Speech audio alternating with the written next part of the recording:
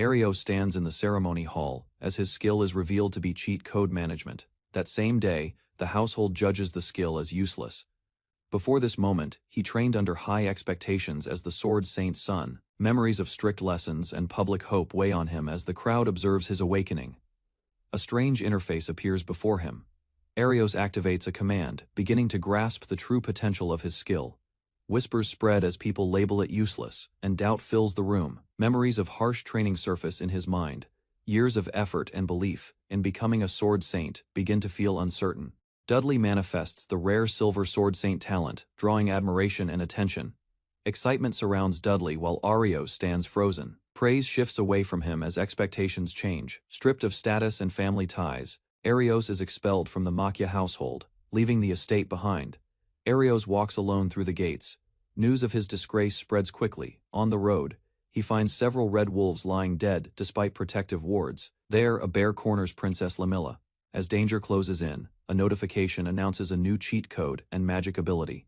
Through him, remembering a spell, he releases a massive blast toward the beast.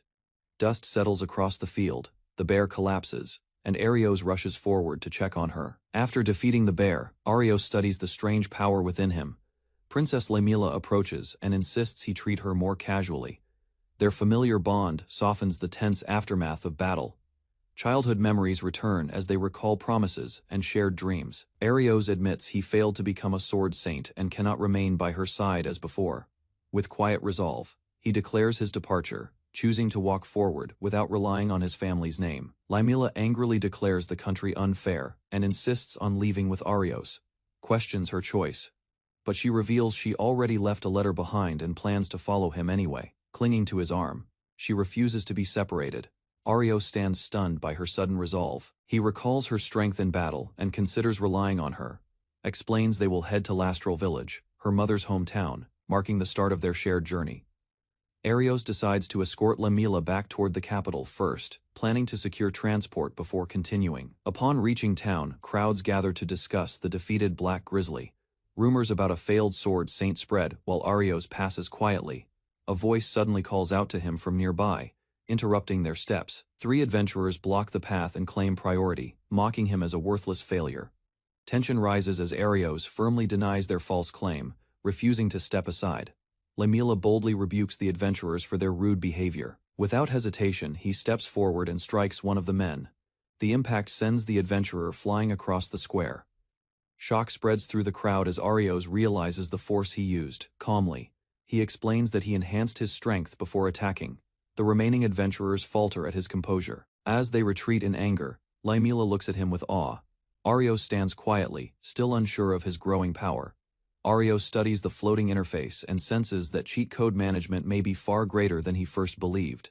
Another notification appears, granting him a new ability after battle. While walking through town, he hides his thoughts and avoids drawing attention. Her detailed knowledge about skills surprises him, prompting suspicion. Instead of answering clearly, she laughs and brushes it off, leaving Arios more curious as they approach a grand building. Inside the mansion, Dudley acts arrogantly as the new Sword Saint successor, ordering servants around and treating them harshly.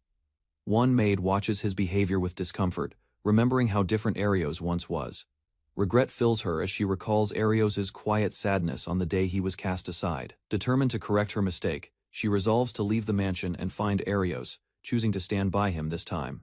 Explaining that many viewed him as unpleasant even before he received any power. An unexpected twist followed, when the prayers for Dudley to gain a weak skill resulted in him obtaining the strongest ability instead. Who learns that Rennie was originally meant to remain at his side as his escort. Curiosity leads Arios to ask about her background, discovering she belongs to a small adventurers guild. To avoid drawing royal notice, Rei secretly registers under an alias. Rei suddenly loses balance and falls onto Arios inside the carriage. Outside, Arios meets Yuya Astray, a rank B adventurer. Yuya explains a giant orc has appeared beyond the bridge, preventing passage. Although not a sword saint, Arios states he can support the battle. He plans to test his skill that reveals an enemy's physical strength. As higher-ranked adventurers move out, Arios follows Yuya toward the threat, ready to face the giant orc.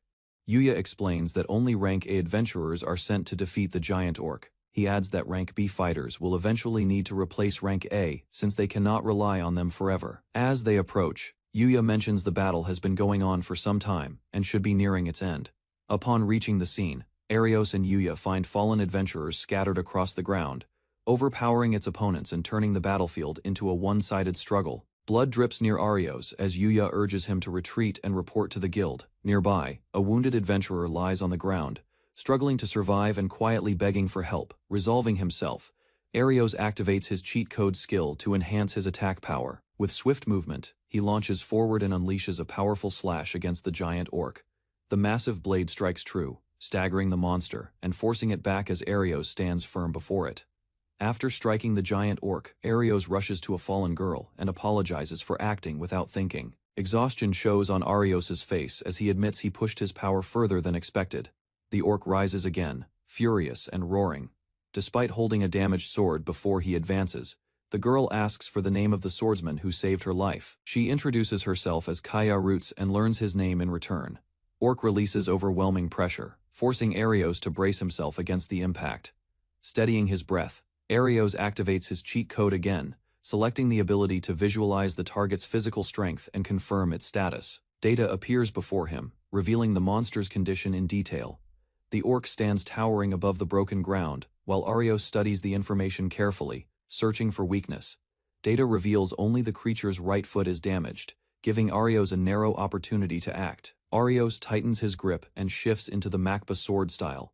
Flames erupt along his blade when he activates fire magic through cheat code. Attack collides with the orc, followed by a barrage of sharp lances that crash into its massive body. Seeing an opening, others urge retreat and attempt to pull the wounded away from danger. He remains steady and refuses to flee, questioning why they should run while the enemy still stands. The giant orc collapses, lifeless on the ground. Arios modestly claims he only delivered the final blow after it had been weakened by rank A adventurers. Attention shifts to the monster's body as something unusual is noticed near it. Arios picks up a dark stone from the remains, recognizing it as similar to one connected to the Black Grizzly.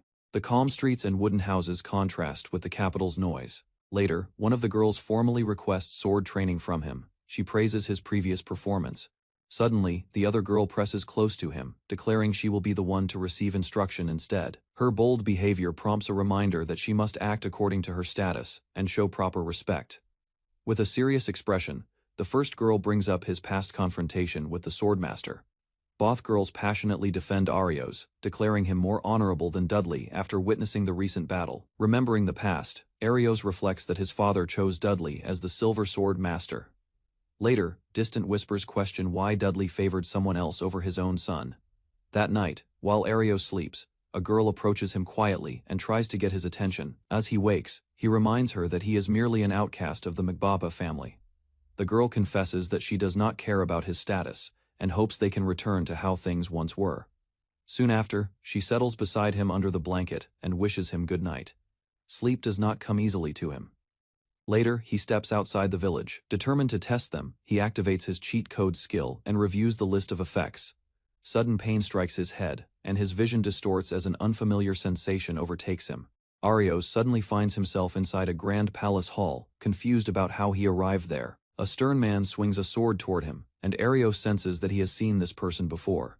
Glowing presence appears nearby, speaking casually while the swordsman reacts with alarm. The scene shifts to a regal figure identified as the first king of Arceus, standing proudly despite comments about his duties. Another man is revealed as the strongest swordsman since the first king. Within the vision, the king declares that the reincarnation spell must be entrusted to the next generation. The king calmly seeks agreement, as if confirming a long-awaited decision. In an instant, Arios returns to the field outside the village, shaken and unsure what just occurred. A message appears before him, stating that the legacy of the legendary swordsman is ready to be transferred.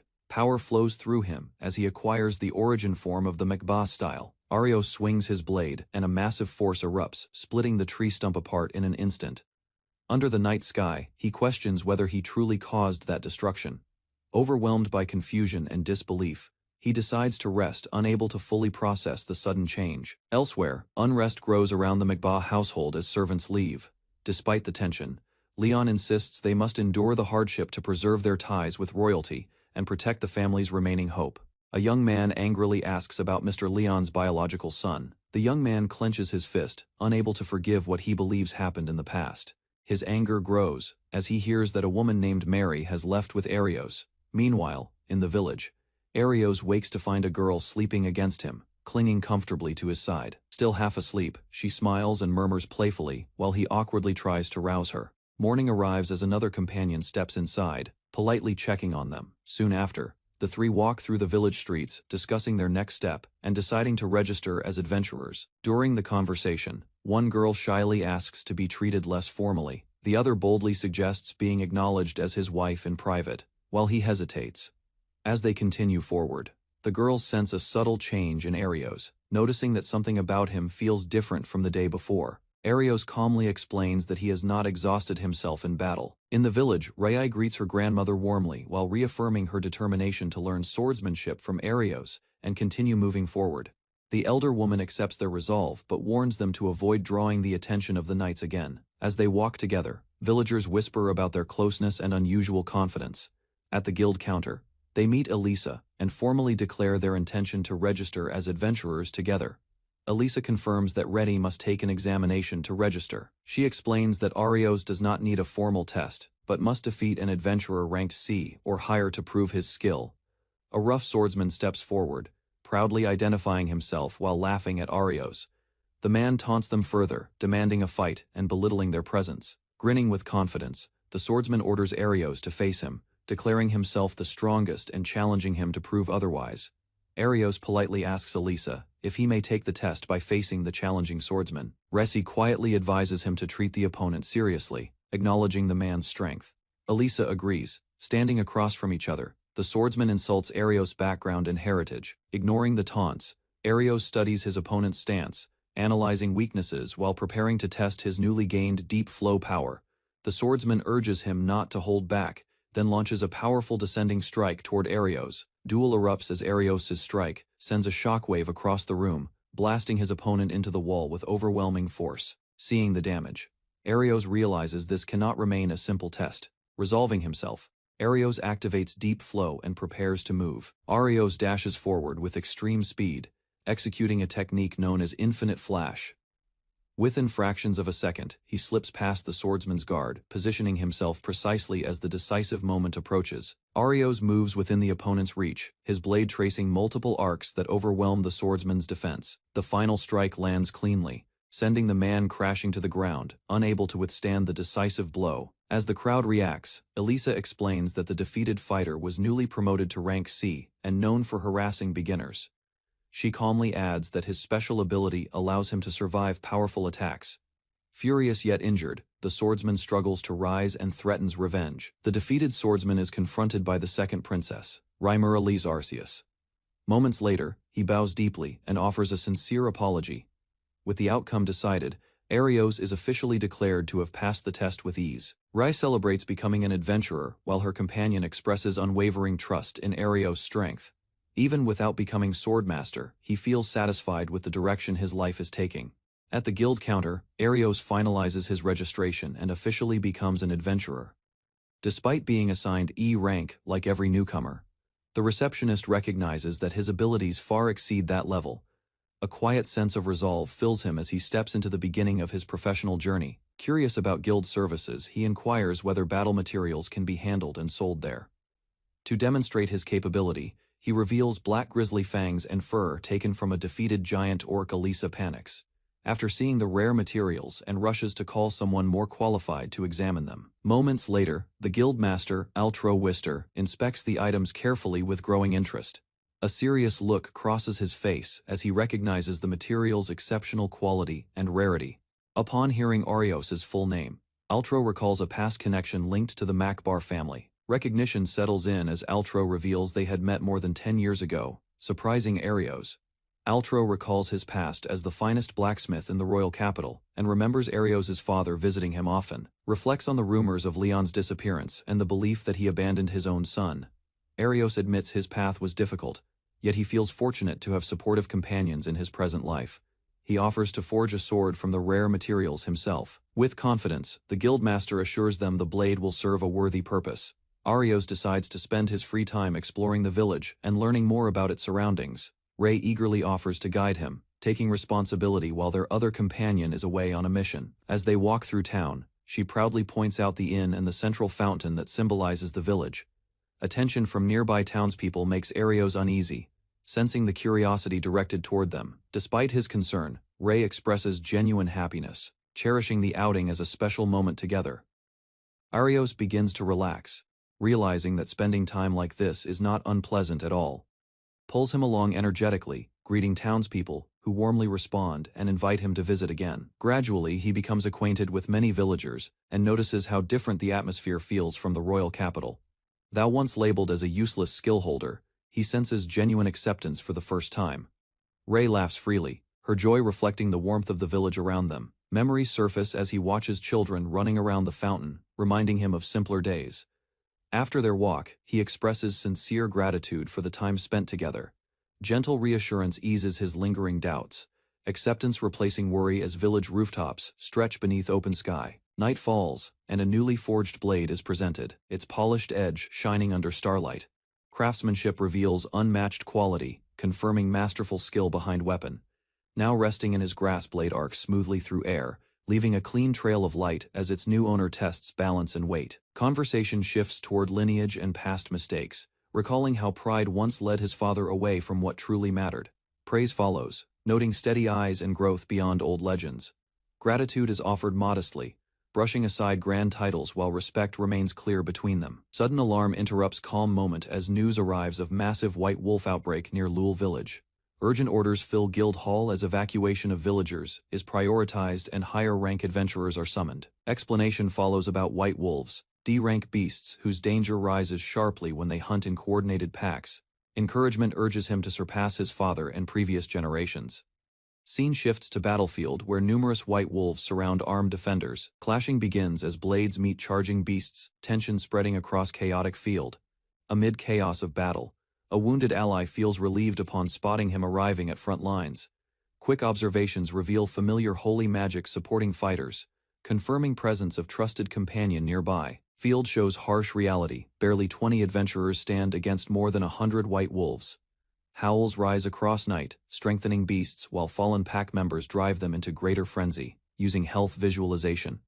Weakened targets are identified. A swift technique cuts through charging wolves, blade tracing wide arc as several beasts fall in a single motion. Surrounded moments earlier, he now stands amid stunned pack, their numbers rapidly shrinking, within minutes. Nearly every wolf lies defeated. Strange chill spreads from sword, freezing nearby monsters regardless of condition. Allies stare in disbelief at overwhelming display of strength, while he scratches his head awkwardly.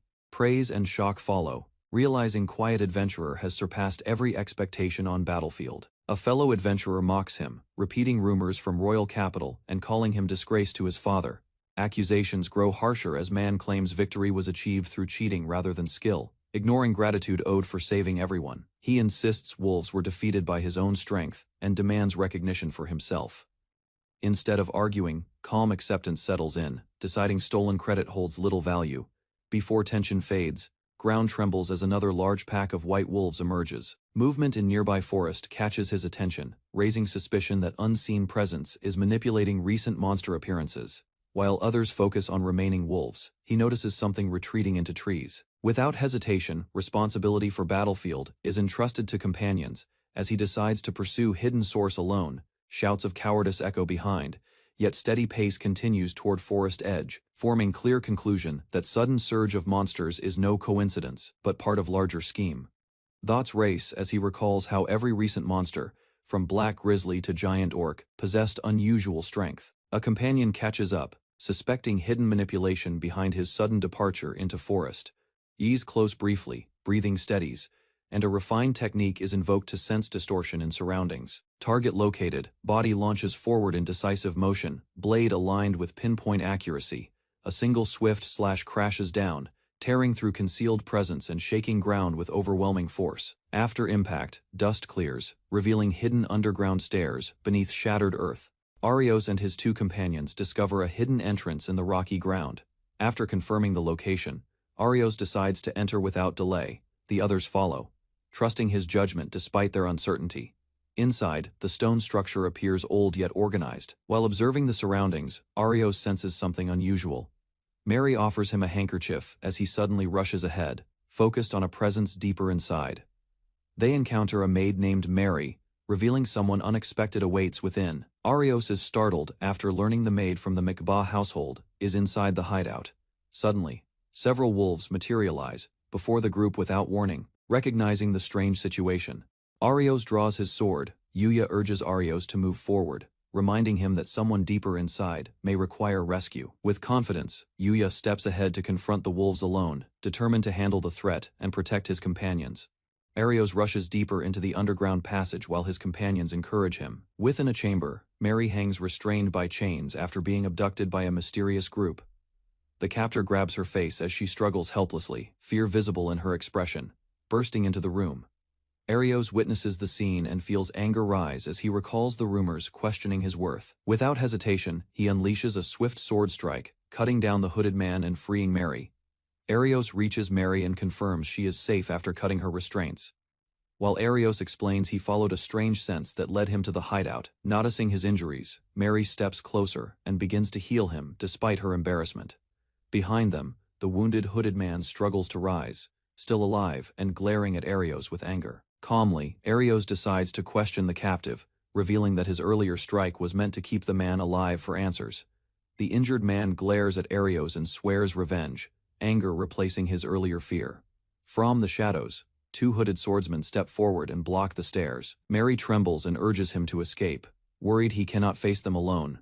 Instead of retreating, Arios gently wipes her tears and steadies her.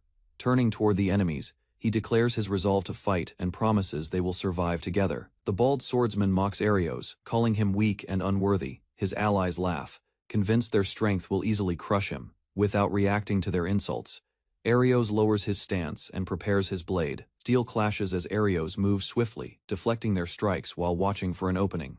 He activates his cheat ability, enhancing his power and shocking his opponents. In one decisive motion, Arios unleashes a rapid slash, overwhelming the swordsman and turning the battle in his favor.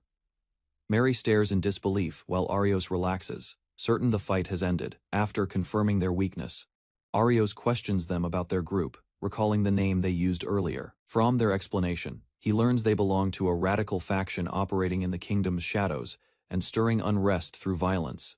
Insists their hideout was protected by layered defensive magic and should have been impossible to breach. Scratching his head calmly, Arios admits he simply destroyed the barrier and walked inside. Arios stands over the captured man and states that their hidden activities have already been exposed. With steady eyes, he warns the captive to reveal their plan if he wishes to avoid further pain. Desperate, the captive crushes a small gem in his hand.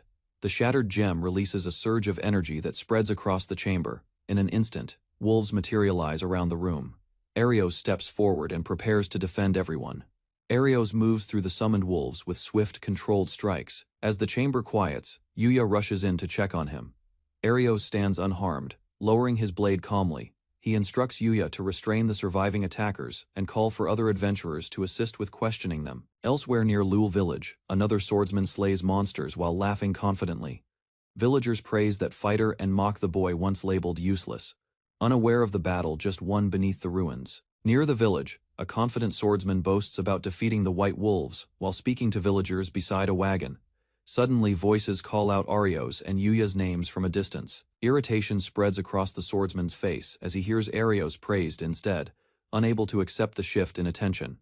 Arios informs the gathered adventurers that he discovered the Arceus Salvation Party's hideout and suggests organizing a search for evidence. As night falls, the group heads toward the ruins together.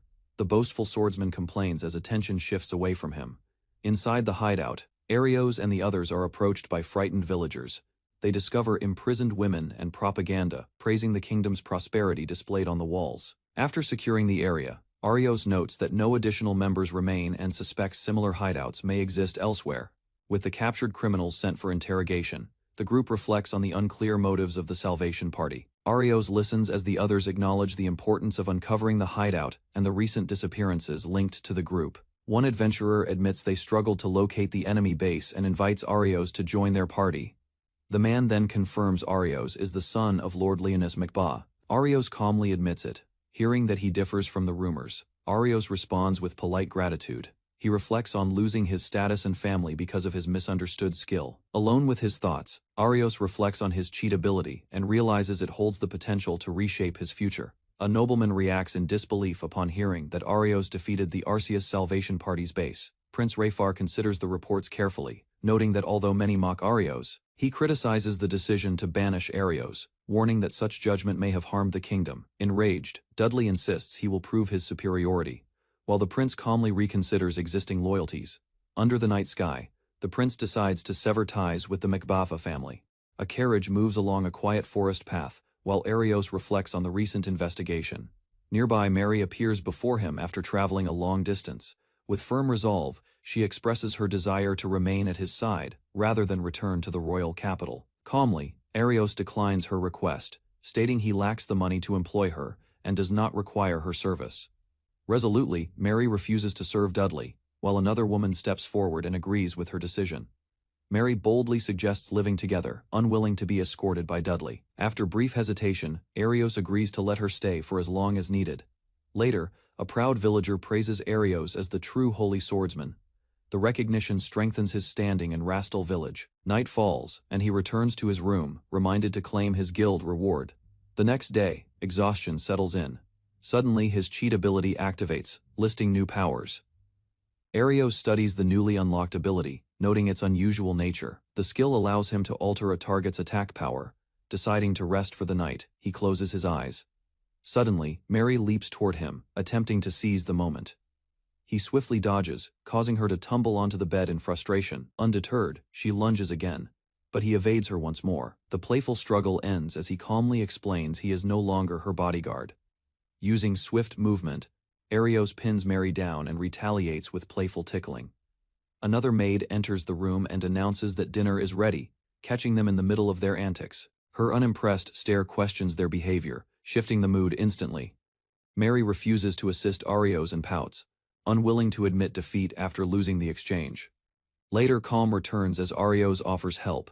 Mary smiles softly, feeling content simply staying by his side. In the quiet kitchen, Mary gathers her courage and tells Arios there is something she has long kept hidden. She explains that despite his banishment and the rumors surrounding him, tears fall as she admits her regret for being unable to help him during his suffering. Moved by her sincerity, Arios steps forward and gently embraces her. With relief, he promises they will build a peaceful life together, easing the burden she carried alone. Mary smiles brightly and promises to serve Arios with all her strength from now on. Outside, Arios walks through the village with a companion when a young girl runs toward him. Returning home, he is warmly welcomed back by the villagers. Soon after, he receives his official reward, handed over in heavy money bags. Counting the coins, Arios realizes the payment equals years of living expenses, leaving him stunned by the generous sum. At the guild hall, Arios is officially recognized as a rank D adventurer. Rady celebrates his sudden promotion, amazed that such rapid advancement is rare. Arios listens quietly as the news settles in. Several adventurers surround him, inviting him to join their group and praising his ability. Choosing not to accept their offers, Arios leaves with Reti, determined to continue independently. Their journey resumes in a forest where they search for the next objective and prepare for what lies ahead. While walking through the forest, Ray panics at the sight of insects and clings to Arios. Their discussion shifts to magical artisans who create enchanted tools and potions. Stories describe the pinnacle of magical craftsmanship as belonging to a woman named Lemina Liares. Arios examines the mysterious black gem and learns that only a master artisan can properly analyze it. Soon they arrive at a strange house hidden among the trees, wondering what kind of person awaits them inside. As Arios and Riai approach the secluded house, a voice acknowledges his arrival and reveals awareness of his past as a former Holy Sword candidate. Arios senses they are being watched through a magical device. Without warning, an attack is triggered. Arios reacts quickly, recognizing the encounter as part of a test. A towering armored knight materializes before them, radiating power and blocking their path.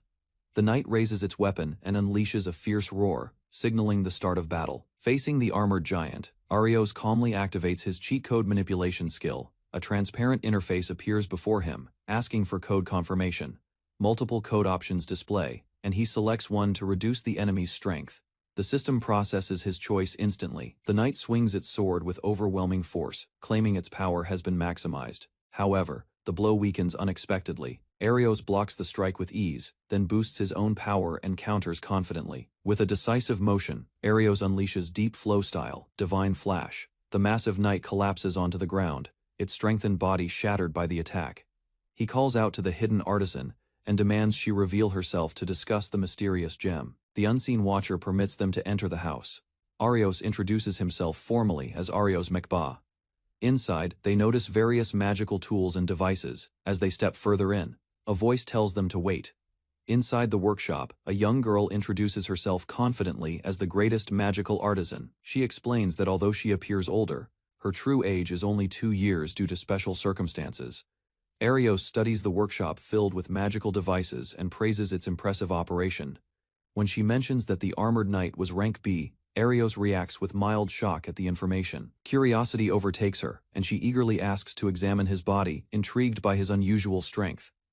The young artisan leads Arios and Rai deeper into her house, explaining that the entrance was not suitable for discussion.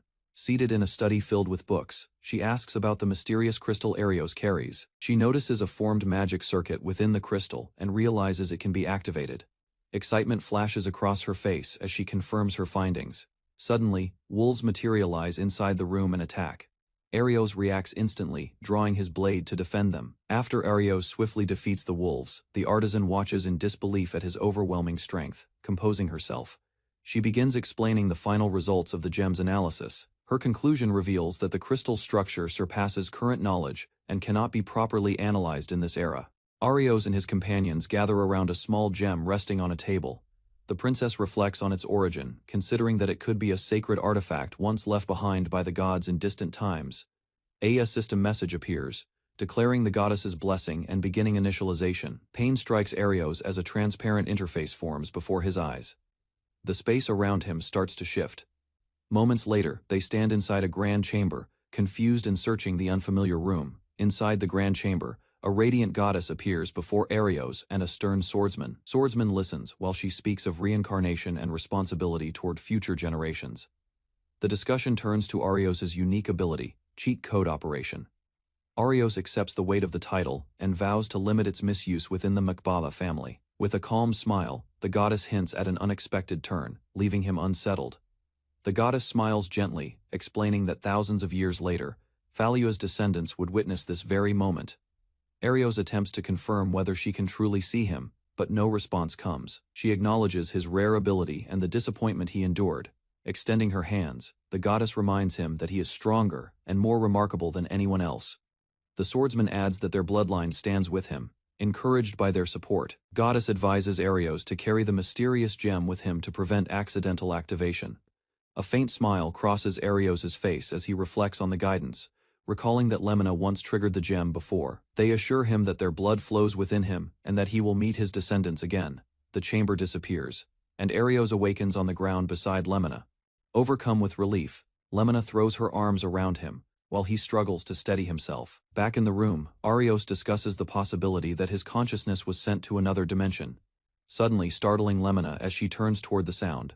Realizing it is a call, she quickly answers, while informing Ultro that Arios has returned and will arrive shortly. After listening carefully, her expression grows serious as she prepares to relay urgent news. She informs Arios that his servant Mary is in danger, as Dudley has appeared in the village of Rastral. Arios races toward Rastral after learning of the threat as he runs. Anger sharpens his expression while villagers shout in panic. Determined, he refuses to forgive Dudley for harming those under his protection. In the village square, Dudley and his men surround Mary. Despite her fear, Mary declares that her true master is Arios, and insists he is a noble man. A sudden strike descends, but Arios blocks the blade and confronts the Sword Saint candidate directly.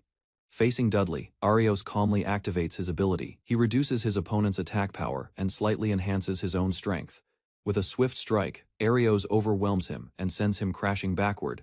After securing the area, Arios checks on Mary and ensures she is unharmed. Overcome with relief, Mary expresses her deep affection, leaving Arios flustered by her sudden confession. Dudley, refusing to accept defeat, shouts that Arios only possesses a flawed ability, claiming his own strength is superior, insisting his swordsmanship surpasses him, and claiming that abandoning Arios was the correct choice. Dismissing Dudley's arrogance and telling him to stop his foolish boasting. With arms crossed, Ramira criticizes his actions in the village and questions his twisted judgment, pointing out the harm he has caused, warning that insulting Arios will not go unchallenged, and demanding he consider the consequences. Yet Arios calmly notes that fear drives his behavior and reminds him of the McBaugh family's standing. Rhaenyra smiles coldly and states that Dudley still fails to understand the situation. Enraged, Dudley lashes out and calls Arios unworthy. A sudden impact strikes Arios from the side as he shields himself. Another woman steps forward, declaring that Arios surpasses Dudley as a swordsman. Amid the chaos, stones scatter as Arios endures the assault. His supporters shout in his defense and reject Dudley's accusations. When the dust settles, Arios stands stunned, realizing how deeply the conflict has escalated.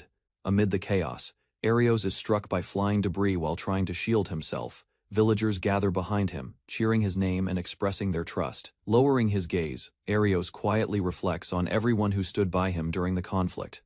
Before Dudley can continue, a commanding figure steps forward and orders him to stop. The man reveals himself as Dudley's father and formally apologizes to Princess Rhaenyra and the villagers. Leon bows repeatedly and claims he has no words to apologize. Another man rebukes Leon harshly, warning that if this conduct continues, the McBaugh family will decline. Arios steps forward and states bluntly that he no longer wishes to see Leon's face, shifts the topic mentioning Arios's recent achievements in the Salvation Party, and acknowledging his growth as a former colleague. With a measured smile, Leon questions whether many rank B adventurers now surround Arios, probing his current standing. A young girl steps forward and insists that Arios was the first to help them, but tension rises as the accusation fails to gain support from those present. With a steady voice, Arios cuts the exchange short and asks them to leave. Smirking, Leon presents a message from Lord Rayfer announcing that a duel between Dudley and Arios will take place on the battle. Reading the notice, Arios learns the match will be held in the capital's vast arena.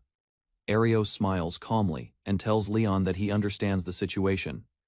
His tone makes it clear that lingering resentment no longer matters to him, even if the famed Silver Sword Saint stands against him. She then points out that the duel offers no benefit to them and states that compensation will be required. Rhaenyra demands funds equal to a year of Arios's expenses and insists on remaining away from the castle for an extended time. Arios reminds Rhaenyra that he is meant to protect her, but she questions his concern. Leon admits the financial demand is manageable, yet her wish to stay away from the castle creates complications for them. Keeping his composure, Arios states they will reconsider whether to accept the duel. With the matter unsettled, Leon departs after giving a formal response. Soon after, the date and location are confirmed 1 week later in the capital's grand arena. Inside the guild hall, Kaya reminds Arios that the duel will happen in a week. She encourages him not to feel intimidated and promises to support him. With a shy expression, Kaya suggests spending time together after the duel. Another girl suddenly steps in, pulling Kaya back and reacting strongly to her bold proposal. The tension rises as she argues that Kaya is acting improperly, while others watch the awkward scene unfold. A seasoned warrior compares Arios to the first Sword Saint, praising his steady growth and determination. With a firm hand on his shoulder, the warrior acknowledges Arios' humility. Gratitude fills the moment as both Arios and Kaya thank the warrior. Maria steps forward and expresses deep appreciation toward Arios for saving her. Jealousy surfaces and the peaceful atmosphere quickly turns awkward. With 3 days remaining before the duel, Arios trains in the forest. During training, he senses a strange warmth surrounding him, as if someone is quietly protecting him. Reviewing his cheat code abilities, he examines a new skill called Absorption. Later, he rests in his room, reflecting on his peaceful life in Rastale, despite the coming challenge. Suddenly, a girl bursts through the window, startling him as she lunges forward energetically. The girl confronts Arios about avoiding her, but loses her balance and falls onto the bed in frustration. She complains about being treated unfairly and demands a light punishment for his distant behavior. After calming down, she studies his expression and admits he seems different from when he fought the duel. She reveals a large message board filled with words of encouragement gathered from the villagers, explaining that everyone supports him. She shows the collected notes. The girl suddenly leans close and kisses Arios on the cheek, leaving him frozen in surprise.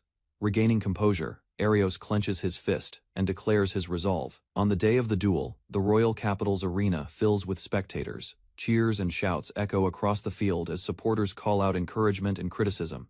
Facing Arios, his opponent greets him confidently and mocks his chances, while Arios remains silent and focused. Arios faces his opponent in the arena as the man taunts him repeatedly. Both draw their swords and prepare their stances.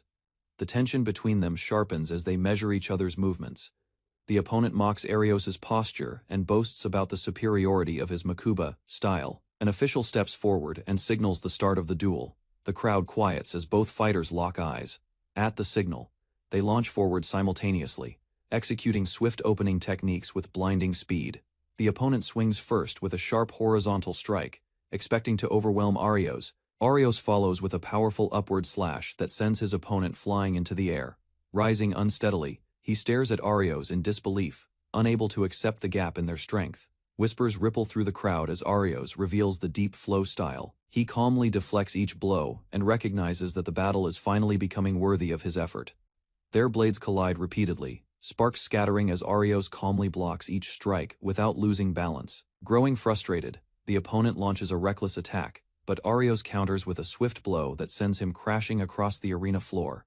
Standing over him, Arios urges him to rise and fight seriously.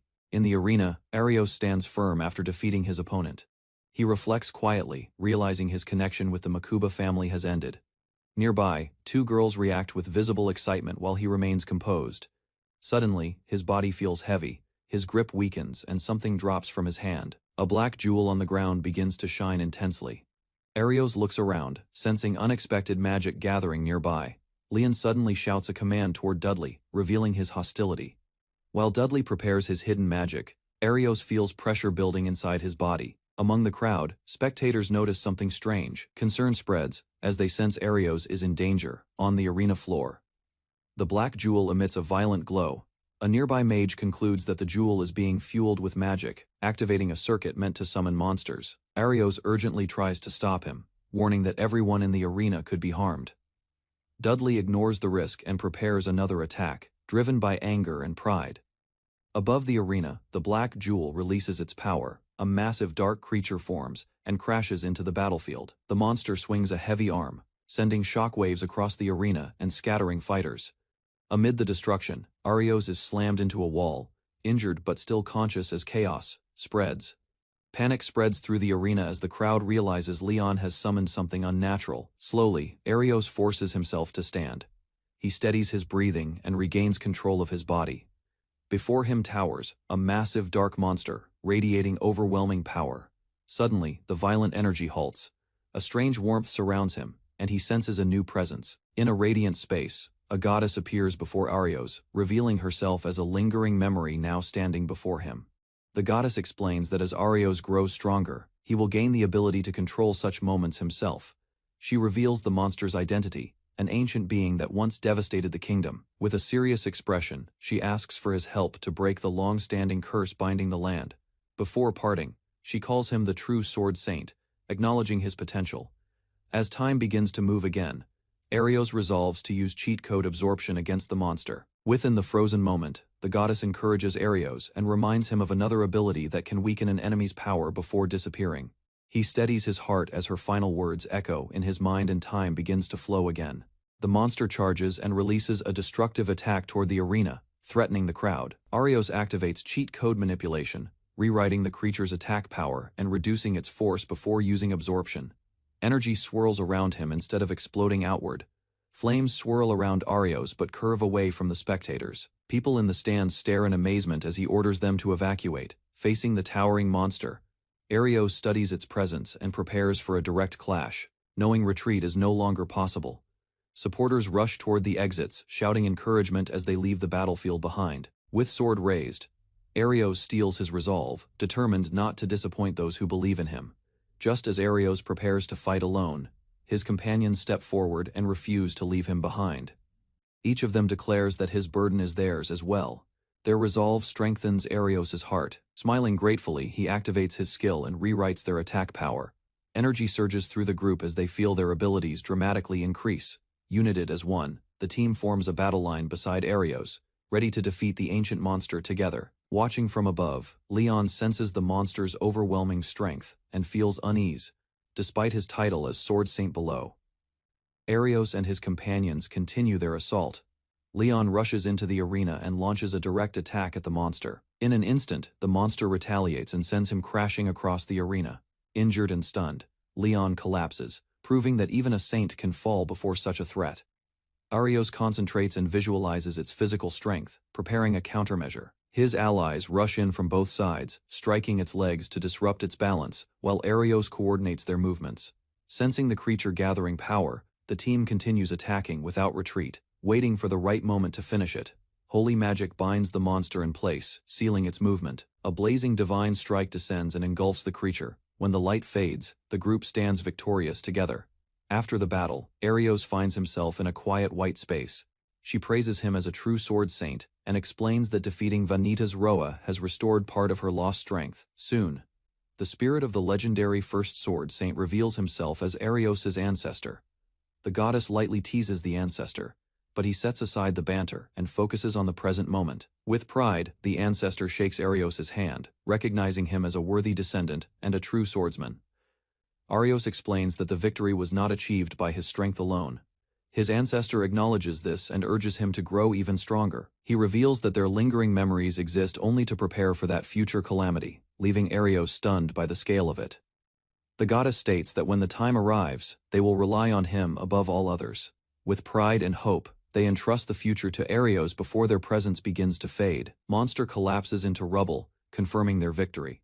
The crowd erupts in relief and admiration as Arios stands quietly in the arena, realizing the battle is finally over. As cheers surround him, Arios lowers his gaze and smiles softly, feeling grateful that he was able to protect everyone from harm.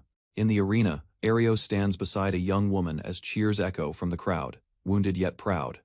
Sword Saint Leon steps forward and recognizes Arios as worthy of the Makba family name.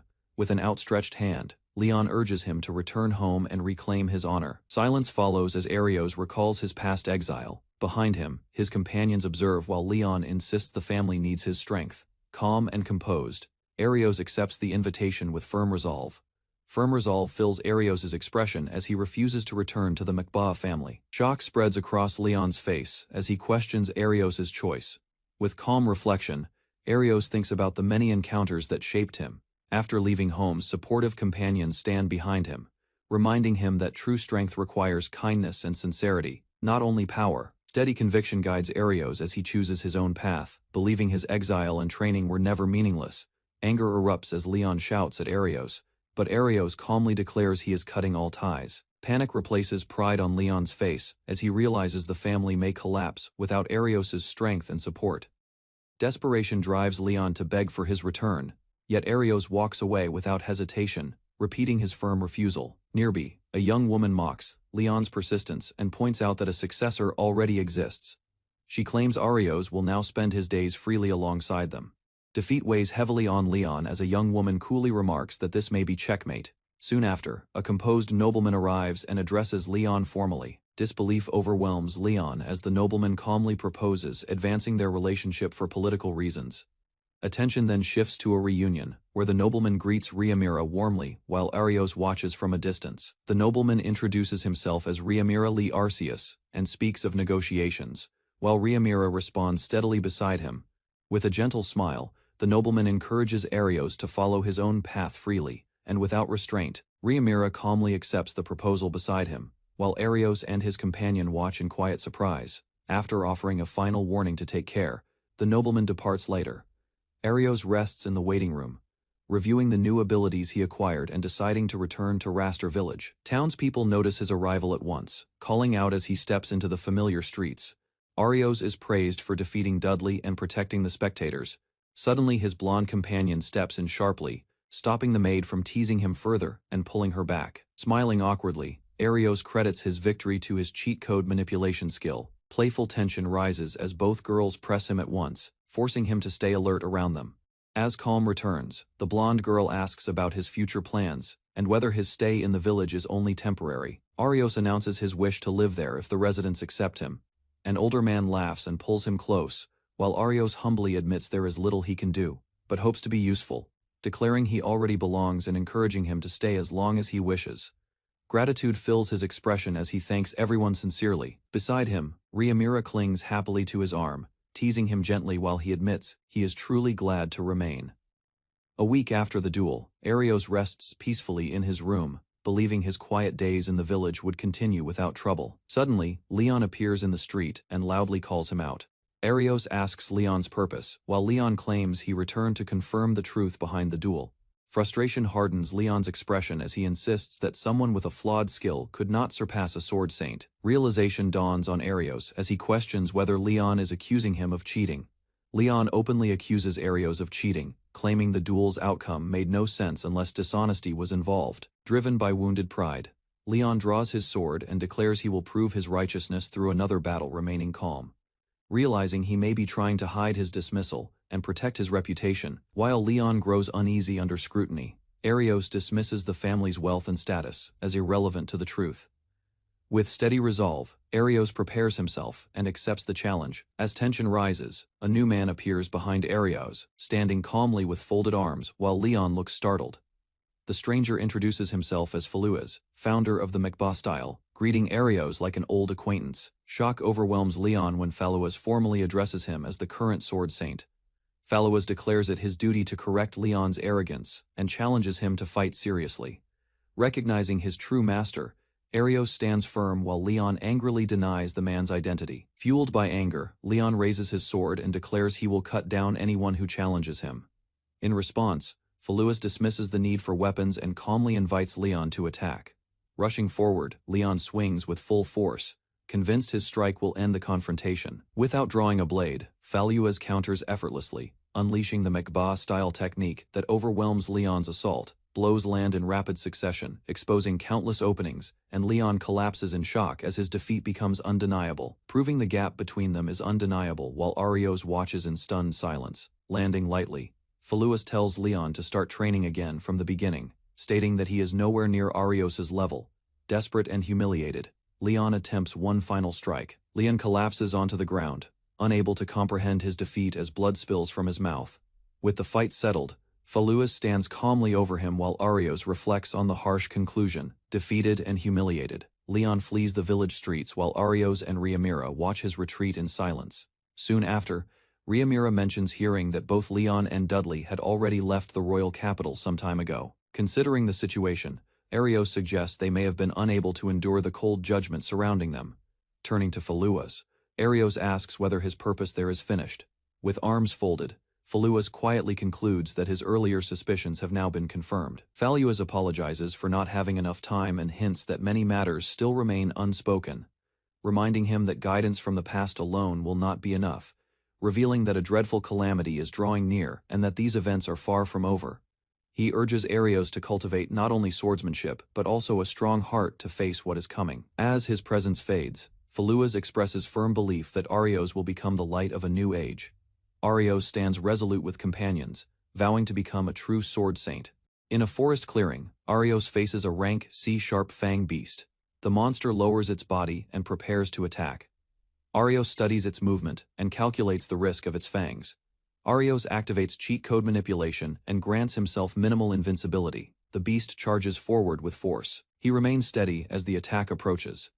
The beast's strike fails to injure him. Arios confirms the skill's effectiveness against weaker monsters and prepares a counterattack. He unleashes Deep Flow style, second form, sending the beast flying through the trees. After defeating Dudley, 2 new abilities are added, increasing his power again. She reflects on Arios' strength and admits he remains unharmed even after facing the Fang beast. His companion realizes she can no longer match his pace. Arios calmly explains that his invincibility lasts only 5 seconds, earned through cheat code manipulation. Discussion shifts to ranks and potential. Promotion to C rank seems certain, yet his talent hints at something beyond S rank. His progress draws quiet admiration. They decide to complete the formalities quickly and return home. Praise surrounds him, though he remains modest. A sudden sensation catches his attention, and his focus sharpens immediately. Faint cry for help reaches Arios and his companion. Both freeze for a moment before rushing toward the sound through the trees. They discover an injured child lying on the ground, covered in dirt and wounds. The child struggles to stay conscious, clearly abandoned and mistreated. Kneeling beside the child, they notice a strange mark. Suspicion grows as they consider the possibility that the child is a slave. Arios studies the crest carefully and confirms it is a slave mark, proof of ownership enforced by magic. Realization strikes when they connect the mark to the Aldo family, rulers near Raster village, known for corruption. The injured child trembles on the ground, begging for forgiveness and promising obedience. Fear is etched across the child's face, showing deep trauma from past punishment. Arios understands the risk of interfering. Returning the child to the master would avoid conflict, especially if the owner holds influence. Doubt briefly crosses his mind. He recalls that the guild exists to protect civilians. Leaving the child behind would contradict his duty as an adventurer. With resolve, Arios lifts the child onto his back and decides to provide temporary protection. Responsibility outweighs hesitation. Gratitude fills the child's expression as they walk away together, choosing compassion, despite possible trouble ahead. The child rests in a bed inside a small house. Thanks to Risi's holy magic, most injuries have healed. Arios learns that the scars on her body are deep and old, evidence of repeated abuse. Rii notes that the wounds she carried were severe, despite the healing. When the child awakens, confusion fills her eyes. Arios gently explains that they found her collapsed and decided to care for her temporarily. Fear suddenly overwhelms her, and she kneels in panic, expecting punishment. Arios quickly introduces himself as a rookie adventurer and assures her she is under protection, not ownership. The child looks at Arios with uncertainty, slowly realizing he was the one who rescued her. Doubt still lingers in her expression as she tries to understand the meaning of protection.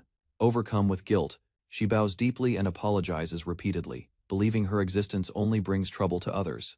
He gently asks for her name, shifting the mood away from fear. After hesitation, she introduces herself as Emu. The seriousness of her situation remains clear. Arios reassures Emu that she has no reason to feel guilty. He makes it clear that they are not her enemies. Gradually, Emu begins to accept that someone is finally standing on her side. Emu hesitates and asks if protection truly means she will not be hurt again. Arios calmly assures her that no harm will come from him. Understanding the slave crest carved into her arm, he realizes no one helped her because of fear toward her powerful master. Isolation had become her normal life. He tells her that her past and origin do not matter. What matters is her safety now. He encourages her to rest and recover. Overwhelmed by relief, Emu breaks down and clings to him. The warmth of being accepted begins to ease her despair. After calming down, she apologizes softly, while Arios reassures her without hesitation. Arios gently urges Emu to speak honestly about her past. Though hesitant, she begins to explain how she ended up in such a place. She reveals that she ran away from Lord Aldo's mansion. The name confirms Arios's suspicion about the powerful household connected to her slave crest. Believing she will only cause more trouble, Emu tries to leave and thanks them for their help. Guilt weighs heavily on her heart. Reddy reminds her of Arios's strength and recent victory over Dudley. Arios firmly refuses to let Emu walk away, determined to protect her. Hearing about events at the mansion, Emu realizes something serious has happened and struggles to believe the news. Excitement fills Emu's face when she hears about Arios's duel with Dudley. Learning that he won surprises her and changes the way she sees him. She recalls the spectators who witnessed his victory and realizes he defeated the Silver Sword Saint despite being cast out from the Mangba household. Moved by his determination, Emu admits she has always admired him from afar. His strength teaches her that people can endure hardship and still stand firm. When she tries to move too quickly, Arios steadies her and reminds her that her body has not fully healed. Blushing yet determined, Emu gathers courage to move forward without hesitation. Flustered by her own boldness, Emu realizes she is still holding Arios's hand. Embarrassment colors her face as she quickly reacts to the sudden closeness. With steady resolve, Arios explains that leaving her alone is not an option. He offers her a place to stay under his protection for the time being. Risi warmly welcomes Emu, encouraging harmony between them. Emu humbly admits she is the one who should be asking for kindness. She playfully declares she will not give Arios away, lightening the atmosphere inside the house. That evening, the three share a meal together, marking the beginning of a peaceful chapter in Emu's new life. At dinner, Emu steps away from the table and says she will pass on the meal. She claims it is simply her usual habit during mealtime. Rii reacts dramatically, saddened by the thought of Emu refusing to eat. She insists the food was prepared with care and should not be wasted. Arios studies Emu's expression and realizes she truly wants the meal but feels restrained. He gently points out her hesitation. Emu nervously denies being treated as a servant. Arios firmly clarifies that they are not her masters and never will be. Finally seated before a warm plate of food, Emu quietly asks for reassurance. Before taking her first bite, hesitation fades as small bites turn into steady eating. Warm bread fills her mouth and she chews carefully, still unsure if she truly deserves it. Emotion suddenly rises. Tears mix with each bite while gentle encouragement urges her not to hold back. Gratitude replaces fear. With trembling voice and watery eyes, She offers repeated thanks, smiling through tears while clutching what remains of her meal. Joy spreads across the room as praise follows her honest reaction. Satisfaction shows clearly on her face after finishing every bite. Conversation turns serious when past treatment is mentioned, revealing how little food she once received compared to livestock. Concern grows as thoughts turn to Aldo household, a powerful feudal force that could retaliate and disturb village peace. Letting her return there is not an option. Facing her directly, he offers a simple choice: remain here and start a new life from today. Surprise fills her eyes at such unexpected kindness. Worry surfaces about causing trouble, yet reassurance follows. Life may not be perfect, but it will be safer. Tears fall as gratitude overflows. Warmth from everyone in house eases, fear that once controlled her heart. Night settles quietly, while she sleeps peacefully. Discussion continues about harsh reality of slave system under Lord Rayfar's rule. Discussion turns to risk. Hiding her improperly could become a crime, yet abandoning her is unthinkable. While plans are weighed, uneasy murmurs drift from another room. Fearful words slip from her lips even in sleep, begging that no one else be harmed. A sudden presence is felt. Silence fills the air as instinct sharpens. Suspicion grows that someone is nearby with unclear intent. Warning is given to stay inside and seek help if trouble starts. Possibility of a spy from Aldo household crosses his mind. Without hesitation, he rushes into the night streets, hand gripping his sword as tension tightens around him. Footsteps echo ahead as pursuit begins. Opponents notice movement and attempt to retreat quickly, showing experience and coordination. Distance remains steady, despite increased speed. Focus sharpens while resolve hardens, understanding that stronger determination will be required. Presence is concealed while closing gap under cover of night. Intention forms to identify them before striking. Two silhouettes appear along forest path, moving with caution. Suspicion deepens at sight of their synchronized escape. Gray cloaks flutter under moonlight, revealing unmistakable identity. Recognition dawns instantly. Members of Arcea's Salvation League have entered village grounds. From behind the trees, Arios notices two hooded figures rushing along a forest path at dusk. Their gray robes remind him of the faction threatening Alceus. As he moves through the shadows, thoughts of the secret organization surface in his mind. Ahead on the trail, the cloaked men proceed with confidence, assuming no one is tracking them. Maintaining steady pursuit, Arios studies their direction and considers how to report this discovery. Careful steps help him remain unnoticed while narrowing the gap. Under the moonlit sky, a sudden presence halts him. His eyes shift toward the darkness ahead, sensing that someone else is waiting in silence. Two hooded figures arrive at the Aldo family estate under the night sky. They stop before the main gate and force their way inside. Near the entrance, the men speak about confirming the situation. They believe the Sword Saint's sensing ability has not detected them. Another cloaked member steps forward and reports that Vayne Taro has been defeated. The leader listens calmly, concluding that the enemy responsible is no ordinary opponent. They question whether he truly secured the artificial human as planned, trying to confirm the truth behind recent events. Hidden nearby, Arios hears everything, realizing they are targeting Euphias and planning to retrieve something for their experiment. Arios listens as the cloaked men decide to leave for Rastal village. Their discussion confirms connections between the Aldo family, the Alceus incident, and the artificial human. Unable to ignore their movement any longer, he steps out from cover and draws his sword. Determination replaces hesitation as he prepares to stop them before they escape. Activating cheat code manipulation, Arios enhances his physical strength and lunges forward, forcing the enemy back. Instead of killing him, Arios chooses to gather information, analyzing the opponent's condition with his skill. Facing the remaining enemies, he demands an explanation. The confrontation begins in earnest. The remaining cloaked men charge at Arios together, attempting to overwhelm him with coordinated strikes.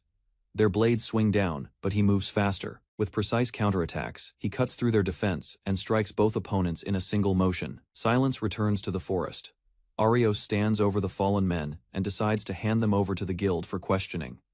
After the battle, he reflects on the difficulty of facing three enemies at once. Considering his options, he opens his status interface and reviews a newly acquired ability. Choosing to experiment, Arios activates Ancient Weapon Summon. A dark vortex forms before him. From the swirling vortex, a small armored figure emerges instead of a massive weapon.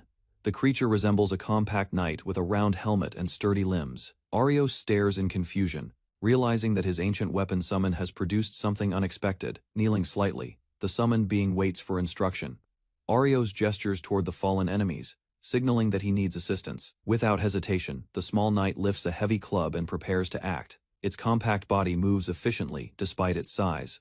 Carrying the unconscious men with surprising strength, the summoned warrior supports Arios's plan. The small armored summon introduces itself with a formal tone, pledging loyalty to Arios, although its words are stiff and difficult to understand.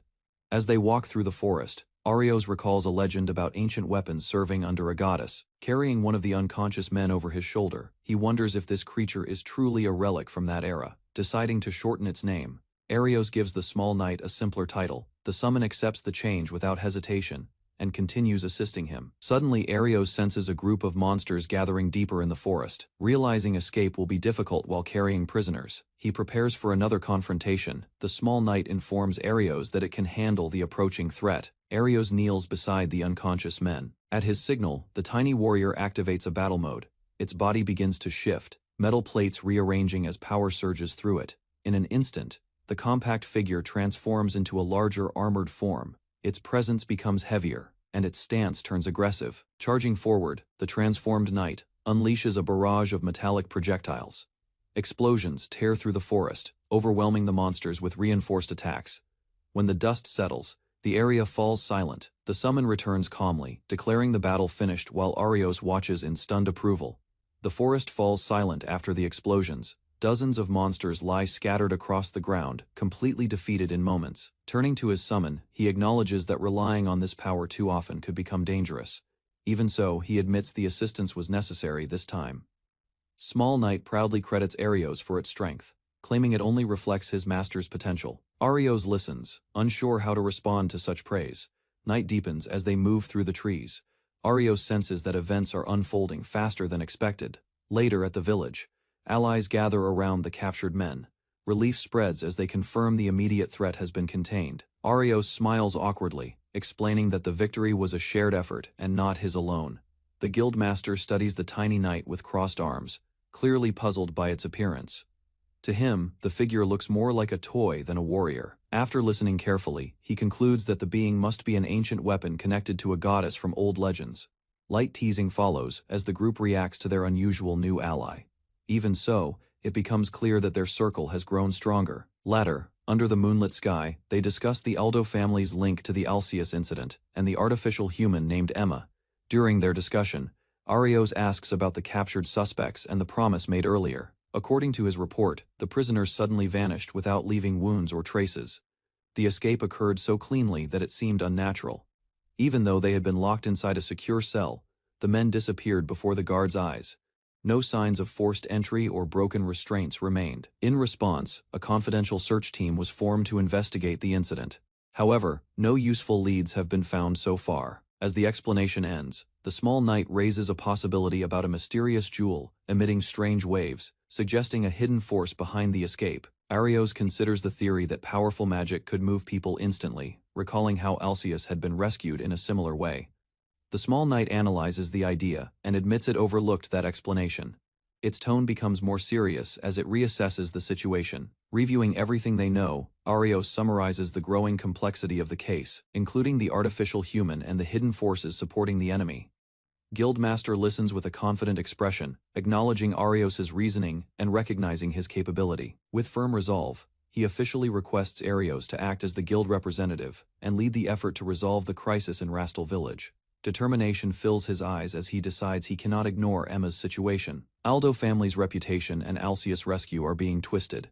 Later, exhaustion catches up with him. While resting indoors, a girl suddenly collapses onto his chest. Fast asleep, confusion deepens. When he realizes she had been sleeping on floor earlier, now she clings tightly, murmuring softly while pressing against him.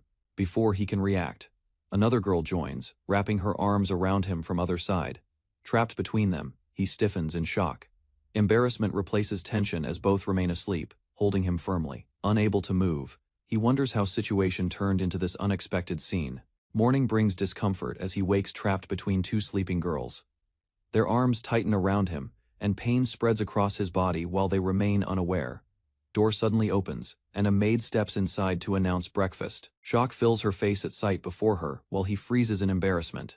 Later at table, everyone eats together. Light teasing surrounds him as he looks exhausted.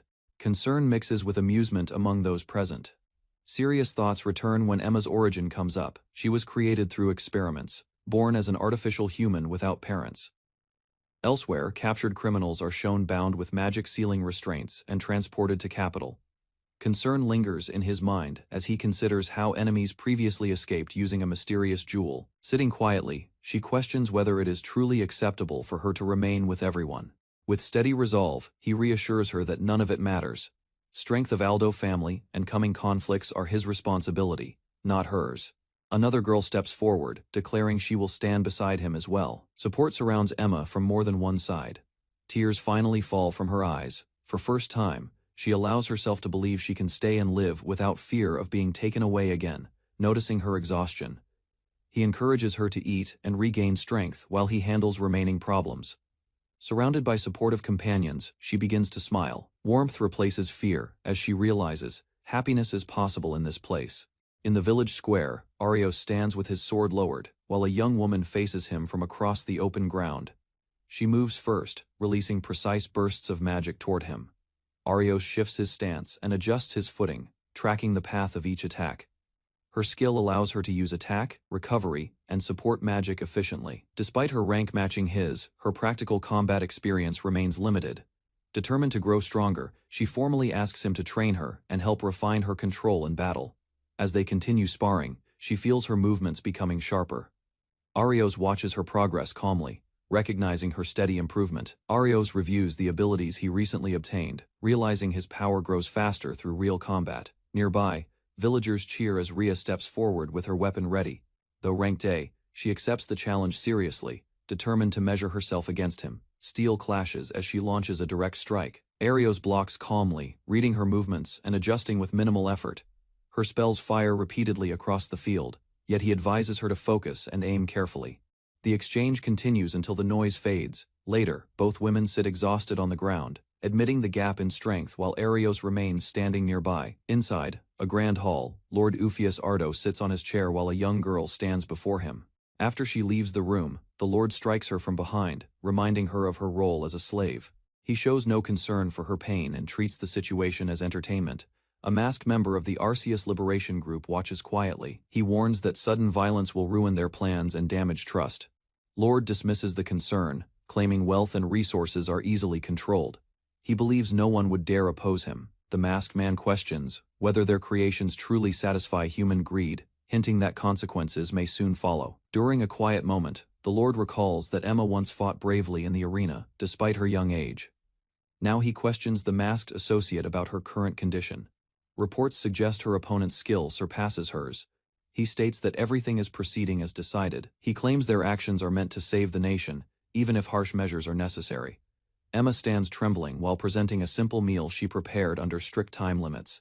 Sweat runs down her face as she waits for judgment. Instead of praise, the Lord violently rejects her effort and strikes her again. The masked figure watches silently as her apology echoes through the hall. Outside the large mansion, Rhea stands in the open field and prepares her magic. With a shout, she releases a massive blast forward. The spell surges across the ground in a straight line, tearing through the air with overwhelming force. The impact shakes the area and leaves the onlookers stunned. Arios remains calm, observing the scale of her improved power without losing composure. He congratulates her growth, noting that she can now use advanced magic instantly. Rhea listens closely, realizing how far she has progressed. Another woman steps forward, asking to receive the same training. Arios senses the challenge continuing as the next session begins. After the training session, Emma approaches Arios with hesitation. She gathers her courage and calls out to him while he turns to listen. With a firm expression, she states that she wants to fight alongside the others. Determination fills her eyes despite the faint tension in her posture. However, she admits that when real combat begins, she feels unable to control herself. Arios notices her unease and asks what she means. Emma explains that something inside her feels different from everyone else.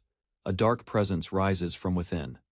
Arios reacts with concern as he senses the strange energy around her. The word black lingers in his thoughts. He listens carefully as Emma speaks about the dark voice inside her. He tells her to face him with full strength if she truly seeks help. Suddenly, black energy erupts from her body. Power surges outward, cracking the ground beneath her feet as her expression changes. Arios senses that the energy matches the ominous black gemstone they encountered before. The familiar presence confirms his suspicion. Overwhelmed, Emma draws her weapon and releases violent waves of force. The watching adventurers feel pressure comparable to that of an rank fighter. Through tears, she struggles to resist the influence and begs for it to stop, barely maintaining control of herself. Arios lowers his head, recalling that the enemy once mentioned an experiment. He questions why such cruelty was inflicted on an innocent girl, activating his cheat ability. A system window appears before him. He gives a firm command and prepares to intervene. At that moment, the goddess Dias manifests beside him. She greets Arios calmly while he realizes she has descended at a critical time. The surrounding adventurers stare in shock at her divine presence. Whispers spread as they struggle to comprehend what they are witnessing. Dias explains that Emma's condition results from a sealed disaster placed within her body. Arios focuses, understanding that decisive action is now required. The goddess steps forward and tells Arios she will fight beside him for a short time. A radiant barrier forms in front of the goddess. Intricate patterns expand outward as the dark energy around Emma reacts violently to the divine presence. Emma lunges under the black influence, swinging her blade wildly. Arios intercepts her strike head-on, blocking with precise timing while holding his ground. Light pours from the goddess's magic circle and binds the raging power. Emma screams as the disaster is forced out from within her body. A mass of black energy erupts and begins to take shape. Arios stares at the emerging entity, realizing the true enemy has finally appeared. From the expelled darkness, a grotesque mass forms, covered in countless staring eyes. The goddess explains that this creature is the true source of the black voice. As Emma collapses nearby, Arios steps forward to confront the entity. Activating his ability, he boosts his attack power and charges. His blade moves with divine speed, cutting through the swirling darkness while the monster rages. With a final decisive strike, he commands it to disappear. The slash cleaves through the core of the creature. The mass breaks apart into fading smoke, its cries dissolving into silence as the battlefield grows still once more. After darkness vanishes, Emma collapses onto the ground, while others gather around her. Confusion fills her expression as she tries to understand what just happened. Relief spreads when she is told the black entity has already been defeated. A gentle hand rests on her head, reassuring her that danger has passed. She checks her body and realizes pain and strange. Whispers are gone. For the first time, her mind feels quiet and steady. Shock returns when she notices divine presence standing nearby. Realization dawns that a goddess descended to save her. With calm authority, Divine Figure explains that Emma can now control her power freely. Gratitude fills Emma as she steps closer, and declares she will fight for him from now on. Soft smile crosses the goddess's face while she announces that an important day is approaching. Resolve hardens within the young swordsman as he acknowledges the plan. Abuse inflicted on Emma by the Lord cannot be ignored, and justice must follow. Without warning, Divine Figure leans in and places a gentle kiss on his cheek. Brief apology accompanies gesture, leaving him frozen in surprise. Onlookers whisper about radiant beauty they just witnessed. Meanwhile, Emma tightens her grip on her weapon, watching Goddess with mixed admiration and tension. Surprise crosses Ria's face when she realizes Divine Figure standing before them is truly Goddess Dias. Young swordsman confirms it calmly, leaving her stunned. Thoughtful expression appears as he considers limits of his cheat code manipulation. If growth continues, even logic-defying abilities might become possible.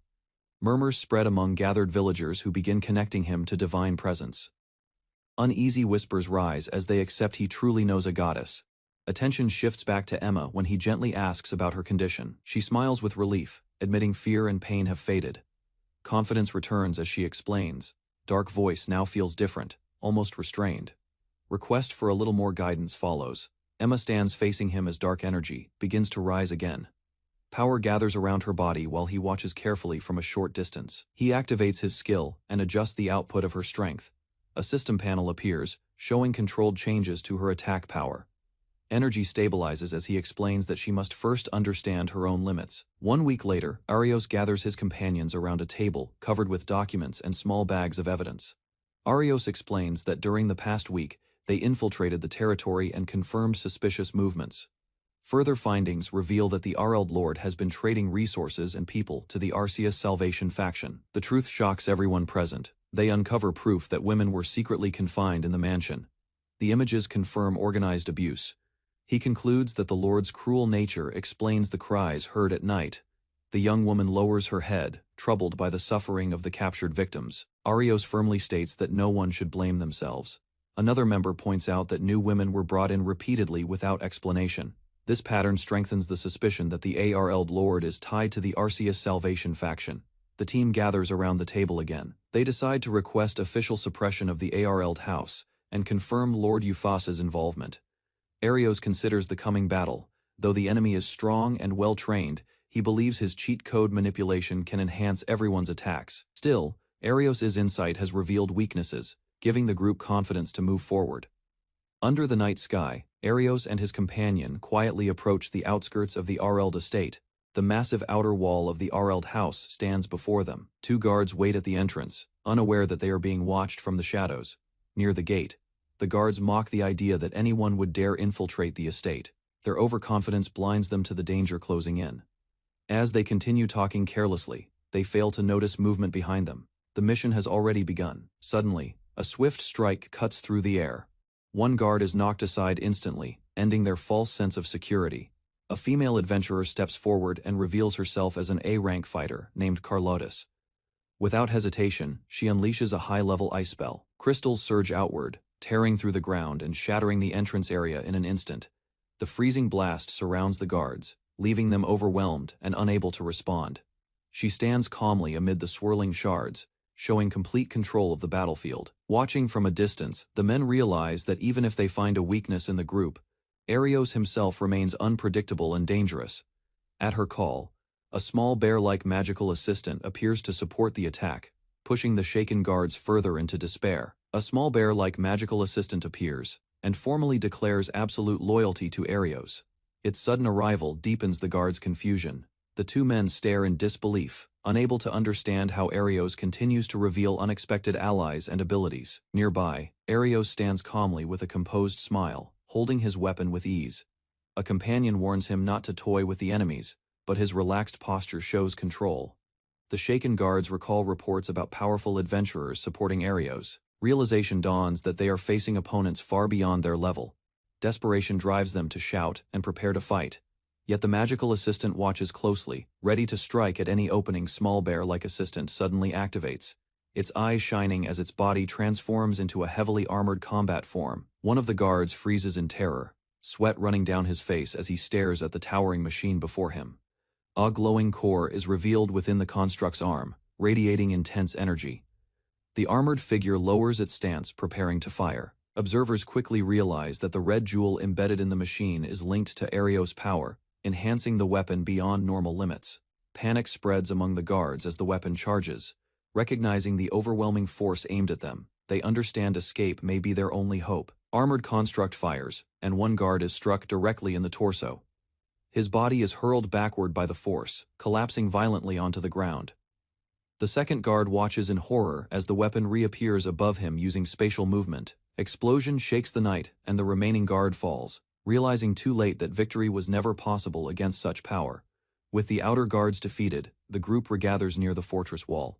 Arios orders everyone to stay calm as the next phase begins. While attention focuses on the front assault, he and his companion prepare to infiltrate from another route to secure control of the Arld estate. Above the fortress walls, mysterious armored figures begin appearing, responding to the disturbance. Reaching the outer wall, Arios examines the surface and senses layers of defensive magic, reinforcing the structure. A confident smile forms on his face as he dismisses the concern. He declares that the barrier does not matter. Activating his cheat code manipulation, Arios rewrites the combat parameters, multiplying his attack power several times beyond its normal limit.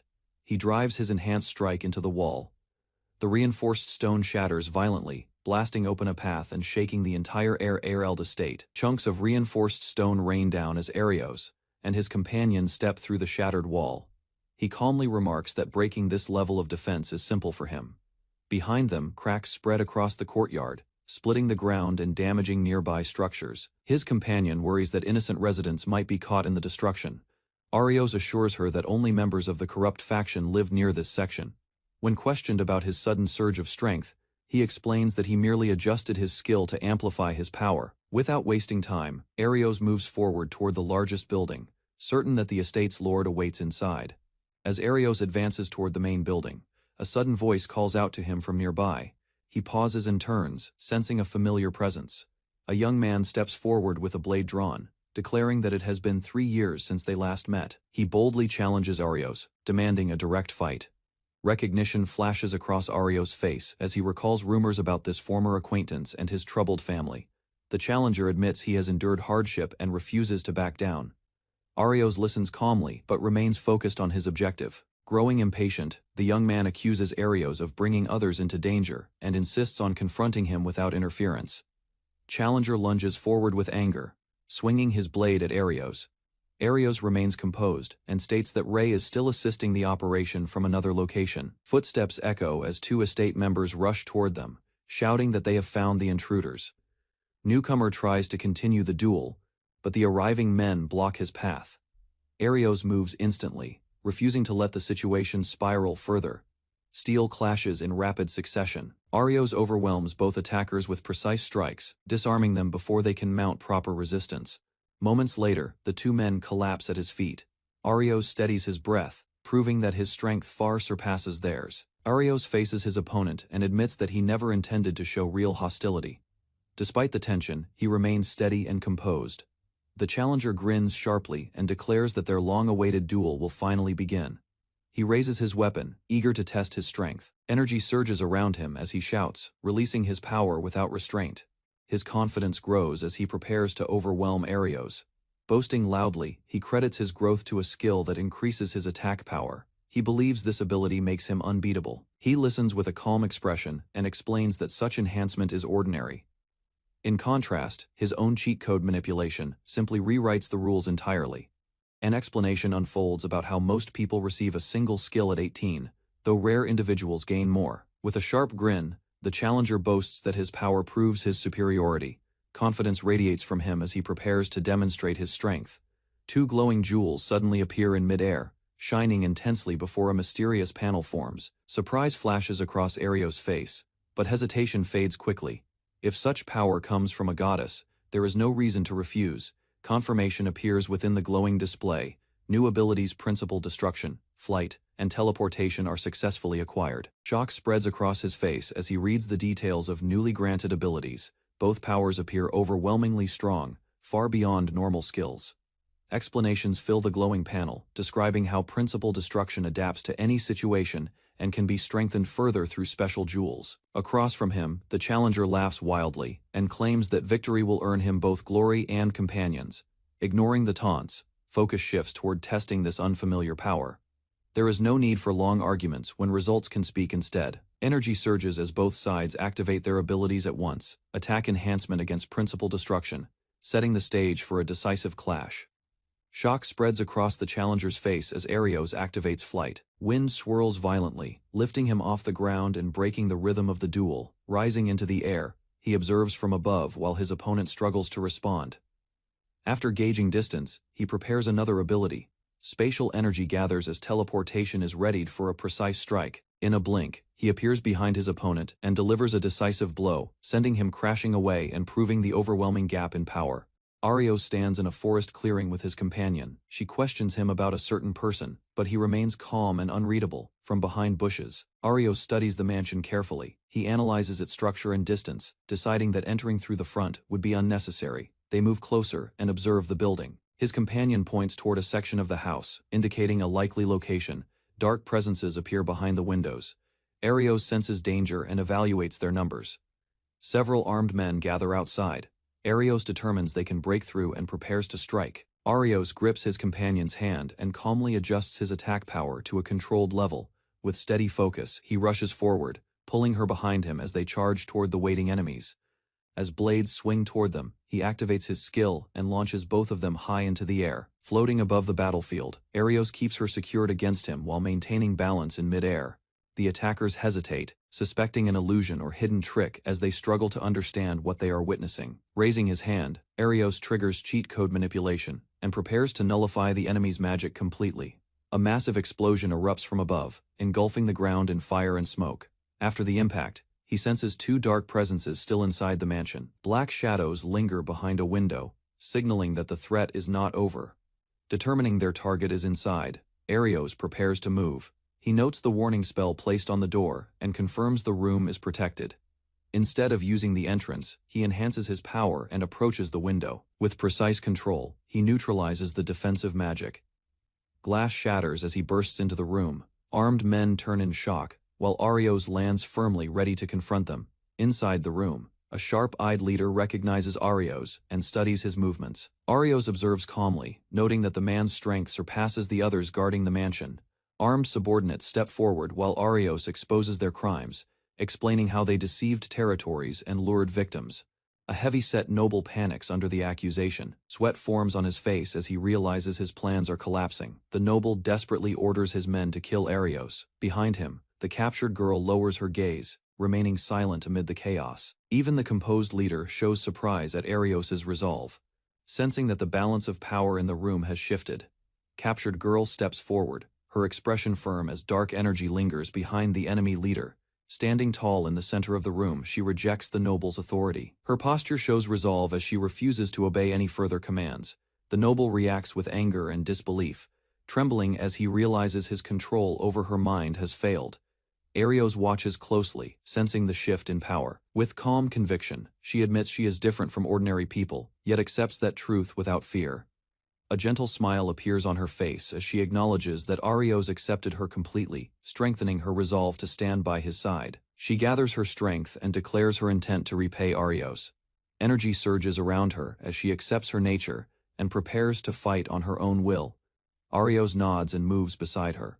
She asks him to conserve his power while she handles the enemies in front of them. One of the remaining men reaches for a device, planning to summon reinforcements. A familiar warrior suddenly appears, stepping forward with confidence. Arios recognizes him at once, sensing a far greater threat than before. The warrior reveals his identity and speaks of past ties to Arios's father. The atmosphere tightens as an old connection resurfaces on the battlefield. Arios questions the warrior's sudden involvement and reflects on the organization behind the conflict. Admits he once rejected entry into a powerful faction and now seeks recognition through strength. He claims that relying solely on personal power is the only path to becoming stronger. Arios listens carefully, realizing how much this belief has shaped the man's choices. Drawing a dark blade infused with magic, the warrior boosts his abilities and prepares to strike decisively. As the enemy charges forward, the girl steps in to face him, asking Arios to trust her while he steadies himself for the coming clash. The warrior swings his dark blade with full force, unleashing a powerful technique. Shaken by the exchange, the warrior realizes Arios has mastered a superior style. Arios calmly recalls how his family once suffered because of this man's actions. Standing firm, Arios states that the difference in their abilities cannot be bridged. The warrior refuses to accept this and tightens his grip. Arios declares he will not lose, even without relying on his cheat ability. Determination sharpens his focus. Across the room, the girl faces the remaining enemies alone, holding them back as the decisive duel continues. Facing her opponent, the girl raises her blade and makes a firm request. Determination shows in her eyes as she demands her freedom from control. Shock spreads across the noble's face, while she declares that only he can release her now. Fear overtakes him, and he quickly agrees to spare her life. Power gathering around her sword makes his surrender inevitable. Energy surges through her stance as she prepares to fight properly. Across the hall, a cloaked swordsman underestimates her, dismissing her lack of experience. Steel clashes in rapid bursts as strikes are exchanged. Frustration grows when attacks fail to land. A decisive strike flashes across the hall. Blade moves with overwhelming speed, cutting through defense and sending opponent crashing backward. Body hits ground hard, yet he forces himself upright. Pride keeps him standing, as he insists his strength has reached its peak. Sweat runs down his face while disbelief replaces confidence. Even so, he refuses to admit defeat. Calm voice declares judgment, stating that every conspirator involved in the scheme will be captured. Fate awaiting them is imprisonment and lifelong regret. Kneeling in shock, wounded swordsman finally understands gap in power. Fury drives the wounded warrior into another reckless charge. Swift movement meets him head-on, blade cutting across his defense and forcing him back again. A final technique surges forward, light splitting the air and crashing through the hall. Impact roars as power overwhelms resistance. Elsewhere in the chamber, she struggles against two attackers. Steel collides repeatedly, yet strain begins to show as pressure mounts, noticing her limits. He refuses to give up. Determination hardens his voice as he promises to face every hardship together and shifts his power to support her. Rapid strikes rain down on remaining enemies, forcing them into panic as momentum turns completely. blades whirl in a final exchange, and both attackers are struck down in rapid succession. Their bodies crash across the floor, unable to rise again. Silence follows as she lowers her sword and faces the trembling noble. He scrambles backward, panic replacing arrogance. With steady composure, she informs him that his organization has already been dismantled. Nearly all members have been captured. Heavy doors open, and royal figures step inside. Authority fills the chamber as the noble recognizes the princess before him. Guards surround the defeated man, while others gather in the hall.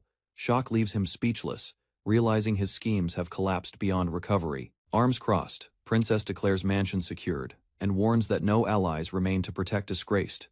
Noble accusations follow, detailing how he took funds and formed ties with suspicious factions. Motive behind his alliance with Rescue Group is brought into question. Sweat pours down his face as excuses spill out. Desperation replaces arrogance while he denies every charge placed before him. Sharp questioning corners him further, forcing hesitant admissions. Fear tightens his voice as truth begins to surface. Standing nearby, young swordsman observes quietly. Suspicion grows that deeper schemes still linger beneath Noble's frantic words. While others believe conflict has ended, he senses something unusual. Preparation to secure remaining captives pauses as suspicion rises. Sudden movement triggers immediate action. Hand lifts, activating hidden ability, and a burst of fire shoots across hall toward unseen presence. Flames reveal a cloaked man emerging from concealment. Surprise flashes across intruder's face as detection ruins his stealth. Man retreats a step, frustration clear, as he realizes awareness has exposed his position. Calm stance opposite him shows no hesitation. Observation follows, analyzing strange ability that allowed concealment. Conclusion forms that enemy possesses rare skill tied to thought-based control and shadow manipulation. After mansion falls, he reflects that Noble's arrest will not end conflict. Several core members of organization remain unaccounted for, leaving situation unresolved. Calm ally explains that third-ranked member has appeared at scene. Presence suggests rescue faction's leadership is directly involved. Cloaked man stands with arms crossed, exposed at last. Recognition spreads as identity of high-ranking operative becomes clear, signaling deeper confrontation ahead. Inside a grand hall, Arios observes a bound man forced to kneel before armed soldiers. Nobles and attendants surround them, watching the tense scene unfold. Suddenly, a young woman steps forward and demands clarification. Her posture shows urgency as she questions the harsh treatment of the prisoner. With visible resolve, she reveals that she is an artificial human and challenges the reason for her creation. Shock spreads across the chamber. Calm yet distant, a priest refuses to explain, insisting that silence is necessary. Determination hardens in Arios as he faces the priest, ready to expose the hidden truth. Arios firmly declares that he will not allow the priest to proceed. Surprise crosses the priest's face as Arios activates his skill. A wide arc of energy sweeps through the hall as Arios uses a skill called Principal Destruction. The attack surges toward the priest, distorting the space between them. In an instant, Arios vanishes from his original position. The priest stares in confusion as Arios reappears across the room, avoiding the counterattack. Realization strikes the priest when Arios calmly explains the effect of his ability. Doubt replaces confidence. He concludes that the body cannot fully transfer, only consciousness, and prepares to locate the hidden real body. Under a quiet night sky, the royal castle of Ulcius Kingdom stands tall and silent. Its towers rise above the city, hiding the turmoil unfolding within its walls. Deep inside the castle, rows of large pods hold unconscious figures curled in liquid. With firm resolve, he demands a full explanation about what is happening in the kingdom. His posture shows that he will not ignore the truth any longer. A dark smile spreads across the priest's face as he confidently declares his intention to save the kingdom. Raising his hand, he claims the country has already begun to decay, insisting that painful measures are necessary to restore its former glory. Images of authority and control reflect in Arios's tense expression as he listens, without lowering his guard. With a confident smile, the priest argues that Arios understands suffering better than anyone, suggesting he should accept this transformation. Arios rejects that reasoning firmly. He states that personal hardship does not grant permission to trample the lives and feelings of others. Dark energy gathers around the priest's hand as he prepares to strike, confident in his superior power.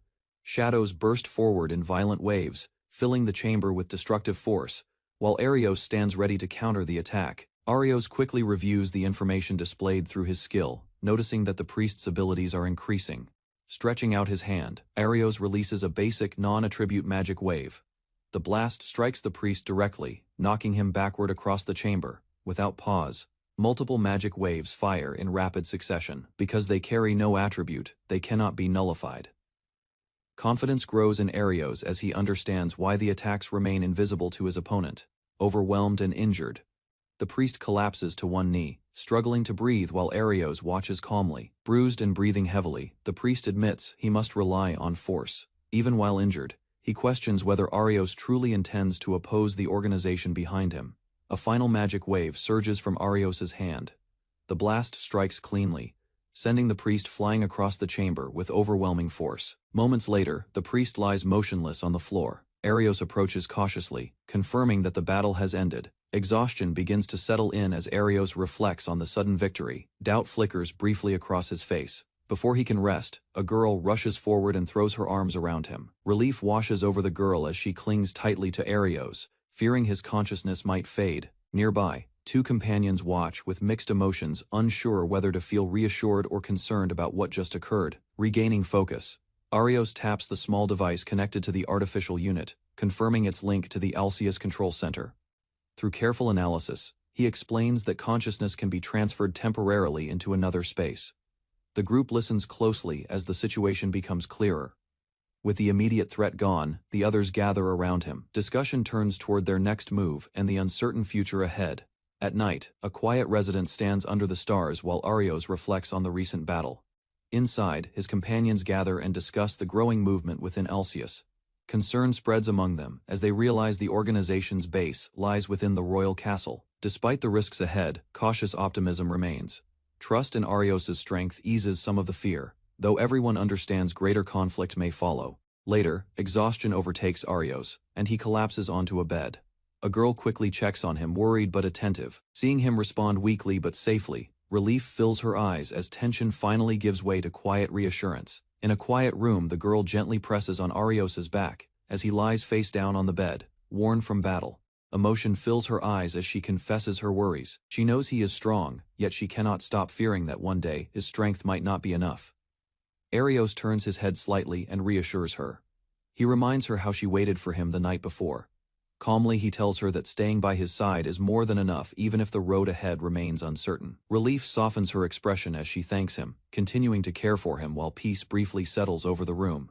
After the battle, the Royal Guild cooperates with Alceus Guild to detain the remaining members of the organization.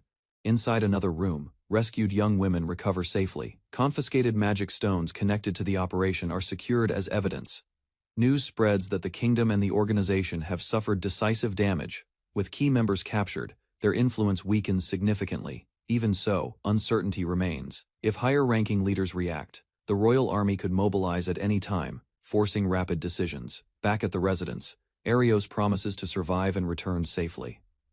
The girl listens quietly, understanding that greater trials still await them. The girl suddenly hugs Arios from behind, assuring him that everything will be fine. He promises that he will return safely no matter what happens. In response, she asks him not to push himself too far. Later, as he rests face down on the bed, she gently presses on his back to ease his fatigue.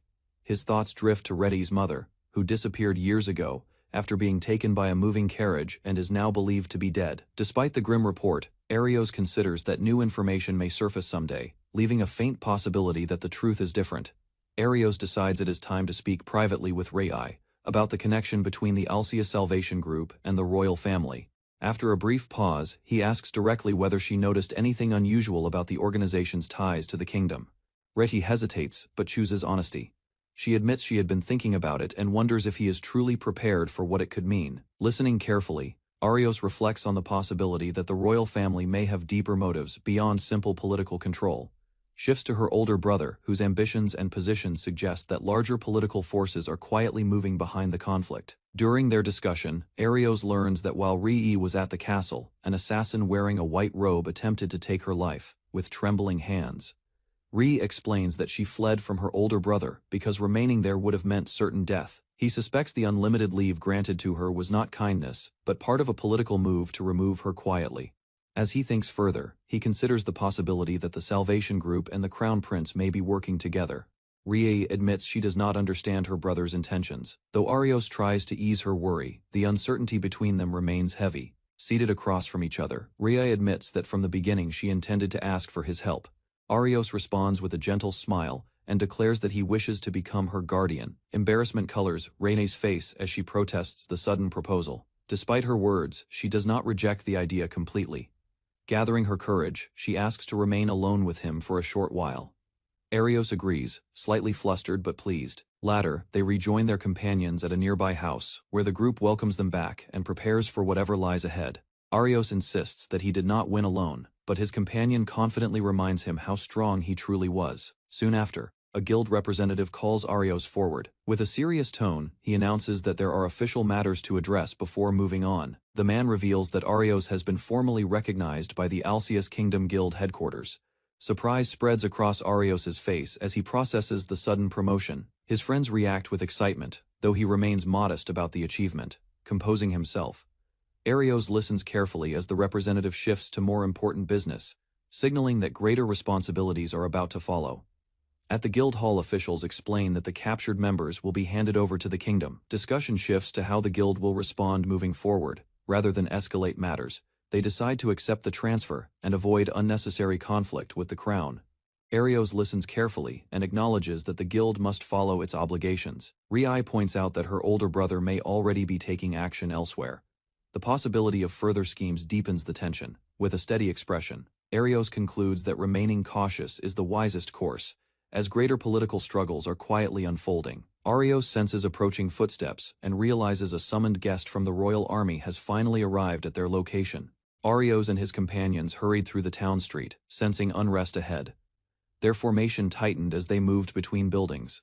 They reached the main road and found it completely blocked by a massive army of armored soldiers. The sheer number of troops filled the horizon, leaving no path forward. The princess stared at the endless ranks in disbelief, realizing the kingdom had sent an overwhelming force against them. At the front stood the captain of the Royal Knights, calm and confident, signaling that this was an official military operation. As tension rose, Arios prepared himself while his allies stood firm behind him. Knight Captain questioned the gathering while armed soldiers surrounded the area. Suspicion spread as he demanded the purpose behind the crowd of warriors. With a cold expression, he declared that civilians were not entitled to explanations and ordered that the guild master be summoned immediately. An elderly man stepped forward, recognizing the princess. Arios watched quietly as she positioned herself between the villagers and the soldiers. Respect replaced tension when the captain realized her identity. He bowed formally, acknowledging her status and recalling their previous encounter. Despite the courtesy, concern remained. The princess questioned the military action, while the captain insisted the royal decree required strict enforcement. Attention shifted when the captain mentioned a dangerous black stone reportedly stored in the area. Raising his hands calmly, he stated that the object posed a severe threat and suggested the army should take custody of it for safety reasons. Arios immediately understood the target was the shadow stone he had recovered earlier.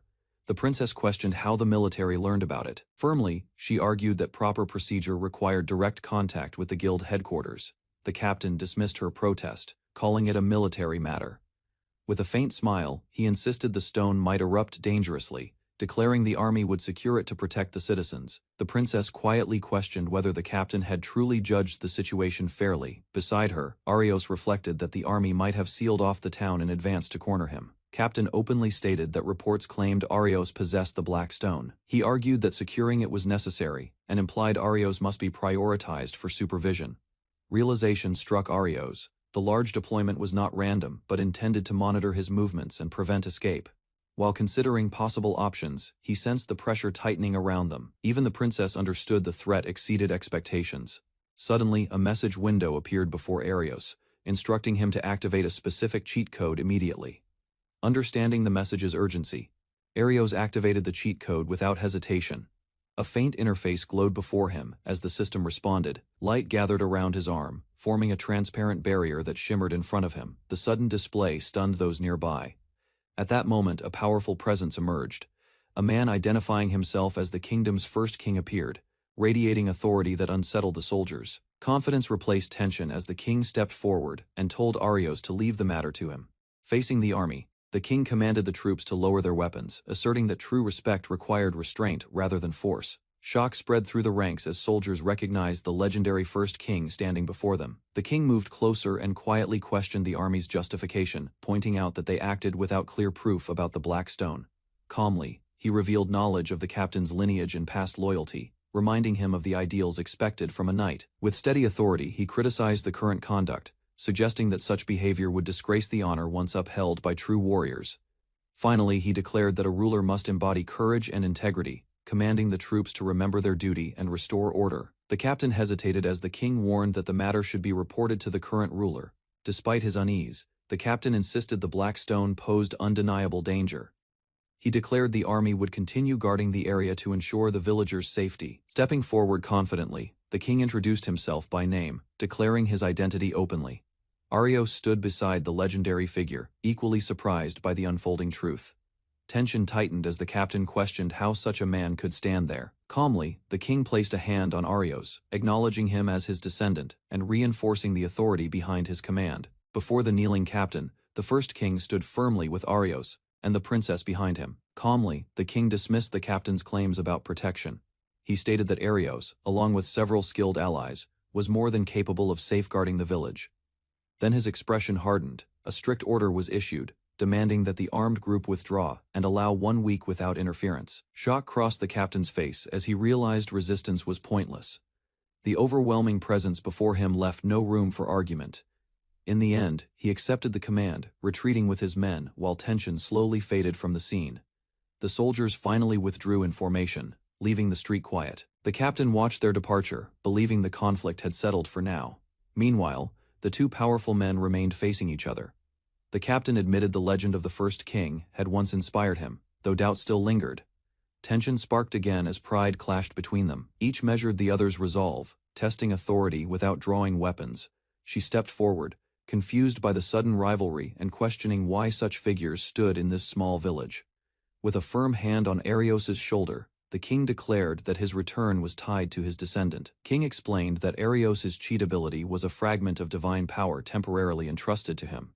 Hearing this, Arios began to understand the true source of his strength. The surrounding villagers reacted with amazement, realizing his power exceeded normal limits. Soon after, the discussion turned serious again. The king reminded Arios that the threat of the hostile faction still remained for 1 week. Deep in thought, Arios considered the risks ahead. He understood that facing royal forces and elite knights would not be simple. Finally, plans were set in motion, with secret information to be shared as they prepared for the coming conflict. The king declared that the princess was not yet fit to ascend the throne, and urged her to reflect on her role. With calm authority, he advised her not to rush such a decision, and to choose her path carefully.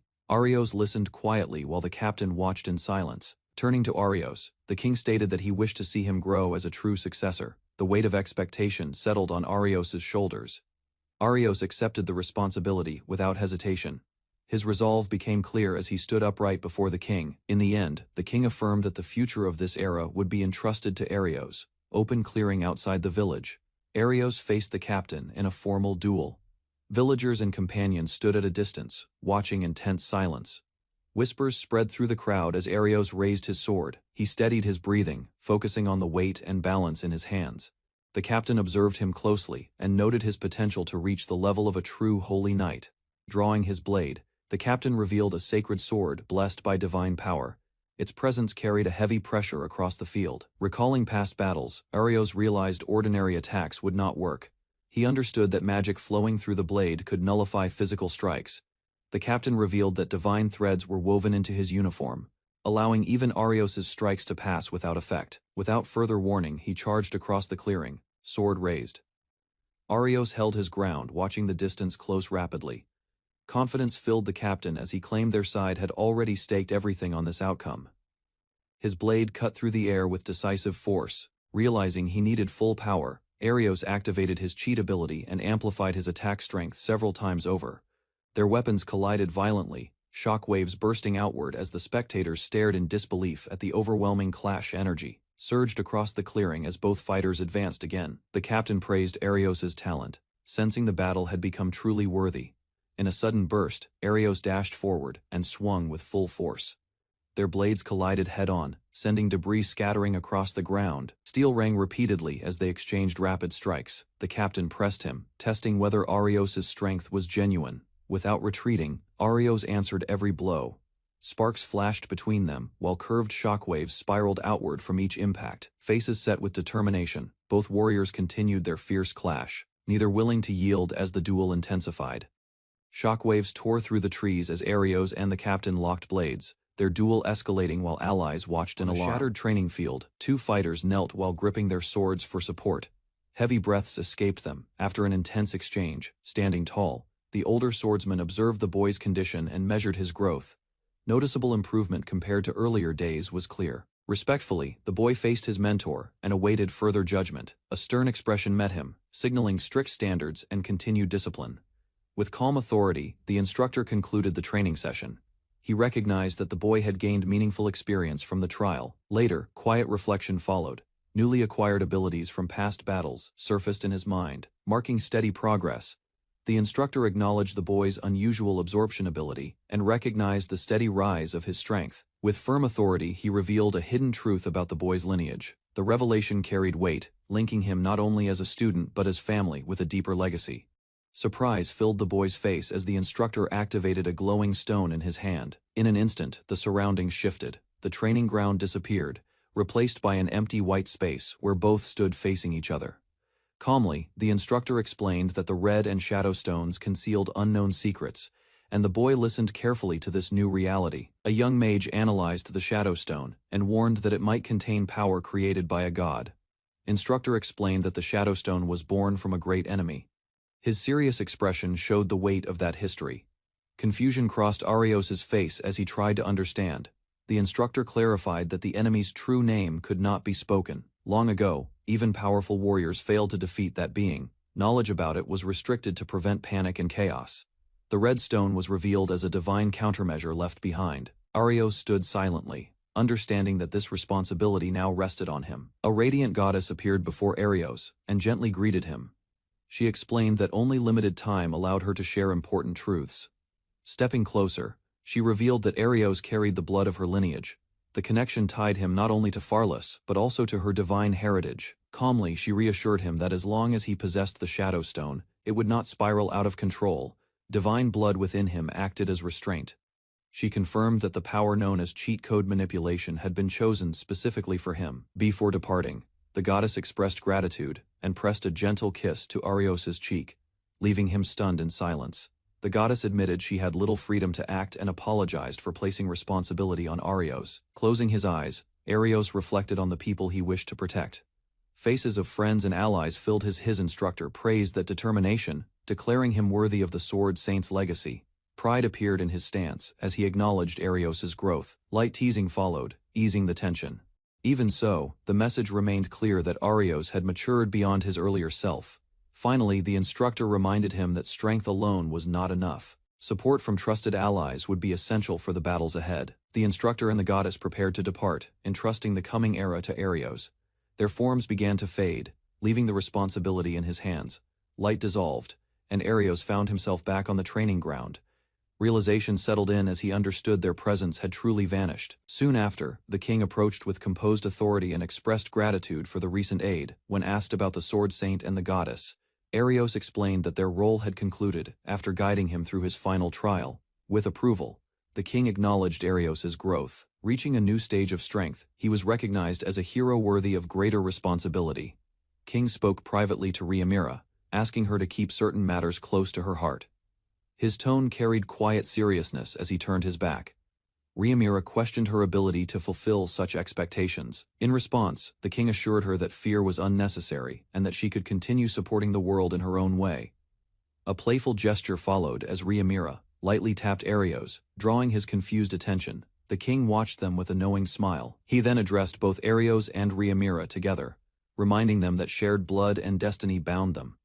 With firm conviction, the king urged them to walk the path they believed in, without doubt or hesitation. Arios and Rhaenyra watched as the king's presence vanished into the sky. Silence settled over the field, marking the end of that chapter. Later, they sat together on a bench near the castle grounds. Rhaenyra reflected on how overwhelming the older generation had been. Arios considered the history of the first king and the alliances formed long ago. The weight of legacy lingered between them. Gathering courage, Rhaenyra declared her desire to become the next queen, despite her doubts. She explained that the kingdom faced growing threats and could not remain passive. Determination replaced hesitation in her eyes. Rhaenyra suddenly leaned toward Arios and asked for his help. Though aware of the dangers ahead, she admitted she could not face them alone. Rising to his feet, Arios reminded her of his promise to grow stronger and protect her.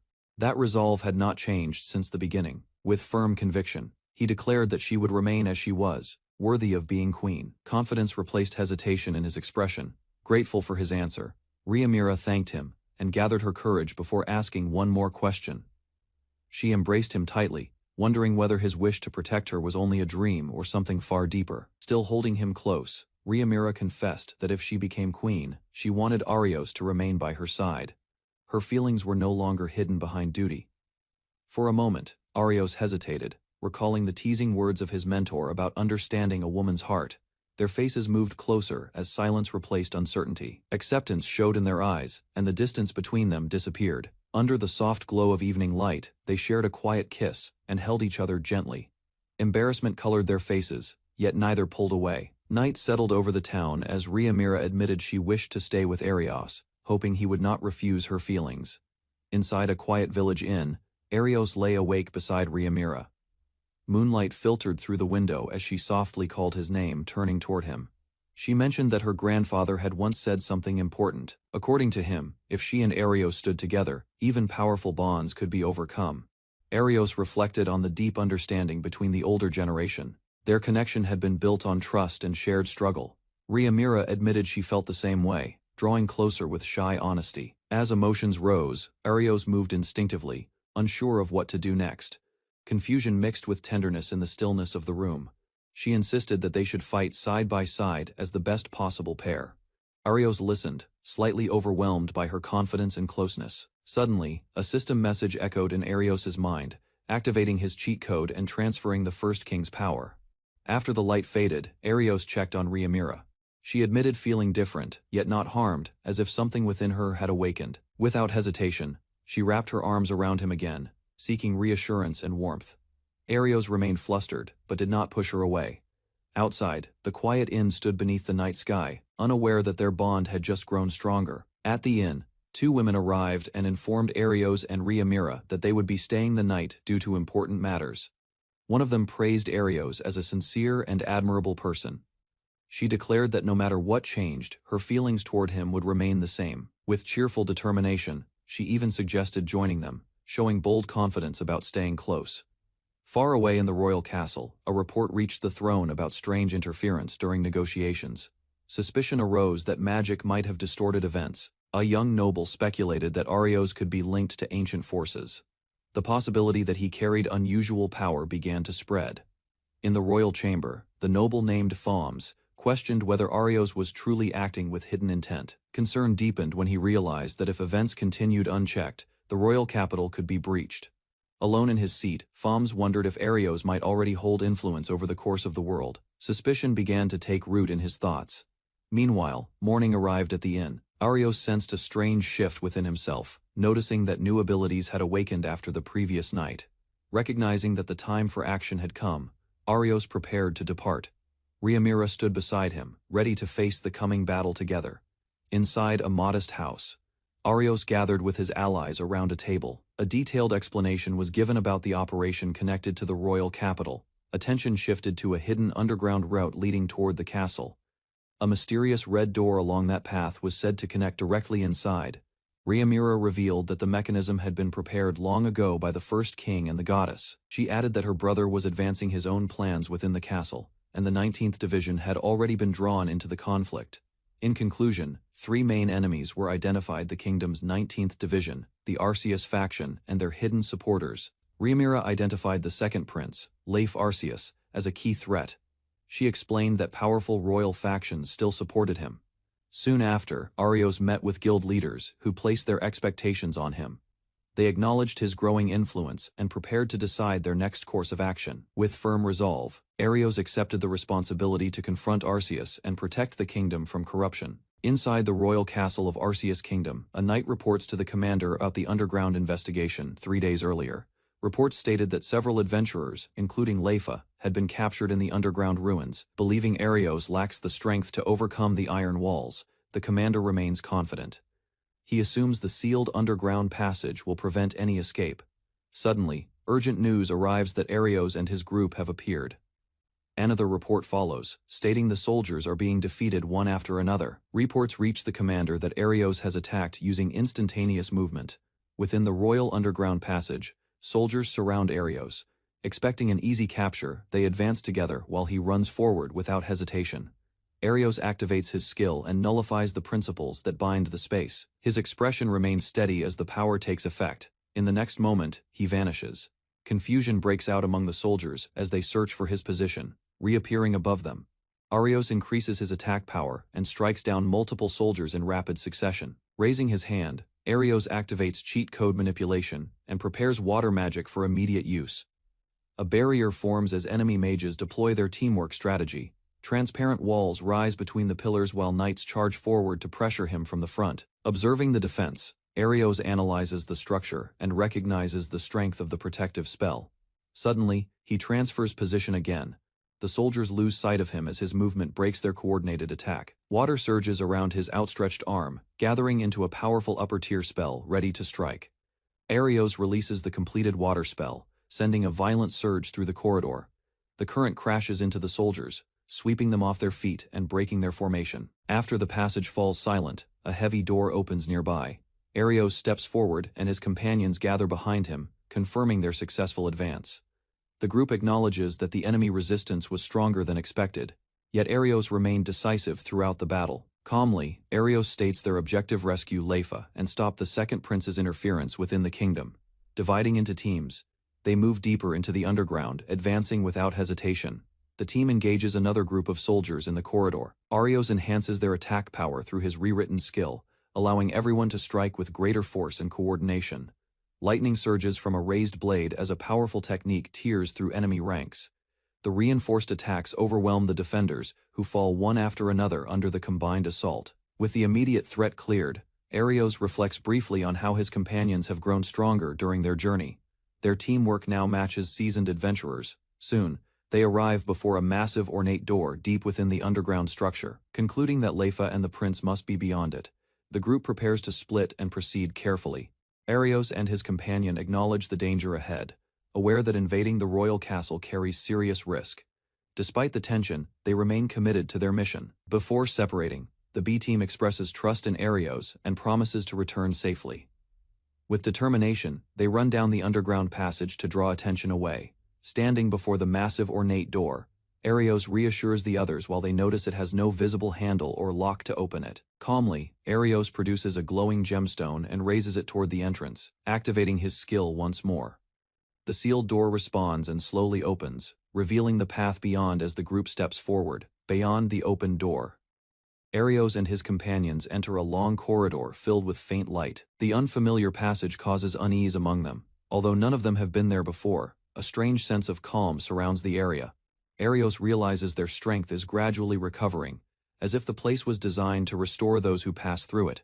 He considers that it may be a hidden route prepared in advance. Continuing forward, they notice the corridor brightening toward an exit ahead. Stepping outside, the group arrives in the castle's rooftop garden, surprised by the sudden change in scenery. Standing in the rooftop garden, Arios realizes they have reached the inner area of the castle near the second prince's private quarters. Before they can move further, a voice calls out from behind the hedges, demanding to know their intention.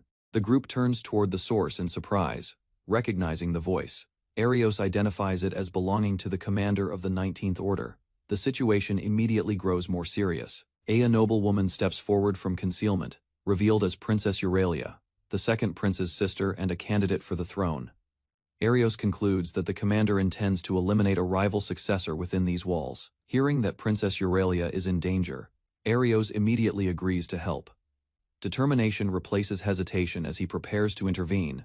Moving through the garden, he spots a group of armed soldiers surrounding the princess near the fountain. The princess kneels on the ground while the commander raises his weapon, intending to eliminate her to secure the prince's position. Without delay, Arios rushes forward and blocks the strike, forcing the commander back and shielding the princess from harm. Steel clashes in the garden as Arios confronts the commander directly, stopping the attempted assassination. Arios checks on Princess Euralia's condition, while the commander shouts his name in anger. The tension in the garden sharpens as their confrontation becomes unavoidable. The princess recognizes Arios and expresses relief at his arrival. In response, he vows to protect her with everything he has. Soldiers close in once more, surrounding them near the fountain. Arios positions himself in front of the princess as additional allies rush to support. Suddenly, a new figure leaps into the garden, declaring his intent to kill Arios. His presence shifts the atmosphere instantly. With a confident grin, the newcomer boasts of his strength, challenging Arios without hesitation. The commander mocks Arios, exposing details about his painful childhood and isolation. He claims to understand the loneliness Arios endured and uses it to provoke him. Continuing his taunts, he speaks of family bonds and suggests that Arios never truly experienced happiness. Instead of reacting blindly, Arios analyzes the commander's behavior and recognizes the twisted jealousy behind his accusations. Anger finally surfaces as Arios points his blade forward, declaring that he will defeat the man standing before him. Laughing confidently, the commander boasts about his strength and challenges Arios to prove himself in battle. Fueled by anger, the attacker charges forward, declaring his certainty of victory. Arios recognizes the threat but remains composed. The opponent unleashes a strengthened sword technique, claiming he trained solely to surpass Arios. Arios studies the movement, noting the increased speed and power. Their blades collide in a sharp exchange, sparks bursting between them as both push with full force. Attacker boasts of inheriting a superior sword style and presses the assault with rapid slashes. Arios evaluates the refined technique while holding his ground. Seeing soldiers approach from behind, Arios prepares to confront them as well, ready to handle multiple enemies at once. Commander dismisses the rumors about Arios being an outcast with a useless skill. Arios calmly observes that the underground soldiers differ from ordinary troops. Recognizing their unusual coordination, Arios activates his ability and increases his attack power step by step. The soldiers sense a sudden shift in pressure, with cheat code manipulation active. Arios advances into their formation. Even as they shout threats, he cuts through their strikes without slowing. Switching tactics, he unleashes a sweeping ice blade technique, freezing the ground and trapping multiple enemies at once. Watching from a distance, the commander acknowledges Arios' talent while preparing to rejoin the fight himself. Arios of being someone he never wanted to stand beside. His blade points forward as he vents long-held resentment. The commander laughs at the exchange, mocking their hesitation. Arios dismisses the taunts and keeps his focus on ending the fight efficiently. Dark energy begins to gather around the commander's body. He claims he is finally revealing power that surpasses normal limits. Arios studies the phenomenon and realizes the strength comes from an external enhancement. He questions why the commander possesses such forbidden power. Shadowy force swells in the commander's hands as he prepares to unleash it, refusing to explain its origin. The commander's body shifts as dark energy spreads across his arm and chest. Arios observes carefully, sensing that the change is not a simple increase in strength, but something unnatural. Black power intensifies around the commander, distorting the air between them. In the courtyard, Arios confronts a single opponent while his ally watches from behind. The blade cuts through the air at high speed, yet the enemy calmly intercepts it. A sharp impact follows, and Arios is forced backward as his attack is cleanly deflected. A faint glow surrounds the opponent as he reveals an ancient ability known as reflection. Realizing the threat too late, Arios launches another blow. The force rebounds and wounds him instead, giving the enemy control of the battle. Despite the setback, determination drives him forward once more as he charges, seeking a way to overcome the overwhelming skill. Kneeling on the stone floor, Arios steadies his breathing while facing his opponent. The man studies him calmly and explains that Arios' attacks are predictable and easily read. Arios rushes in again, swinging repeatedly. Each strike is intercepted, and the enemy counters with a heavy slash that sends Arios crashing down. Struggling to stand, Arios realizes the opponent's reflection skill is far stronger than expected. Memories of his goal to become a sword saint push him forward. He grips his weapon tightly and forces himself back into the fight. As the enemy moves to finish him, Arios suddenly shifts his stance and prepares a new approach, ready to change the flow of battle. Wounded and exhausted, Arios lowers his head while his opponent advances. The enemy mocks his past and reminds him of being abandoned. Lifting his face, Arios steadies himself and entrusts the rest to his ally. Confidence replaces hesitation as he prepares to act without fear. The opponent activates reflection again, convinced no attack can reach him. Arios calmly declares that he possesses a similar ability and steps forward. In a sudden burst of speed, Arios moves within a brief opening and strikes at close range. Shocked and enraged, the defeated man struggles to rise, unable to accept that his absolute defense has been broken. Enemy raises his hand and unleashes a destructive skill that shatters the courtyard floor. Debris erupts upward as Arios watches closely, remaining calm amid the blast. Using cheat code manipulation, Arios alters the flow of the attack and avoids direct damage. He observes that even advanced magic cannot strike him as expected. The opponent refuses to retreat and launches himself into the air. Confident in his speed and power, both clash mid-air. Exchanging rapid strikes, steel collides repeatedly while each searches for a decisive opening. Seeing a moment of overconfidence, Arios shifts his stance and delivers a precise counterattack, driving his blade forward with full commitment. But his reflection collides with its force. Energy turns back on him, and he realizes too late that his own power has been redirected. Arios activates a transfer ability and shifts position in mid-air. The crystal changes course under his control, slipping past the enemy's guard, landing smoothly. Arios catches the object and steadies his breathing. He notes that the goddess's protection has calmed the unstable energy inside it. The opponent stares in disbelief as the crystal's movement stops responding to him. Control over the shadow stone has completely vanished. Holding the gem close, Arios studies its structure and senses a deeper quality within, preparing for what comes next. Arios raises his hand and signals for a pause. Across the courtyard, the battered opponent steps forward again, refusing to withdraw, despite his injuries. An ally approaches Arios and questions his condition, ready to take over the fight. Though wounded, Arios grips his sword and insists on continuing. Activating his cheat code manipulation, Arios rewrites the enemy's attack parameters. The opponent's offensive power is quietly multiplied beyond its normal limit. Confusion spreads across the man's face as he feels his strength surge unnaturally. The sudden increase overwhelms his control and destabilizes his stance. Calmly watching, Arios reminds him that reckless power, without balance, leads to self-destruction, leaving the outcome sealed. Arios stands firm, aware that his own invincible moment is limited, and that he must rely on allies if needed. A battered companion steps closer and admits he misjudged Arios from the beginning. Regret shows clearly as he forces himself to remain standing, reveals the pain of being cast aside by his family and raised away from them. The weight of resentment has shaped his actions until now. He listens in silence, understanding that they are brothers divided by circumstance rather than fate. Setting emotions aside, Arios refocuses on the battlefield and advances, determined to end the fight before speaking further. Overcome with emotion, the opponent releases a violent surge of power that tears through the courtyard. Allies rush forward to shield the princess and others nearby. Arios remains steady, observing the change in his brother's aura. The uncontrolled force grows stronger, surpassing even previous limits. Lightning-like currents twist around his body as reason fades. Arios steps beside him, recalling how teamwork once gave them an advantage.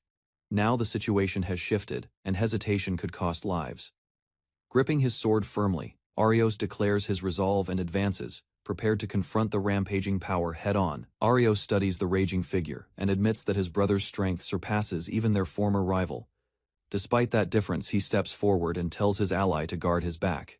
Facing such power alone would be impossible, but together they still have a chance. He reflects on the battlefield and concludes that only one swordsman can finish this clash. That responsibility must fall to him. Recalling the previous exchange, Arios realizes the reflection ability activates only when his brother consciously selects the attack to return. With a plan forming, Arios decides to trigger his brief invincible moment first, creating an opening for the decisive strike. Arios moves forward with steady resolve, refusing to let despair decide the outcome. Dark energy surges from his brother as rage consumes him. Seizing the moment, Arios dashes in at full speed, closing the distance before another attack can form. Flames spiral around Arios' blade as he unleashes his strongest technique. The strike cuts through the air with precise control and unwavering focus. Reflection activates, but Arios triggers his brief invincibility at the same instant. The counter fails to stop him, and his attack lands cleanly, blasting his brother backward. Without hesitation, Arios pursues and prepares a final decisive blow to end the battle. Steel collides as Arios and his brother exchange rapid slashes. Sparks scatter across the courtyard while both struggle to overpower the other.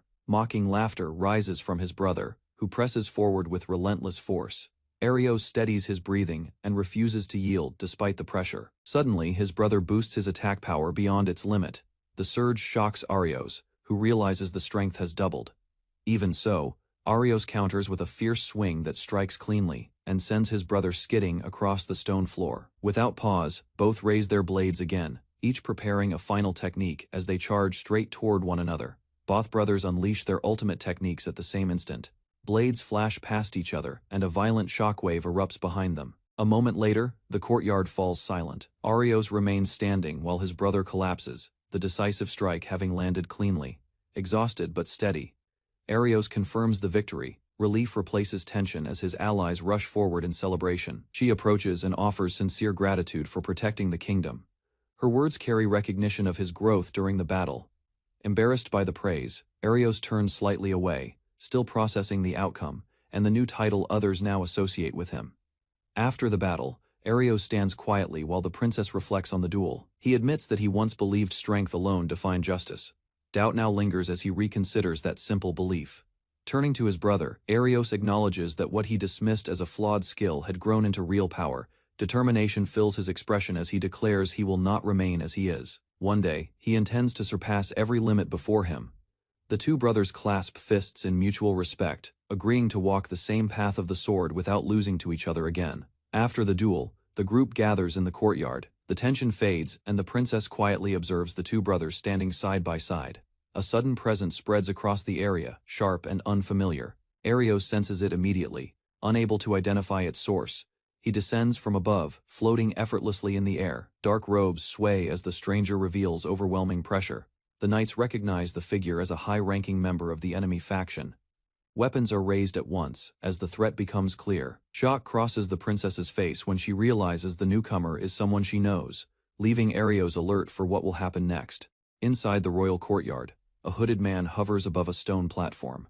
Arios steps forward with his companion while three others remain behind. Memories of the capital return to the princess as she studies the masked figure. Recognition unsettles her because Arios had once defeated him during a past conflict. His identity as a high-ranking member of a dangerous faction confirms the seriousness of the situation. Calmly, the cloaked figure claims he holds no hostility and has come to offer information. Doubt fills Arios as he listens carefully. Finally, the stranger reveals that their ally entered another dimension with the Demon Lord. Determination forms as Arios prepares to follow. The hooded figure assures Arios that he senses no hostility in him. Although wary, Arios listens as the stranger insists the captive will be taken away safely. Dark smoke suddenly surrounds a bound nobleman standing beside the cloaked man. In an instant, both vanish from the courtyard, leaving only fading shadows behind. Without hesitation, the masked figure raises his arm and releases a swirling force into the sky. Confusion spreads among the group as they struggle to understand his true identity and purpose. Later, Arios turns toward her with concern. Determination replaces doubt, as he reassures her through steady resolve and silent support. Instead of dwelling on confusion, she decides to focus on what stands before them, and move forward with determination. Turning to Arios, she mentions the mysterious ally who once helped her brother. Gratitude softens the tension between them, as they consider their next step. Arios suggests visiting the king first, concerned for the ruler's safety after the recent disturbance.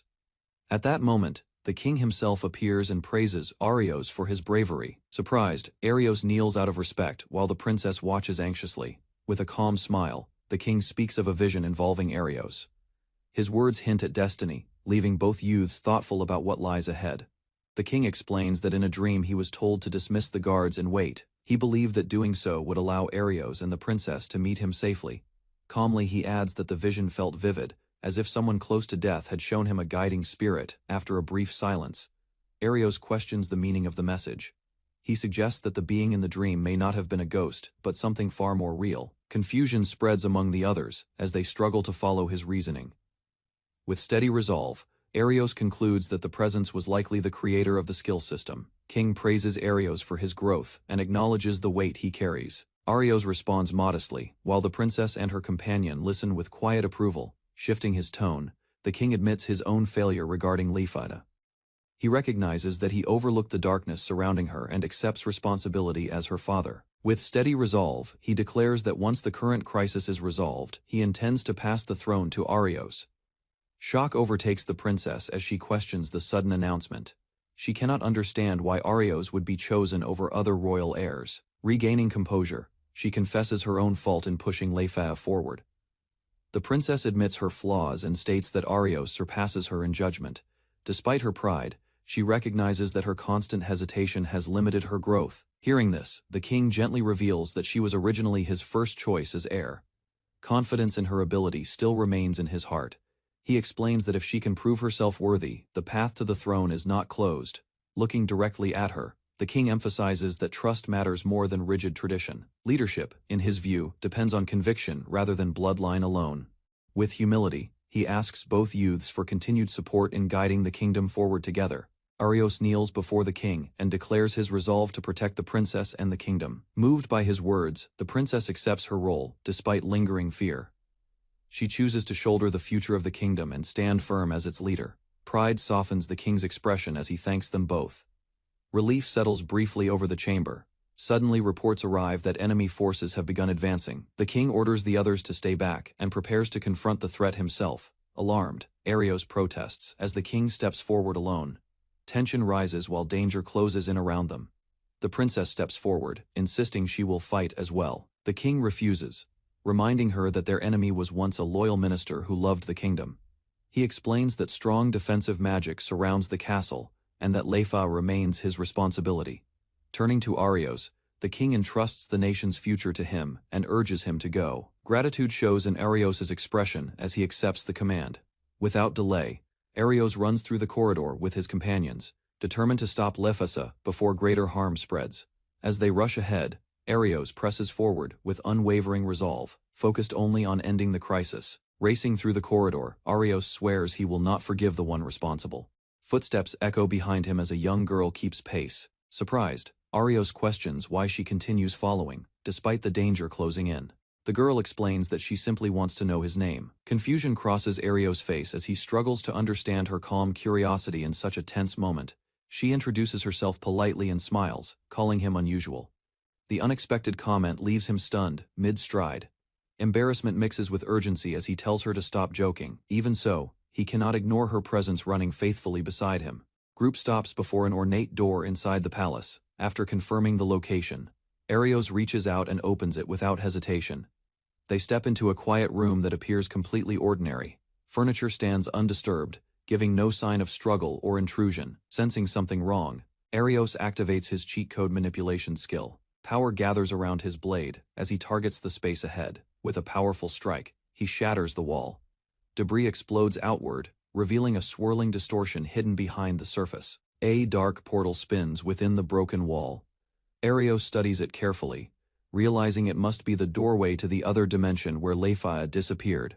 Arios turns from the shattered wall as his companion questions what he just did. While he tries to clarify, the two girls misunderstand and begin praising him in simple admiration. Despite the danger, both insist they will follow him. Fear shows in their eyes, but their determination to stand beside Arios remains firm. He protests at being called strange, and insists he cannot leave Leifata alone. Resolve hardens as he accepts that they will fight together. Facing the swirling portal, Arios declares they will jump in. One by one, they prepare to enter the dark passage. The group emerges into a cavern filled with strange machines and floating lights. Emma suddenly clutches her head, fragments of memory flashing before her eyes. Glass capsules nearby resemble something she once saw, stirring fear and recognition. Pain forces her to her knees while Arios steadies her. She struggles to explain that this place feels like something she created long ago. As the others guard their surroundings, EM recalls a forbidden objective once spoken by the Demon Lord. Silence falls after her confession. Arios senses the gravity of the truth and prepares himself for the battle waiting deeper within the cavern. Inside the cavern, hooded figures block the path, confirming they expected intruders. Arios senses distorted space shifting around them as the enemies prepare to engage. M steps forward cautiously, while Arios studies the silent girls standing behind the cloaked men.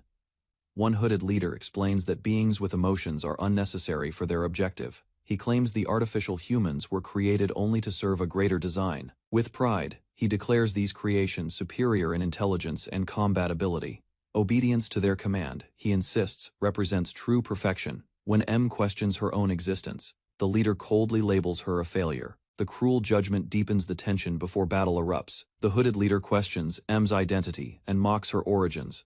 His words drip with contempt as he treats her existence as a mistake. Fury erupts from Arios as he rejects the accusation. He declares that no one else has the right to define her worth or decide her future. M looks shaken, but Arios continues firmly, telling her not to let those insults take root. Pointing his blade forward, he insists that outside opinions do not control their path. Standing together, they affirm that M is not a failure, but part of their family. Unity strengthens their stance as battle draws near. Arios answers M's gratitude with a confident grin, reinforcing that he meant every word across the cavern. The hooded leaders command their artificial soldiers to engage. The emotionless fighters raise their weapons without hesitation. M steps forward and vows she will not lose. Energy surges around her as she prepares to stand beside Arios no matter the cost. Observing the enemy's strength, Arios activates his cheat code manipulation again. A glowing panel appears as he rewrites parameters to enhance their power. With a firm command, he multiplies M's attack strength. Power gathers around her blade, signaling the beginning of a fierce counterattack. Arios tells M that she will not fight alone and promises full support. Strengthened by his resolve, she charges toward the enemy line while he prepares to assist from behind. M clashes with the artificial soldiers head-on. Her blade moves swiftly as she cuts through their formation, forcing them onto the defensive. Enhanced power overwhelms the enemy forces. Several opponents fall at once. Bodies of defeated men were scattered across the ground, their swords thrown aside. An injured hooded fighter forced himself up, shocked by how easily his group had fallen. Uncertainty appeared on the boy's face as he questioned his own ability. Refusing to accept the outcome, the hooded fighter stepped forward once more and prepared to continue the battle. Calm determination filled the girl as she resolved to avoid further mistakes. Gathering her strength, she charged at full speed and brought the conflict to a swift end. With overwhelming speed, the girl cut through multiple enemies at once. Her blade moved in wide arcs, striking from every direction, landing lightly. She slid across the ground and steadied herself. Behind her, several bodies crashed into a rocky wall and collapsed. She stood over the fallen opponents while the boy and his companions watched in silence. Although she had won easily, she admitted inwardly that she still lacked experience. The boy reflected that their enemies were trained adventurers, yet her single strike had decided the outcome. Stepping closer, he gently patted her head, praising her effort and strength. As she processed his words quietly, a gentle smile appeared on the boy's face as he encouraged her to believe in her own strength. Standing close, he assured her that she was not a failure. Confidence, he felt, would allow her to move forward without doubt. Hearing his support, she thanked him sincerely. Their companions also expressed gratitude, recognizing her effort in the battle. With one hand over her chest, she admitted how happy she felt to receive such praise. Meeting them had changed her outlook. She expressed relief at finding allies she respected, while the boy laughed modestly, brushing off the credit and easing the mood. The girl spoke earnestly about how meeting him had changed her. She admitted that fighting beside him and their companion had helped her overcome part of her fear. Excitement suddenly filled her expression as she expressed a wish to stay close to him and his ally. Gathering her courage, she revealed her true desire to become like a younger sister within his family. Surprise spread across his face at the unexpected request. After a brief pause, he accepted her feelings, deciding that supporting her growth was the right choice. He gently placed a hand on her head and welcomed her as his sister, and she embraced him with relief and gratitude. After the emotional moment, the group gathered themselves. The girl with long hair stood calmly beside the others, while the boy looked ahead with renewed focus. As they moved through the rocky area, he sensed multiple enemy presences nearby. Caution spread among the team, and they prepared for another encounter. Turning to his companion, he acknowledged that her strength had grown significantly. She listened closely, encouraged by his recognition. She reminded him that his steady courage during every battle had inspired her. Hearing that, he seemed slightly embarrassed, but accepted her words. In his thoughts, he reviewed each member's abilities and roles, carefully assessing their overall combat power before the next fight. A confident smile formed on the boy's face as he reflected that, although each of them had walked different paths, their teamwork was not weak. Suddenly, loud noises echoed through the rocky chamber. He quickly encouraged everyone, believing that with their combined strength, the group gathered near a strange pillar while defeated foes lay nearby. The structure appeared to be part of the facility, drawing their attention. She quietly considered her brother's true objective, sensing something unusual behind his actions. They discussed the possibility that ambition for the throne had driven recent events, connecting it to the royal family's decisions. With arms crossed, the boy analyzed recent events. Suspicion grew in his mind, as certain actions seemed too obvious to ignore. Thoughtful silence followed, while he considered alliances and military power. Relying on national forces might provide greater security than trusting uncertain agreements. Conversation shifted toward Princess and her true position. Doubt surfaced about any rebellion scheme, since such a move lacked logic and clear motive. Sharp resolve replaced uncertainty. Protecting her from danger became priority, and reckless ambition would not be allowed to continue unchecked. Decision made, group advanced deeper into cavern, determined to confront older brother and uncover truth behind unfolding conflict. Inside, a vast chamber, two figures stood before a raised platform holding a strange stone device. Man with sharp eyes and dark hair greeted them calmly, impressed that they had passed every obstacle. Facing group directly, Mastermind admitted seizing control of noble house and manipulating events to bring them here. Blonde Prince spoke with unsettling composure, describing twisted circumstances that had shaped his path. Anger rose within young swordsman as he demanded clear answers. In response, Prince declared ambition openly, claiming he would reshape nation by his own will. As accusations flew across chamber, young swordsman shouted in anger, refusing to accept claim that cruelty was justified. Standing before raised platform, Prince declared nation had grown stronger under his control. Fear, he argued, was necessary to remove doubt and silence fragile hearts. Cold ambition surfaced without restraint. In his view, guiding every citizen as obedient subjects was only rational path toward order. Long-haired girl stepped forward, voice firm, rejecting that distorted belief. She defended her brother's kindness and true wish to protect future of kingdom. Memories of gentler days lingered as she pleaded for different path, urging him to become ruler, who saves rather than dominates. Calm expression on his face hardened while he dismissed her words, claiming their elder sibling had abandoned ideals of justice long ago. Young swordsman stepped forward and addressed party leader directly. Dark gem floated in his thoughts as he questioned why such an object was left behind. Leader answered vaguely, insisting truth would reveal itself in time. Frustration surfaced when swordsman accused them of using stone to provoke terror. Determination sharpened his voice as he demanded clear explanation. Shock flickered across leader's face at sudden accusation. Momentum shifted when swordsman pressed further. Spread across young swordsman's face when party leader denied knowing anything about missing comrade. Princess stepped in firmly, reminding him that comrade A had always acted as right hand within rescue group. Sweat formed along leader's brow, anger burst out as he tried to maintain authority, yet hesitation betrayed his confusion. Calm focus returned to swordsman as scattered clues aligned in his mind. Strange behavior from both prince and princess now carried deeper meaning. Realization struck hard.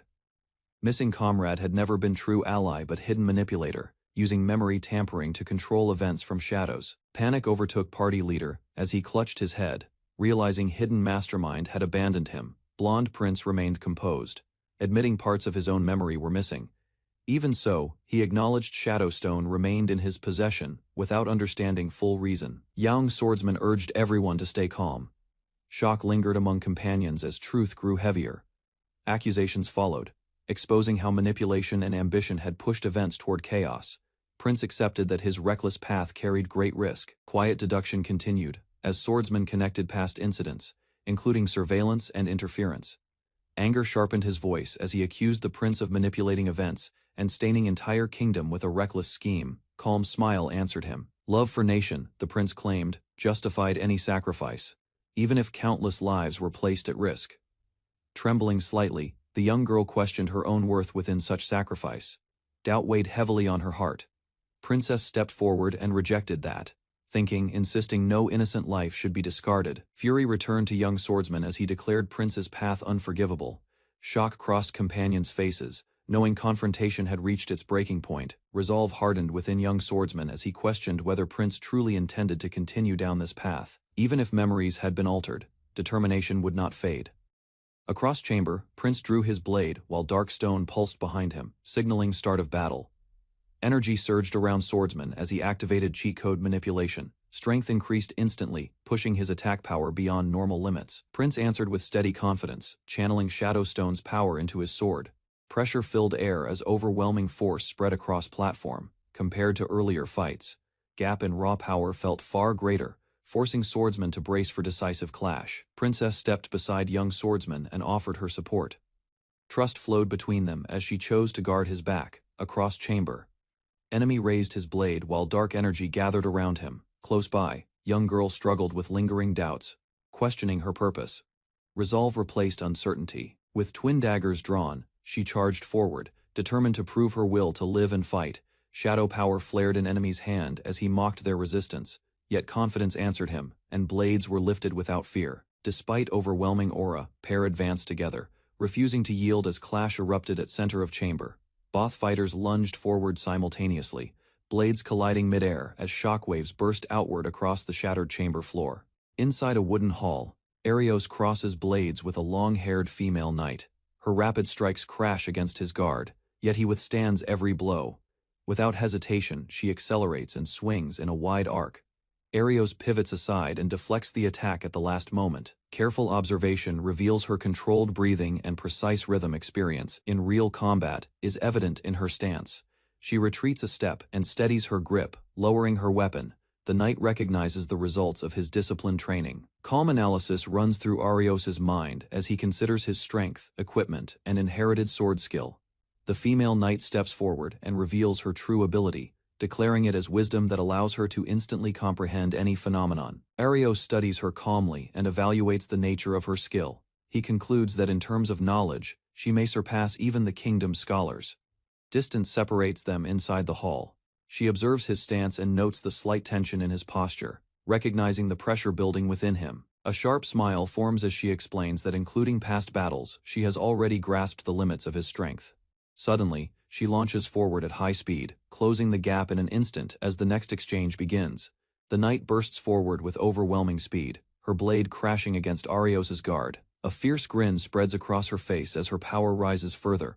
Dark energy thickens around Arios, and their blades continue to clash in rapid succession across the hall. Spinning strikes rain down from every angle, yet she pushes through without hesitation. Magic aimed at her proves ineffective, and she advances steadily despite the resistance. Arios realizes her wisdom skill allows her to analyze and absorb his attacks. Understanding the danger, he considers a different approach. Raising his hand, he activates cheat code manipulation and unleashes multiple fire spheres, surrounding the battlefield with controlled explosions. Dark energy coils around the knight as she cuts through the incoming fire spheres. Her blade surges forward with amplified force, but the strike loses balance before reaching him. Arios calmly increases his own output, altering the flow of power between them. Suddenly, the redirected energy gathers above and crashes down in a massive explosion. The hall trembles as flames erupt outward from the impact point. Smoke clears to reveal the knight injured and forced back, her uniform scorched by the blast, turning slightly. Arios explains that he simply rewrote her attack power, proving she cannot replicate his ability. Arios reveals that his ability is cheat code manipulation, a skill granted by royalty. Shock spreads across her face as she realizes her attack was rewritten. She grips her sword tightly, unable to accept that her strength was modified so easily. Despite her injuries, determination remains in her eyes. She acknowledges that his power surpasses normal limits and reaches a higher domain standing across from her. Arios calmly questions whether she will continue. The damaged hall surrounds them, scattered with fading embers. Even in her condition, the knight steadies her blade and refuses to yield, prepared to fight regardless of the outcome. Dark energy surges as the knight begins absorbing power from the cursed gem within her. Arios senses that the same force once connected to the instructor is now consuming her body. A young girl rushes forward, pleading desperately and recalling their shared memories. The knight trembles while shadow thickens around her armor. Rage and pain twist her expression as the corruption deepens. Seeing her struggle, the girl steps in front of Arios and asks him to trust her. He hesitates, recognizing the dangerous rise of power. Arios activates cheat code manipulation once more, initiating a transfer of authority as glowing panels appear before him. She activates the panel Arios summoned, declaring the full use of sacred magic. A brief vision appears of two legendary First Kings, warriors who once fought and were acknowledged as unmatched in battle. Arios realizes that together they may recreate that historic partnership. He steps forward with resolve while she stands beside him, ready to combine their strength. Power gathers around the girl as unfamiliar energy rises from within her. Even she seems surprised by the force awakening in her body. With steady confidence, Arios entrusts the next move to her, believing she alone can wield this new power properly. The girl steps forward with firm resolve, promising victory as Arios stands behind her. A massive wave of shadow surges from the knight's outstretched hand, tearing through the air toward them. Before the blast can reach him, the girl raises her hand and forms a radiant barrier. The black torrent crashes against her defense and disperses outward in fragments. Shock spreads across the knight's face as the reinforced magic fails to break through. Arios watches calmly, recognizing the overwhelming stability of her protection. Trusting his sister completely, he allows her to advance while the knight struggles against the reflected darkness. Standing firm, the girl declares that no matter how strong the cursed gem becomes, its influence will not fully consume him. In a sudden burst, the corrupted knight lunges forward and strikes her directly. The blow lands with force, sending shock through her body. Despite the hit, she steadies herself and assures Arios she can endure the pain because his earlier support reduced the attack's power. With determination, she raises her voice and calls for him to awaken and focus. Gripping her weapon tightly, she urges him to remember his true self and resist being swallowed by evil. Sweat runs down the knight's face as she struggles against the corruption, admitting that the pressure of the gem is overwhelming her. Energy explodes outward from the knight's body, shaking the hall. Arios realizes the knight's consciousness is being consumed. The girl remembers a past moment when she was saved in a similar crisis and gathers her courage. She recalls the sacred magic once witnessed in the divine village and understands its significance. With steady resolve, she explains that sacred magic is a power granted only to chosen individuals, and she prepares to use it to save the knight. With steady determination, the girl explains that if she can draw out the curse, she may be able to save the knight. Arios listens carefully, as she insists that even if the gem has consumed her, its power can still be extracted. In the distance, the corrupted knight releases another surge of dark energy. The hall trembles as the pressure builds once again, deciding quickly. Arios tells her to focus on pulling the curse out while he handles the force that erupts. Both step forward in sync. She spreads her hands and forms a sacred magic circle, while Arios stands ready behind her, prepared to provide support. Dark smoke rises violently as lightning binds the knight's body. She screams while the curse gathers above her, forming a dense mass of shadow. Black cloud condenses into a grotesque creature covered in countless eyes. It hovers overhead, pulsing with hatred and unstable power. Recognizing the true source of corruption, Arios leaps forward and strikes the monster directly. His blade cuts through the floating mass with decisive force. Creature disperses into fragments of smoke, its form collapsing as the hall grows quiet. Elsewhere, as the battle between Arios and Rai nears its conclusion, another figure observes the aftermath, watching their strength with measured attention. As the previous battle settles, Arios steps forward with confidence, determined to finish the conflict himself. The man with glasses smiles calmly and draws his blade. He claims that from his perspective, Arios lacks true killing intent.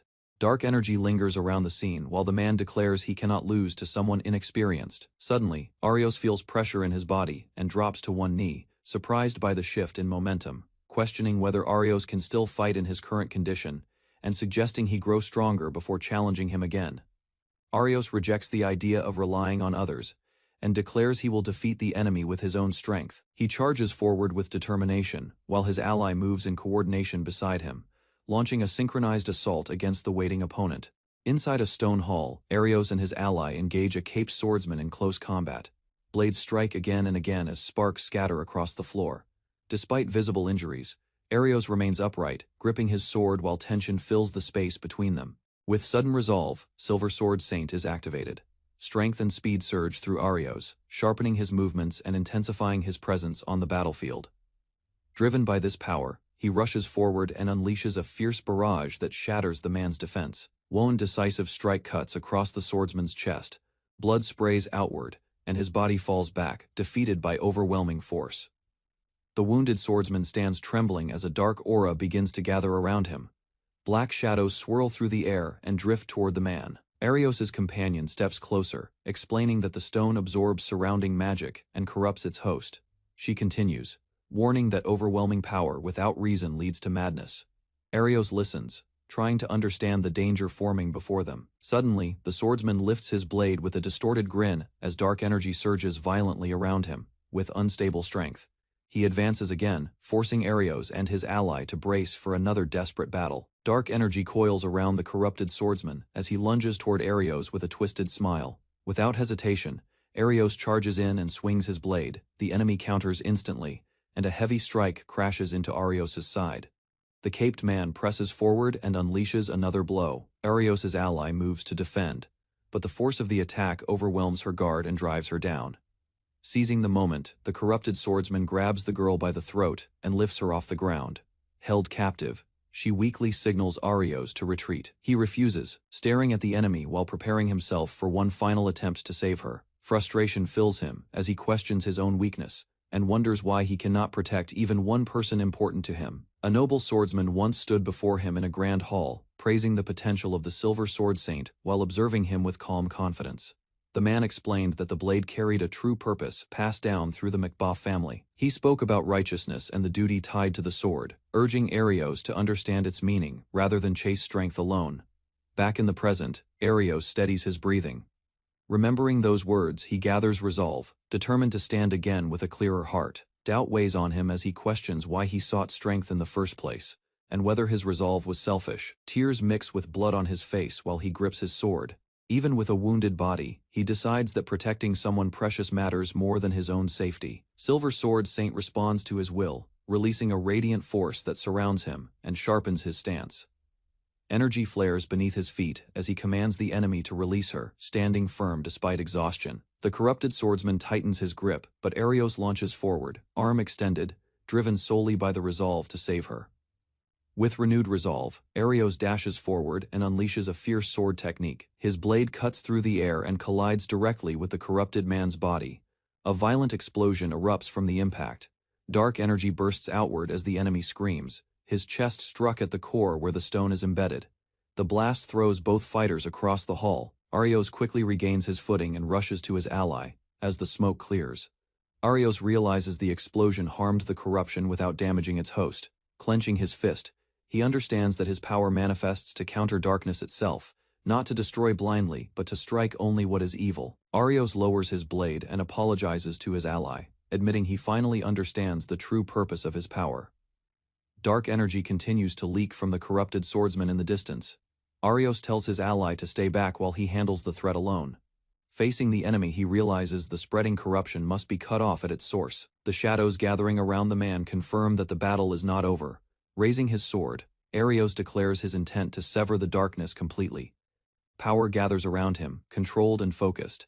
He meets the assault head-on, blocking each strike with precise movements. As the final clash begins, Arios meets the enemy's charge with a direct strike. His blade pierces through the dark aura and detonates at the core embedded in the man's chest. Without hesitation, he follows with another attack, driving purified energy into the corruption. Explosion tears the darkness apart, and the corrupted power disperses into the air as the man collapses. Breathing heavily, Arios turns to his ally and checks her condition. She reassures him while sensing that the Shadowstone's influence has vanished. Standing quietly, she reveals that the fallen man was the source of her existence, neither fully human nor monster, but someone she had always sought to confront. After the battle, the girl explains that the fallen swordsman was not merely a puppet of darkness. She declares her intent to confront her past and move forward without running. Determination settles between them as they prepare for another clash. The remaining darkness begins to gather once more, responding to their presence. Side by side, they step forward in unison, combining their strength to cut down the source of corruption. With a decisive technique, Arios strikes through the enemy's defense, his blade carving away the last remnants of darkness in a final sweeping blow. Arios drives his blade forward, releasing a final surge that erupts against the corrupted swordsman. From the scattered shadows, a strange black mass forms, covered in glaring eyes and swirling smoke. She dashes across the stone floor and slashes through the floating creature. Her strike disperses the mass, cutting apart the condensed darkness before it can regenerate. With the last remnants fading, the battlefield grows quiet. Their companions gather nearby as Arios steadies himself, sword still in hand. A faint smile crosses his face as he acknowledges the victory, confident that the darkness they faced has finally been defeated. After the battle, Arios speaks confidently about the strength of the Silver Sword Saint. Another swordsman acknowledges how much he has grown through their struggle. Two exchange competitive smiles, tension briefly rising as they compare their abilities. The other swordsman extends his hand and expresses sincere gratitude, admitting that Arios' presence made the difference in the fight. Arios reacts with surprise, but listens as he is told that his strength was essential to their victory. The praise catches him off guard. With a firm handshake, Arios insists he fought to protect his ally. The group stands together, their bond strengthened after overcoming the darkness. Nearby, a silver-haired warrior slowly regains consciousness beside a strange stone structure within the ruined hall. Recognizing Arios, the warrior smiles faintly and admits he was saved. Arios looks around in confusion, trying to understand where they are. Still seated on the floor, the warrior explains that even skilled adventurers of the highest rank struggled against the threat they faced. Curious, Arios asks about their objective and the nature of this place, seeking clarity after the chaos of battle. The warrior responds that the space remains largely unknown, hinting at a deeper path ahead that has yet to be fully explored. Group listens as the silver-haired warrior explains the scale of the structure around them. Another man reveals that only he can hear the inner voice guiding them. Though its origin remains unclear, the voice led him to the Shadow Stone. Arios considers the possibility that deeper layers of this place still remain. His companion suggests their mission may not be finished yet. The warrior describes an ancient plan involving a massive Shadow Stone and a ritual meant to seal a powerful enemy long ago. Hearing this, Arios realizes the darkness they fought might be connected to a calamity from centuries past, and the true threat may not yet be over. Arios rushes toward the massive Shadow Stone as it begins to pulse violently. Dark energy spreads across the chamber. He freezes, as a presence declares the return of a world-ending calamity.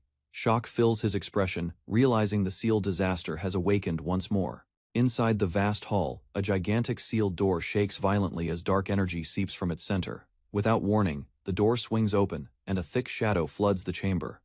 Shock spreads across their faces as the pressure in the air suddenly intensifies. From the darkness, a towering demon emerges with claws raised and wings stretched wide. Its roar echoes through the hall, forcing the group to brace themselves.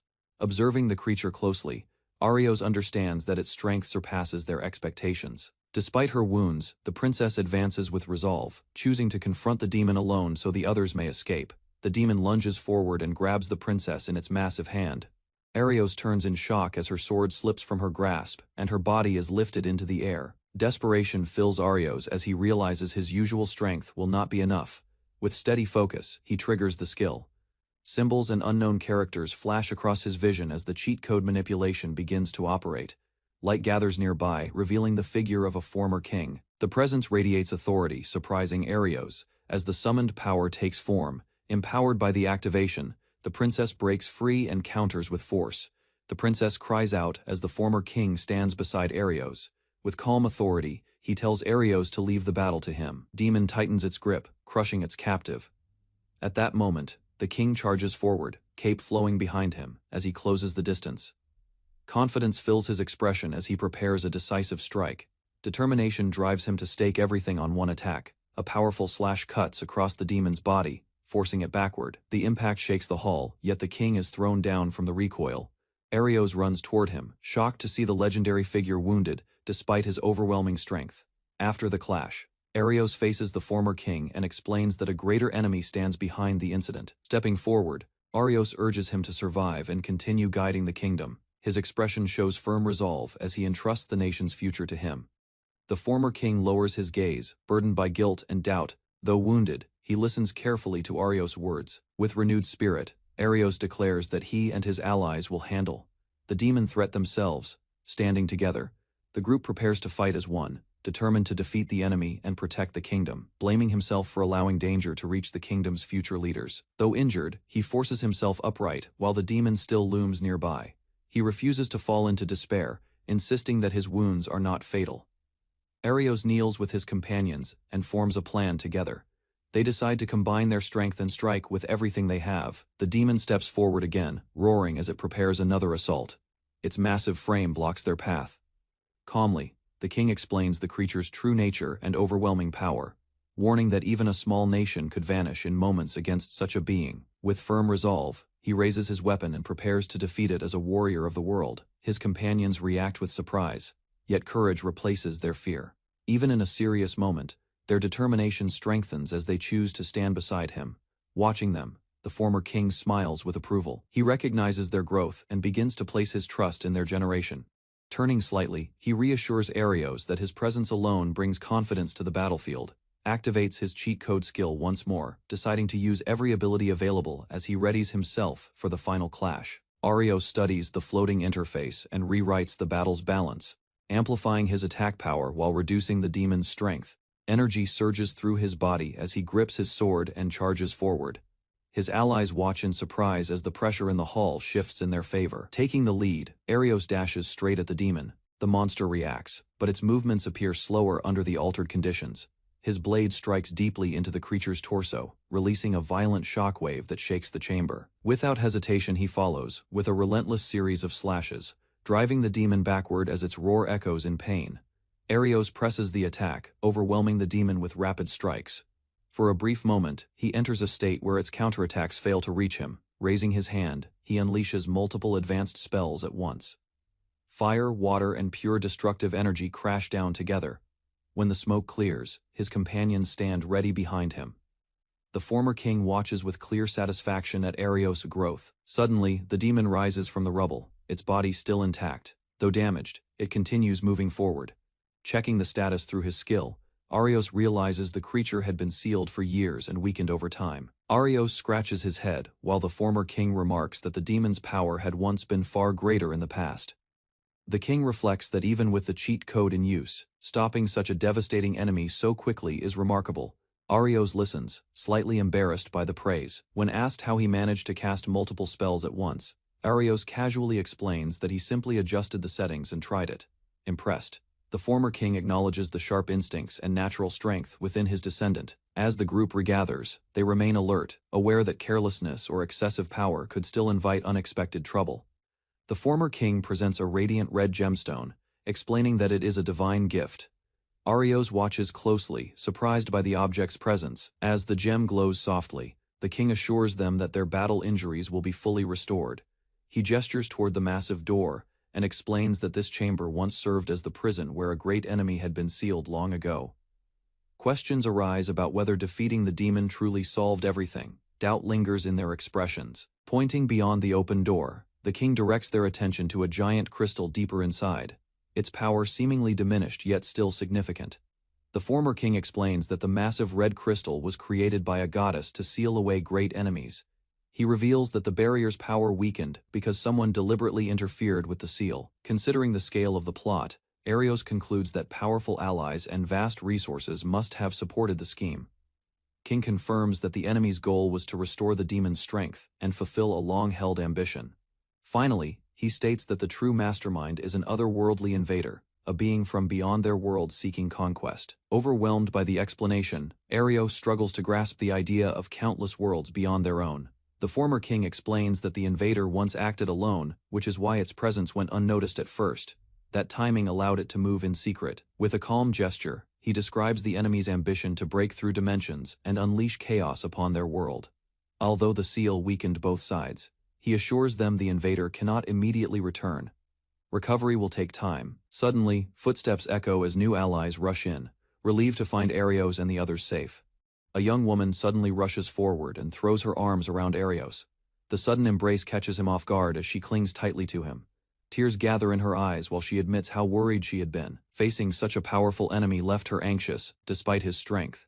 Another companion steps in with a playful smile, easing the tension. Arios awkwardly explains that the enemy had only seemed overwhelming at first.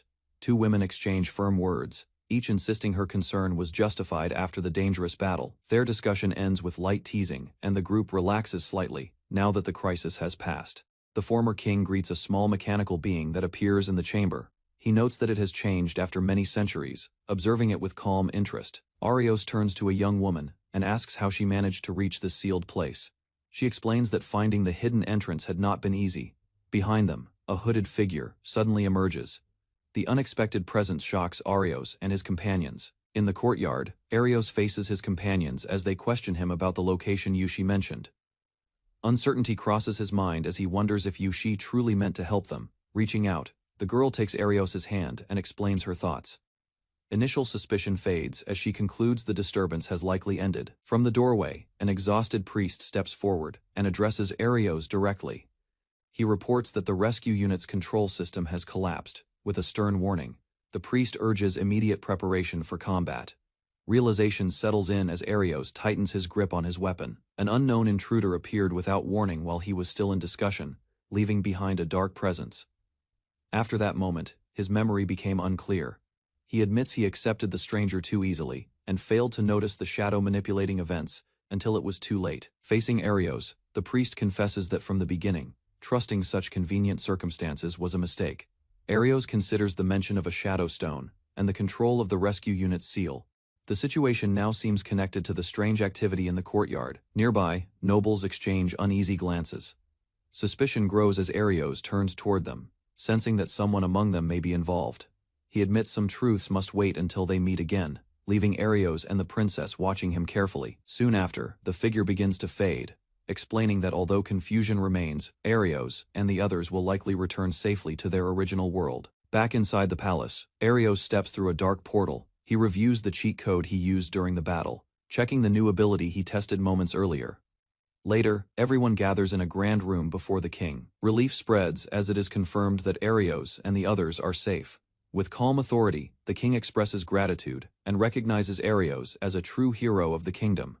Around the long table, Arios explains that their victory was only possible because everyone combined their strength. The princess responds firmly, stating that the one who endured the greatest danger was Arios. Her steady gaze makes the others reconsider his modest claim. A younger girl eagerly agrees, praising Arios as the most courageous among them. Embarrassment shows on his face as attention shifts back to him. The king calmly reports that order has been restored and the captured archbishop has been restrained. With hands clasped, the king reflects on the heavy damage and admits the mastermind behind the incident was the first prince. Princess demands to know what will happen to her brother. The king admits that the betrayal by the man once chosen as crown prince has placed the kingdom in a serious position. With a grave expression, the king declares that imprisonment is unavoidable. Arios reflects on the possibility that the prince had been manipulated. The princess lowers her gaze, understanding that returning to the past is impossible. Shifting the mood, the king dismisses naive sympathy and praises the kingdom's hero. Finally, the king announces that the one who stopped Leifa's conspiracy will be named the next crown prince. The king calmly explains that although the matter of Leifa is regrettable, the kingdom must move forward. Shock spreads across Arios and the princess as they realize Leifa will be removed from succession. The weight of the decision settles heavily in the room. Without hesitation, the king reveals his choice. He formally proposes Arios as the princess's fiancé and future royal consort, believing him worthy of the position. Turning away, the king states that despite the unusual path that led here, Arios and the princess are the most suitable pair to guide the kingdom. He urges them to rest and consider the future carefully, leaving both standing in stunned silence. Alone in an ornate guest room, Arios looks around at the luxurious furniture and tall windows. Lying back on the bed, he reflects on the king's proposal and wonders whether he is truly capable of standing beside the princess as her protector. After a moment of hesitation, he decides that the final choice should belong to her. Gathering his resolve, he prepares to speak with her directly. A soft knock interrupts his thoughts, and the princess enters the room. Surprise flickers across his face as she steps inside. Sitting together on the bed, they recall their childhood memories in the castle, sharing a calm moment before facing the uncertain future. Silence lingers as Arios and the princess sit apart on the ornate bed, both unsure how to begin. Nervous tension shows in their stiff posture as she quietly asks if she may move closer. He allows it, though uncertainty remains in his eyes. Gathering her courage, the princess states that she intends to accept her father's proposal. Determination replaces hesitation as she reveals her decision. Turning toward him, she struggles to continue, unsure how he truly feels. Arios listens calmly, absorbing every word. With steady resolve, he promises to protect her for life, declaring that his commitment has never changed since childhood. Arios promises that he will do his best from now on.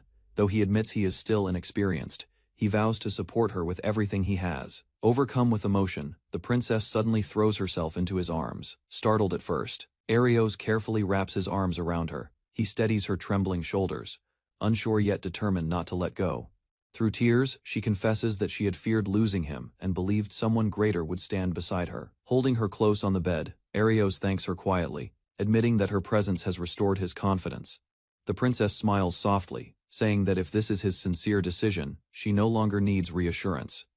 Arios admits that traces of anxiety remain, yet his resolve does not waver. Embracing her gently, he reveals that standing beside her has always been his long-held dream. After a moment, Arios pulls back and mentions there is still time before the evening banquet. A thought crosses his mind, drawing his attention elsewhere. He promises to return soon and steps out onto the balcony, leaving the princess watching his back as he departs. Under the open sky, Arios steadies himself, gripping his weapon and sharpening his focus for what lies ahead. On the balcony, Arios is confronted by a familiar figure who asks whether he truly intends to accept the princess's proposal. Leaning against the railing, Arios admits that part of him once considered abandoning everything.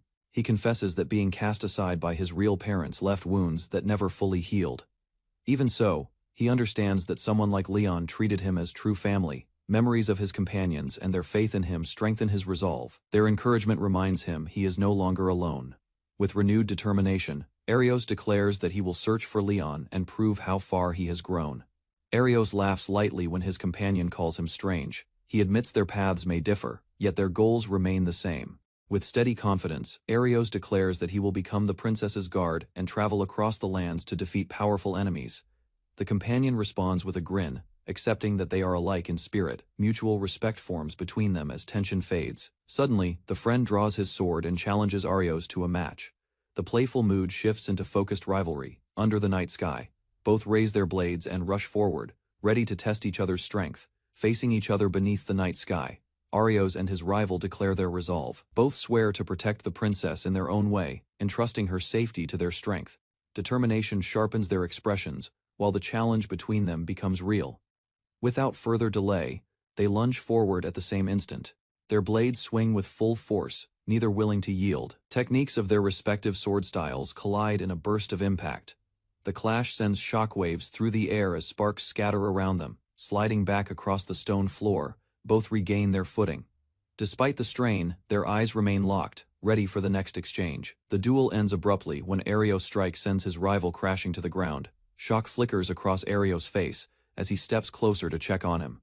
Lying on his back, the defeated swordsman laughs weakly and insists he is only exhausted from swinging his blade for too long. Through heavy breaths, the rival admits that Arios has surpassed even the level Leon once reached.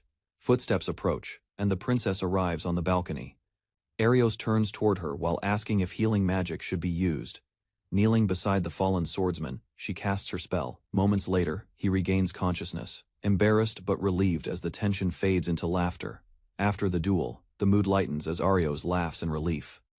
The princess teases him gently, and he quickly thanks her again for healing their friend. As they settle down, she suddenly remembers the time and asks about the evening banquet. Realization dawns that it is already late.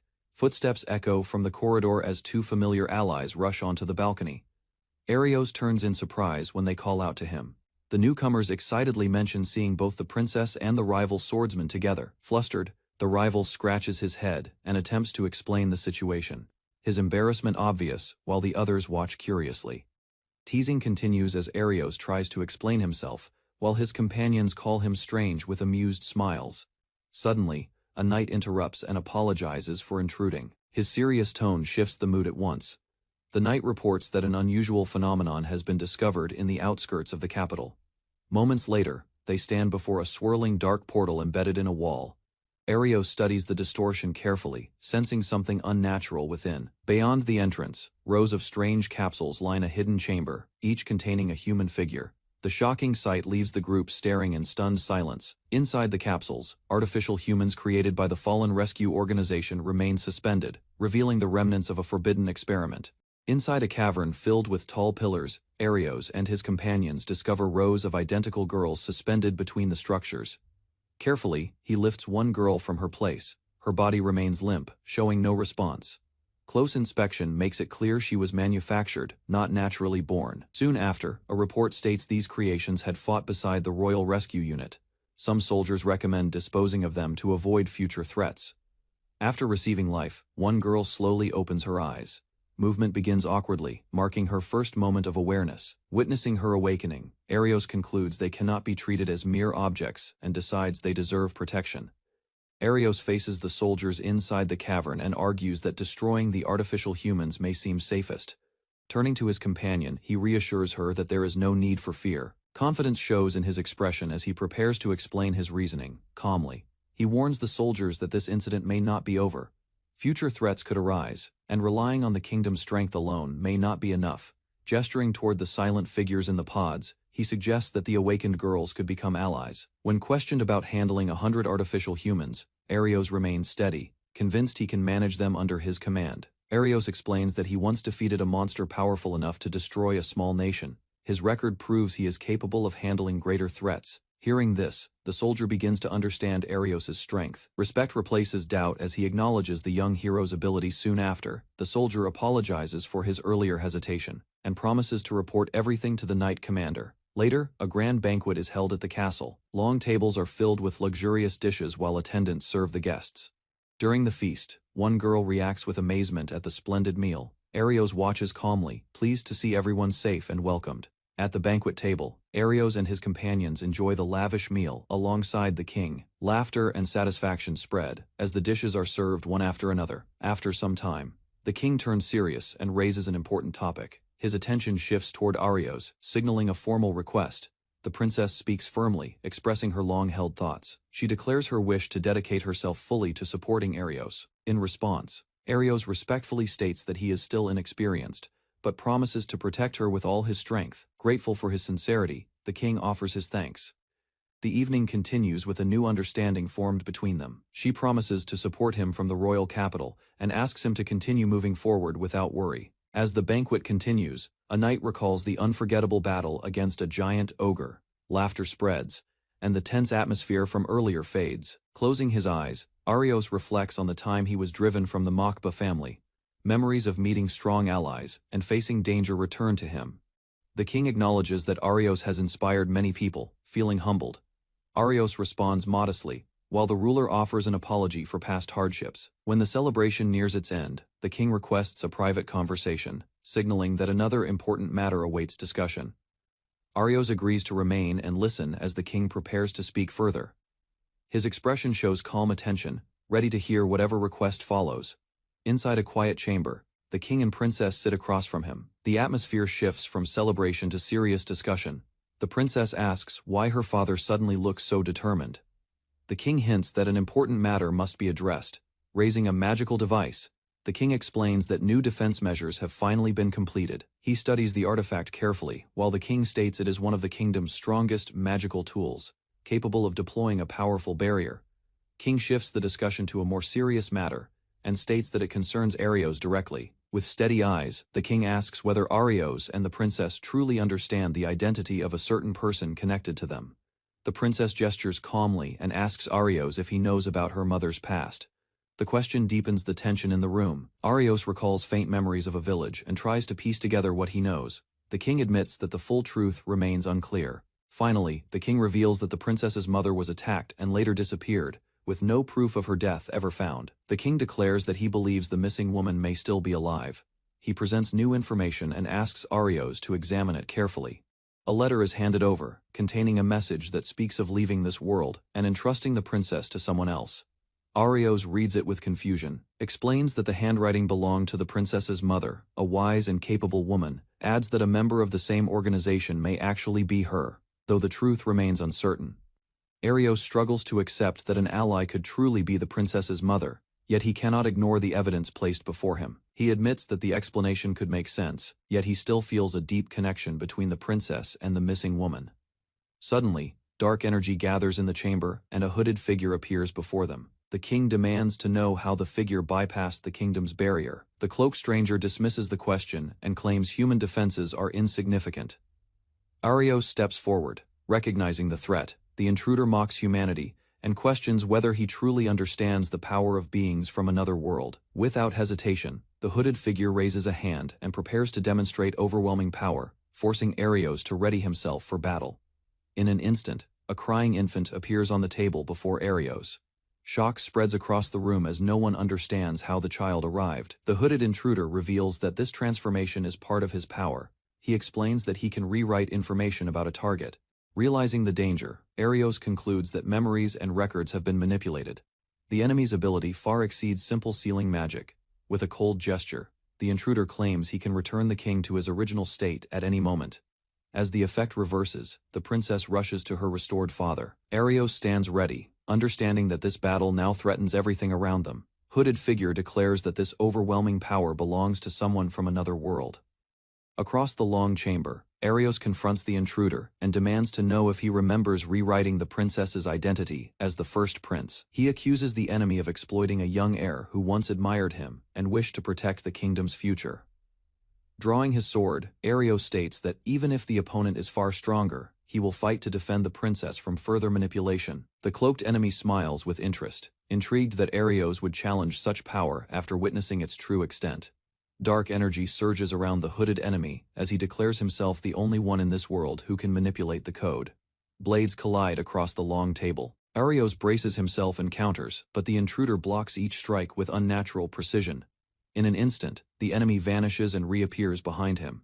Arios barely reacts as the space around them distorts from the sudden movement. The cloaked figure floats above the floor, lifting his weapon while Arios steadies his stance. Realizing the technique resembles spatial transfer, Arios understands his opponent wields a power similar to logical rewriting, making the battle even more dangerous. Enemy declares that fighting properly inside the royal castle would cause too much destruction. Arios studies the intruder's movements and realizes his strength is beyond ordinary limits. He silently asks that the castle remain unharmed during the clash. Understanding that holding back is useless, Arios decides to fight at full power. Determination fills his eyes as he prepares to use his unique ability. Summoning his cheat code interface, he rewrites his own attack power and multiplies it several times over. Energy surges around him as he charges forward. The cloaked figure observes the sudden increase in strength with interest, impressed that Arios can challenge him directly. Energy bursts outward as the duel resumes. A sharp thrust cuts through the air, forcing the hooded enemy to dodge while laughing at the challenge. From behind, a worried voice urges him not to lose. Excitement flickers beneath the enemy's mask, impressed by such fearless resolve.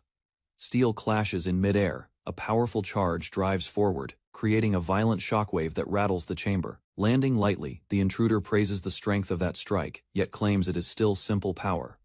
Without hesitation, another fierce combination follows, blades flashing in rapid arcs.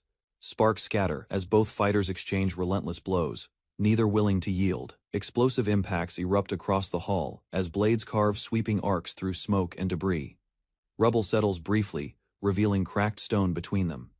Praise comes from behind a mask, impressed that such power exceeded expectations. A single raised finger signals another shift. Confidence radiates from the cloaked figure, certain that sword skill alone cannot decide this clash. Dark distortion suddenly engulfs the young warrior's body.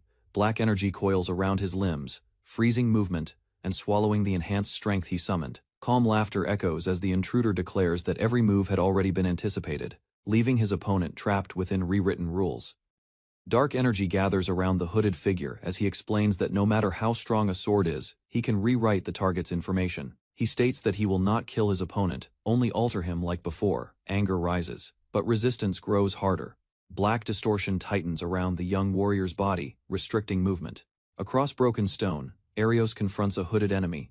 Black energy surges around both fighters, shaking the ground between them.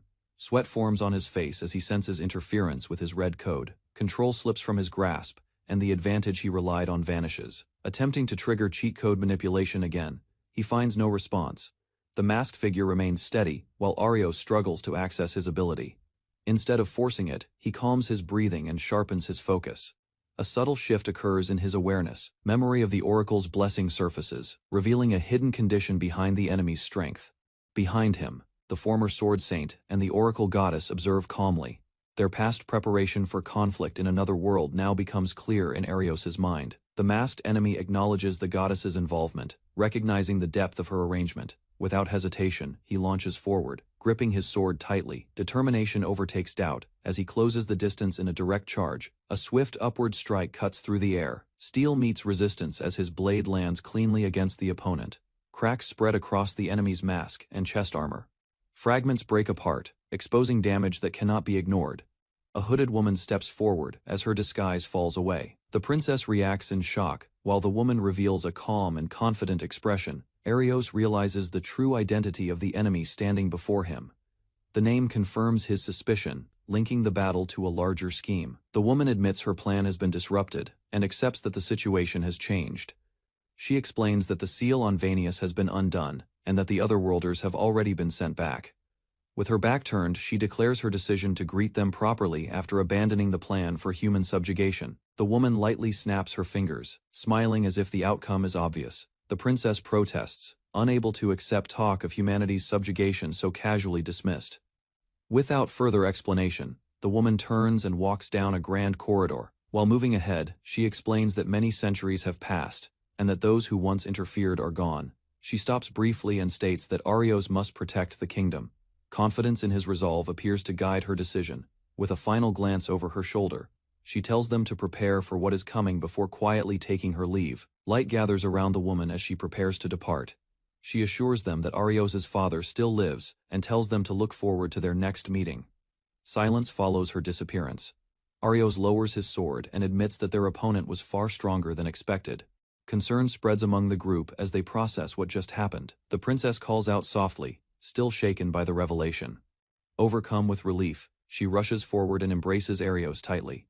Tears fall as she admits how frightened she had been. An older man enters the room, observing their closeness with calm approval, recognizing the bond that has only grown stronger. Arios reflects on the emperor's earlier decision, realizing the weight placed upon the princess was never simple. The emperor turns away and invites them to continue the discussion privately. His calm expression suggests long-held burdens. He explains that even the first king had been warned about visitors from another world. Preparations had always existed, though outcomes did not unfold as planned. Regret surfaces as he admits that freedom was lost through those strategies. The cost of protecting the kingdom was greater than expected. Finally, he states that the future now rests with the next ruler, entrusting the responsibility to them. The emperor formally names Arios as the princess's knight, explaining that protecting her is vital in the coming conflict. Praise follows as the emperor offers him a respected military position. Arios reacts with surprise, feeling unprepared for such recognition. Calmly, the emperor clarifies that this is not about reward but duty. He expects Arios to act at a level equal to a seasoned commander. Further expectations are revealed, including leadership of the royal army when necessary. The scale of responsibility continues to grow, though overwhelmed. Arios listens as the emperor asks for his decision, understanding that his path is changing. Arios formally accepts the emperor's offer, acknowledging his inexperience but promising to grow into the role. Later that night, Arios lies on his bed, exhausted from the day's events. The princess sits beside him as the castle stands quiet under the dark sky. She reminds him that preparations for the upcoming ceremony must begin soon. Despite the praise he received, responsibilities are already waiting. Staring at the ceiling, Arios reflects on how distant the position of vice commander feels from his former life. Beside him, the princess declares that she will remain at his side, facing whatever future awaits them together. Lying side by side, the princess admits her fear of becoming queen and how a single decision could change the nation. She stares upward and declares that protecting the kingdom is her chosen duty. Determination replaces hesitation in her expression. Turning toward him, she insists they will safeguard everything together. Though uncertainty remains, she believes their combined strength will be enough. Gentle calm settles between them as they share a quiet smile. The tension of the day softens for a moment. Suddenly, others intrude, exposing the private atmosphere. Embarrassment spreads as the peaceful scene is abruptly broken. A pillow suddenly strikes the nobleman in the face, cutting off his explanation. He stumbles back, flustered as the quiet room turns chaotic. The princess charges after him, furious and unwilling to tolerate his teasing. He retreats while trying to defend himself, insisting it was only a misunderstanding. Elsewhere in the room, Arios stands beside another officer, watching the scene settle. The earlier tension fades into awkward silence. The mustached commander apologizes for the interruption, admitting he sensed something unusual earlier. With a light tone, the commander asks for understanding, explaining that his daughter means no harm despite her impulsive behavior. Arios listens as the two officers argue about influence and experience. One accuses the other of being swayed too easily, while Arios quietly observes their exchange. Calmly raising a finger, Arios explains his view, suggesting that charm alone is not enough to move someone's heart. The princess steps closer, questioning him, while the nobleman smirks at the developing tension. Confusion crosses Arios's face as the pair bicker, again, each claiming shared hardship. He struggles to follow their emotional argument. At last, one officer concludes that the recent threat truly involved otherworlders and orders everyone to rest, warning that stricter measures may follow. Morning arrives quietly in the castle. Arios acknowledges the princess with a steady smile before parting ways. Back in his room, he stretches and exhales deeply, letting the tension of recent battles fade. The night has passed, and routine begins to return. Dressing before the mirror, he considers his next steps. With the princess occupied by official duties, he decides to move independently for the day. He walks through the corridors alone, planning to visit the guild and gather information. Servants and guards step aside as he passes, noticing the intense stares of soldiers around him. Arios senses that his position within the kingdom has clearly changed. As Arios walks through the corridor, an armored soldier rushes toward him in a panic. Gathering courage, the soldier blurts out an offer to buy bread for him. His exaggerated politeness only deepens Arios's confusion. Watching the man hurry off, Arios begins to understand. The sudden respect from the vice commander's men is spreading quickly. He recalls how he defeated powerful enemies and protected the kingdom. Those achievements have elevated him in the eyes of the troops. When the soldier returns with food, Arios gently refuses, assuring them he can manage on his own while sensing their lingering awe. A nervous soldier approaches Arios while holding a small box. With visible tension, he explains that he prepared a lunch for him after hearing about his preferences. Sweat runs down the soldier's face as he insists he only wants Arios to be satisfied. Arios smiles gently, assuring him there is no need to worry so much. Accepting the box, Arios thanks him and advises that constant self-sacrifice is unnecessary. As Arios walks away, more soldiers cheer for him from behind. Their admiration echoes through the corridor, praising his name. Feeling the weight of their expectations, Arios reflects that he must become someone worthy of risking their lives for. Stepping into the city street, Arios notices townspeople whispering as he passes. Their glances carry a mix of curiosity and admiration. Two young women recognize him and speak excitedly from a short distance. Arios turns slightly, unsure whether they are addressing him. One of them approaches with a bright smile, claiming they met years ago in this very place. Arios struggles to recall her face. She insists their encounter was meaningful, and describes it as fate. Her enthusiasm contrasts with his growing discomfort. As her friend interrupts and argues beside her, Arios quietly slips away, leaving the two still bickering over the introduction. Arios hurries through the city street, while two girls chase after him. He keeps moving, avoiding further attention and holding a document close to his chest. While running, he recalls the cheat code interface in his mind. The pursuit distracts him, but he focuses on selecting a safer option. He considers using a combat ability but rejects it as too dangerous for a public area. Instead, he searches for a more subtle method. Activating a transformation technique, he changes his appearance. In an instant, a different figure stands in his place, stopping the chase. A young woman walks along a stone path while light sparkles around her body. She studies her hand with concern, sensing a strange change in her ability. Another woman approaches her from behind, noticing her troubled expression. The first woman holds a folder tightly, distracted by her thoughts and unsure of her next step. They speak briefly, and the second woman glances around as if searching for someone important.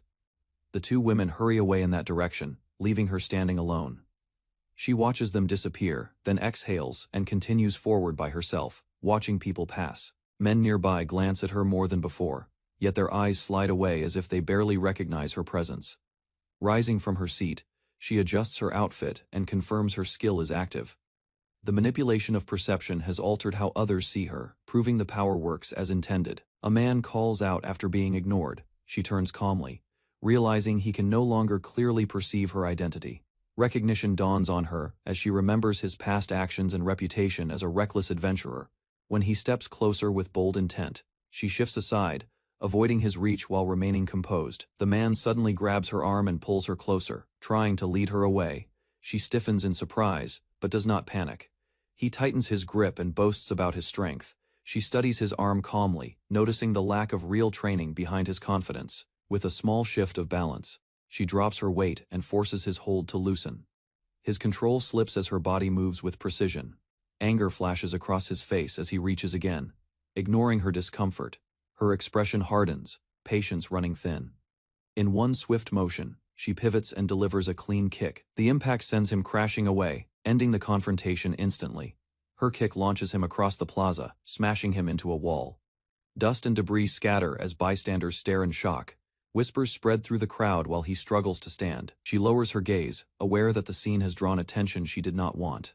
Rage twists his face as he cracks his knuckles and steps forward again. Onlookers hesitate, unsure who should intervene. He charges straight at her and throws a heavy punch. She remains still, watching his movement closely.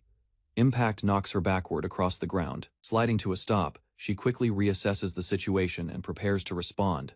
She lies on the ground after the heavy blow, eyes closed as if defeated. For a moment, the plaza grows quiet, and it seems the fight has ended slowly. She rises and brushes off the dust. A faint smile appears as she acknowledges his strength, masking her true condition. Dropping to one knee, she pretends the pain is overwhelming.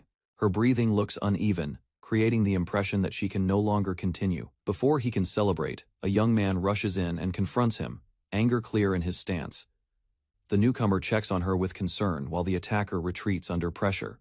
He studies her carefully, sensing something unusual about the earlier clash. She laughs lightly and downplays the situation, insisting it ended well enough. Suspicion lingers in his eyes as he reflects on the strange feeling surrounding her presence. The atmosphere from before does not sit right with him. Before he can question further, she abruptly excuses herself and runs off through the street, leaving him calling after her. Later, he stands alone in a quiet alley, thinking through what he witnessed. Meanwhile, she appears composed, her expression confident as she considers future plans. He walks back into town, concluding that her ability to alter perception could be useful. Later, the young man walks through town, deciding to head out for training and clear his thoughts after the earlier disturbance. He arrives at a wooded area outside the city and pauses, sensing movement among the trees. Without hesitation, he rushes forward as several wolf-like monsters surround someone deeper in the forest. A female adventurer bursts into motion before he can interfere, cutting through the beasts with swift, precise strikes. Within moments, the monsters fall. He watches quietly, recognizing her skill as that of a seasoned rank adventurer, far beyond ordinary fighters. After defeating the monsters, the female adventurer approaches him with a bright expression. She recognizes him immediately, and seems pleased that he witnessed her battle. He praises her swift movements, and admits her strength has grown since they first met. She listens with visible satisfaction. Memories of past fights surface between them, recalling the first time she saw him overcoming powerful enemies despite the odds. Gathering her courage, she reveals her feelings openly, her face slightly flushed as she confesses her admiration. Reacts with surprise, uncertain how to respond, while she clarifies that her affection is sincere and directed at him as a man, not just a fellow adventurer. Standing close to him, she speaks with warmth and steady eyes. Gratitude fills her expression as she recalls how he once risked himself to save her life. Turning slightly away, she admits he carries important goals that reach far beyond her. From her gloved hand, a small crystal pendant appears. Its surface catches light even under forest shade, sparkling softly. The pendant is offered as a personal gift and a promise before temporary parting. Leaning closer, she asks him to keep it as proof of their bond. Surprise lingers on his face while she smiles with quiet confidence. Unable to hold back, she steps forward and wraps her arms around him. Looking up at him from close distance, she asks him to stay safe no matter what lies ahead. Devotion shows clearly in her eyes. Gratitude softens his expression as he thanks her. With a final request to remember her, she turns and runs, leaving him standing quietly among the trees. Sometime later, he appears dressed in formal attire inside a grand hall, confused by the sudden luxury surrounding him on Celebration Day. A stern attendant scolds him for his posture and attitude, reminding him that important guests are already present. Dressed in formal uniform, he adjusts his collar despite discomfort with such refined clothing. Determination sharpens his gaze as he reminds himself that yesterday's hesitation no longer matters. Fingers brush against pendant resting on his chest. Memory of her confession strengthens his resolve. Breathing out slowly, he acknowledges duty to protect nation and its people. Weakness must be cast aside from this moment forward. After thanking attendant for assistance, he composes himself and walks down grand corridor, lined with armored guards, ready to face whatever challenge awaits beyond doors. Inside a quiet room in First Prince's residence, a young woman lies face down on her bed. Turning her head slightly, she stares ahead with troubled eyes. Doubt about herself lingers, and frustration over her own feelings weighs heavily. Door suddenly opens, and her friend steps in with surprise. Concern replaces confusion as she notices unusual behavior. Rather than answering properly, she presses her face deeper into mattress. Celebration outside has already begun, yet she refuses to move. Her friend sits beside her and gently urges her to explain. Realization dawns that matter is not exhaustion, but complicated emotions she can no longer ignore. Lying on her side, she finally admits how deeply she admires him. Strength, kindness, and courage drew her in long ago. Her friend sits beside her and gently asks if those emotions were rejected.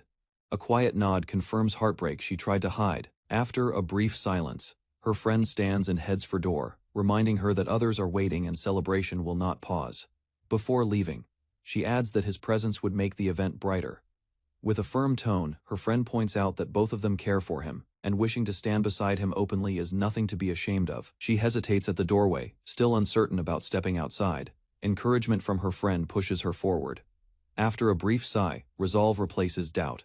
She agrees to prepare, though faint embarrassment lingers on her face. Soon lively streets filled with banners and cheering crowds greet them. Music and chatter echo between buildings as celebration spreads across town. Excitement surrounds them, and her friend beams with delight. Though flustered, she cannot deny the energy in the air. Confidence slowly returns as she walks through the main avenue. A quiet smile forms, imagining how it would feel to share this moment beside him openly. Her friend hands her a sweet snack, insisting that good food eases heavy feelings.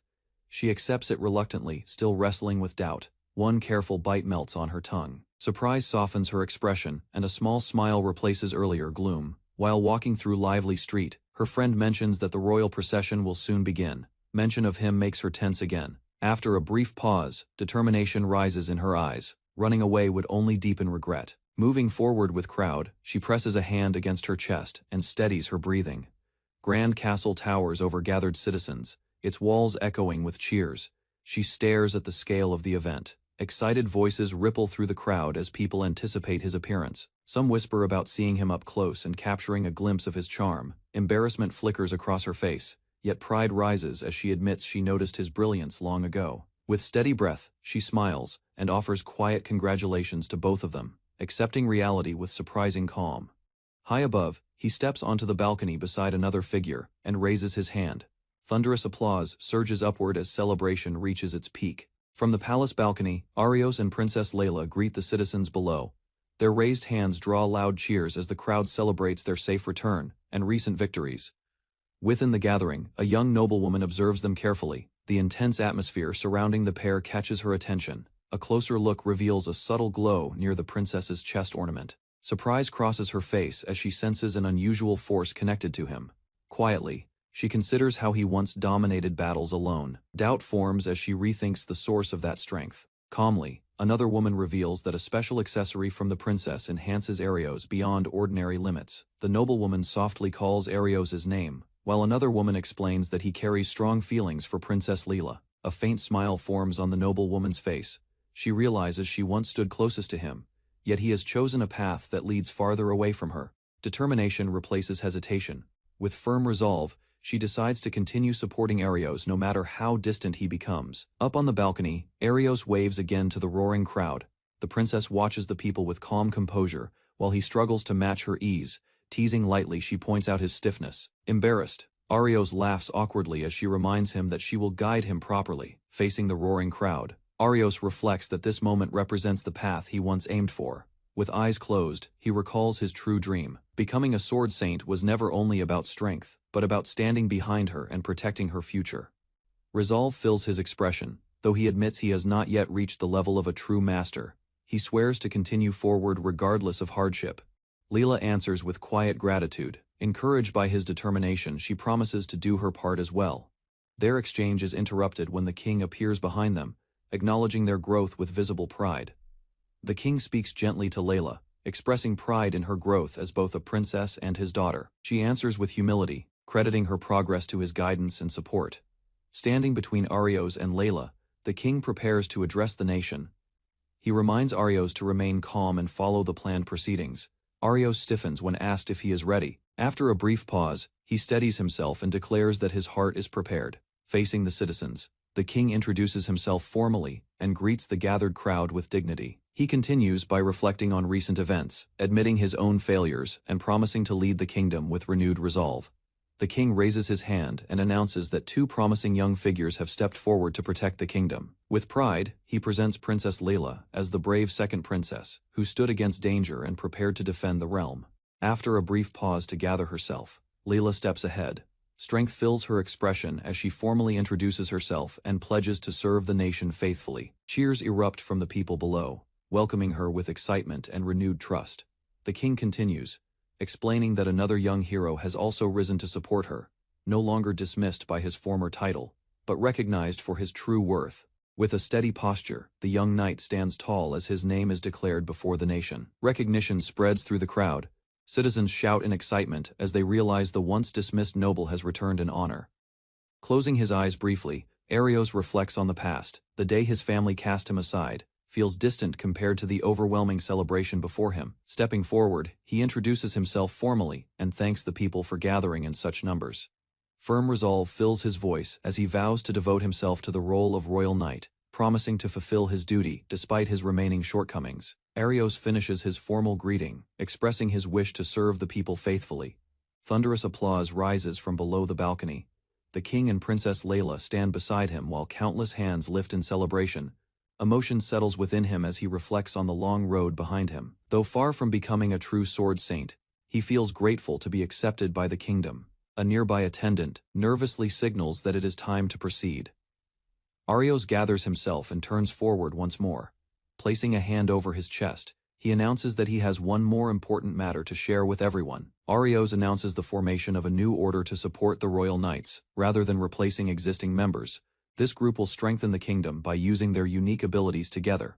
He then reveals the appointed leader. The chosen captain, a young woman named Eam, bows nervously as the responsibility is placed upon her. Behind his calm smile, Arios recalls how he once encountered many artificial beings and struggled to decide their future. Those girls, created for specific roles, had accepted him without hesitation. Their trust convinced him that they deserved a place in the world. Now, with quiet confidence, he declares that Eam will stand at the front and guide them forward. Arios pauses as thunderous cheers rise from the crowd below. From the balcony, he watches countless hands stretch upward in support of his name. Among the citizens, many call out encouragement. Young and old alike express admiration, their voices blending into a powerful wave of approval. He listens quietly, realizing how deeply the people have accepted him. The weight of their expectations settles on his shoulders. Through the sea of faces, one determined girl raises her voice higher than the rest, declaring unwavering support for his path. Her conviction strengthens his resolve. Thinking of the future they all share, Arios steels himself to move forward without hesitation. With eyes closed, Arios accepts that from this day forward, he will live as a royal knight. Thoughts of the village he once knew pass quietly through his mind. Holding the pendant at his chest, he reflects on the path he chose. Gratitude fills him as he acknowledges the bonds that guided him here. Raising his hand high, he vows that he and his allies will protect the kingdom and ensure lasting prosperity for Arceus. The crowd answers with overwhelming cheers, their voices shaking the palace walls in unified celebration. Several days later, life resumes at the castle, and a lively invitation signals the beginning of a new journey. Later, inside a quiet dining room, Arios sits across from the king, while Layla leans forward over the table. The king gently reminds him that serving the nation is serious work, not something to treat lightly. Arios listens carefully, understanding the weight of his new position. Advice continues as the king encourages him to balance duty with moments of rest, warning that constant tension will only wear him down. Layla proposes a brief trip to the nearby coast, suggesting a short escape to clear his mind. After a moment of thought, Arios agrees and decides to invite their companions, believing everyone deserves time to relax together. At the seaside, Arios stands with a male companion under the bright sky. The calm waves and rented beach space make the royal title feel distant and unreal. His friend jokes about the unexpected trip, while Arios admits he never imagined having such a day. The tension from recent duties begins to ease. Suddenly, two girls approach from behind, calling out for them to hurry. Both young men turn in surprise at the lively voices. Layla and another companion appear in swimsuits, drawing Arios's stunned gaze. For a moment he struggles to respond. Noticing his reaction, the girls tease him playfully before gathering together, encouraging one another with cheerful confidence. Shock spreads across the boy's face as he reacts loudly, flustered by the sudden sight. Beside him, another grins and boldly praises Eam, leaving her confused by the attention. Arios studies his friend carefully, sensing that his excitement hides another intention. The change in his expression makes him wary. Leaning closer, Arios questions him directly. The teasing tone fades as he tries to understand what he truly wants. Soon, the real motive appears when the boy points toward a nearby ice cream stand along the shore.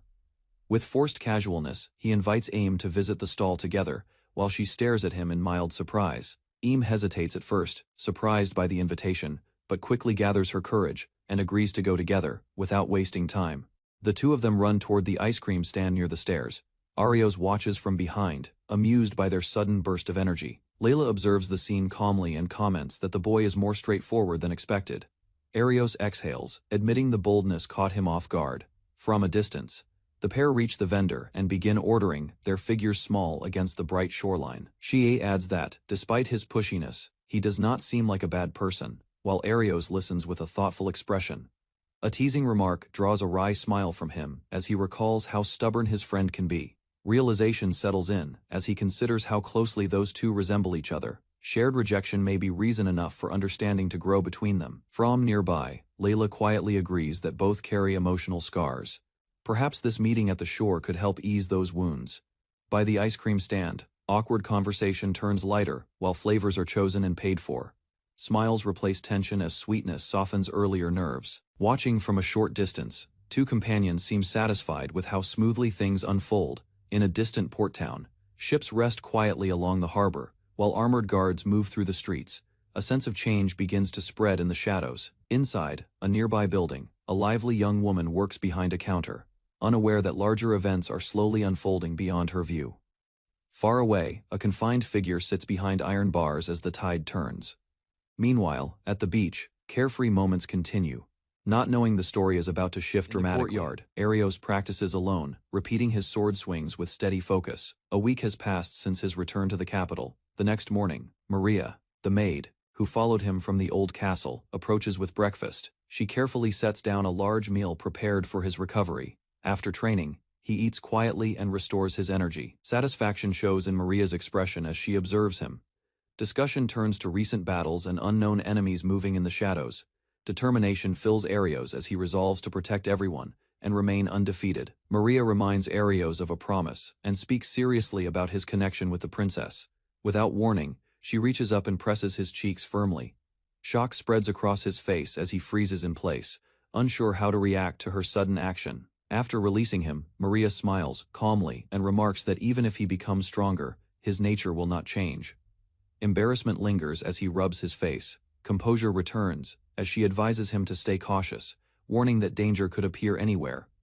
He listens carefully, suddenly sensing movement. Arios reacts instantly and blocks an incoming attack aimed toward them. Maria stares in shock after Arios stops her attack with precise timing. He explains that carelessness is dangerous and that she must sharpen her awareness. The girl who challenged him steps forward confidently. She is introduced as Anne, one of the most talented individuals among those once summoned from another world. Confidence surrounds Anne as she declares she has been watching Arios closely. Her competitive spirit becomes clear, and she prepares to prove her strength. With swift movement, Anne launches a focused strike. Arios blocks calmly, recognizing that she still has not drawn out her full ability. Mutual respect forms between them, and both agree to continue their training to protect the kingdom. Anne falls back onto the stone pavement after their clash, admitting that Arios has grown far stronger. While catching her breath, she insists that against ordinary soldiers, she would still win easily. Arios counters lightly, pointing out that real combat is never so simple. Excitement returns to Anne's eyes as she rushes him again, driven by her competitive nature. He drops low and stops the exchange, reminding her to focus. Seriousness replaces his calm tone as he explains that raw talent alone is unreliable. Overconfidence, he warns, creates small openings that enemies exploit. Hearing this, Anne lowers her gaze and accepts the lesson, resolving to improve. After the lesson, Arios kneels beside Anne and places a hand gently on her head.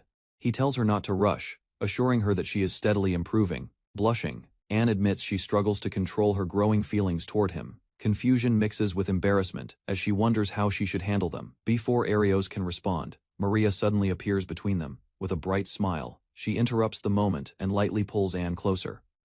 She then turns to Arios and reminds him that after sweating from training, he should head to the bath. As she leans against him, Maria hints that meeting someone new can be stimulating, leaving Arios tense and uncertain. Maria and Anne cling to Arios at the same time, pressing close from both sides. Caught between them, he stiffens, unsure how the situation escalated so quickly. Their playful struggle continues until a soldier rushes into the courtyard with urgent news. Embarrassed, Arios pulls himself together while the messenger apologizes for intruding. The atmosphere shifts from personal confusion to official duty. Attention turns to a strange incident near the southern harbor of the capital. Arios listens carefully as details are explained. Concern replaces hesitation. Realizing the matter may involve powerful outsiders, he prepares to investigate without delay. After hearing the report, Arios decides to head to the harbor himself. Although he senses something unusual about the situation, the messenger salutes and rushes to carry out the order. Maria watches Arios closely, asking whether he truly intends to go alone. She declares that she is prepared and will wait for his return if necessary. Gratitude softens his expression as he thanks her for the support. Turning to Anne, he announces that it is time to depart. Surprised but hopeful, she asks if she may accompany him. With quiet resolve, Arios reflects that the journey may broaden her understanding of the world beyond the castle walls. Before leaving, Arios reminds Anne that the trip is not a game, but part of her training. She nods brightly and promises to do her best. Later, inside a grand room, Arios prepares his belongings for departure. Suddenly, Ray rushes in, her expression troubled as she calls out to him. Without hesitation, Ray steps forward and wraps her arms around him tightly. The unexpected embrace leaves him stunned as she presses close. She reveals her fear of him leaving the capital and facing danger far away. Arios gently steadies her, listening to her worry. With calm reassurance, he promises to return safely, hoping to ease her anxious heart. Holding Ray gently, Arios reassures her that everything will be fine. Though she tries to appear strong, her hands tremble as she clings to him. Pressed against his chest, Ray warns him that strange incidents are occurring across small kingdoms. He answers calmly, telling her he understands the danger. His voice remains steady, despite the growing uncertainty. Images of chaos fill his thoughts as he imagines powerful creatures attacking without warning. With a serious expression, Arios considers that these events may be connected to otherworldly forces and prepares himself for what lies ahead. Arios promises Ray that he will investigate the movements of those from another world. In return, he asks her to continue fulfilling her duties within the palace. Emotions overcome restraint, and they exchange a brief kiss. The moment is soft but firm, sealing their mutual trust before parting. Soon after, the castle stands silent under the night sky as preparations conclude. Departure becomes inevitable. By the next day, Arios studies documents about the harbor town, reviewing reports of recent disturbances with careful attention. A carriage rolls along the road toward the port, deciding that further investigation must wait until arrival. He calls Anne's name as the journey continues. Inside the carriage, Anne struggles to lift an oversized bag packed with supplies. Arios stares at the luggage, wondering if she has brought far too much for a simple investigation. With confidence, she explains that the items are essential for completing an important mission. Trying to reason with her, Arios suggests they could manage with less.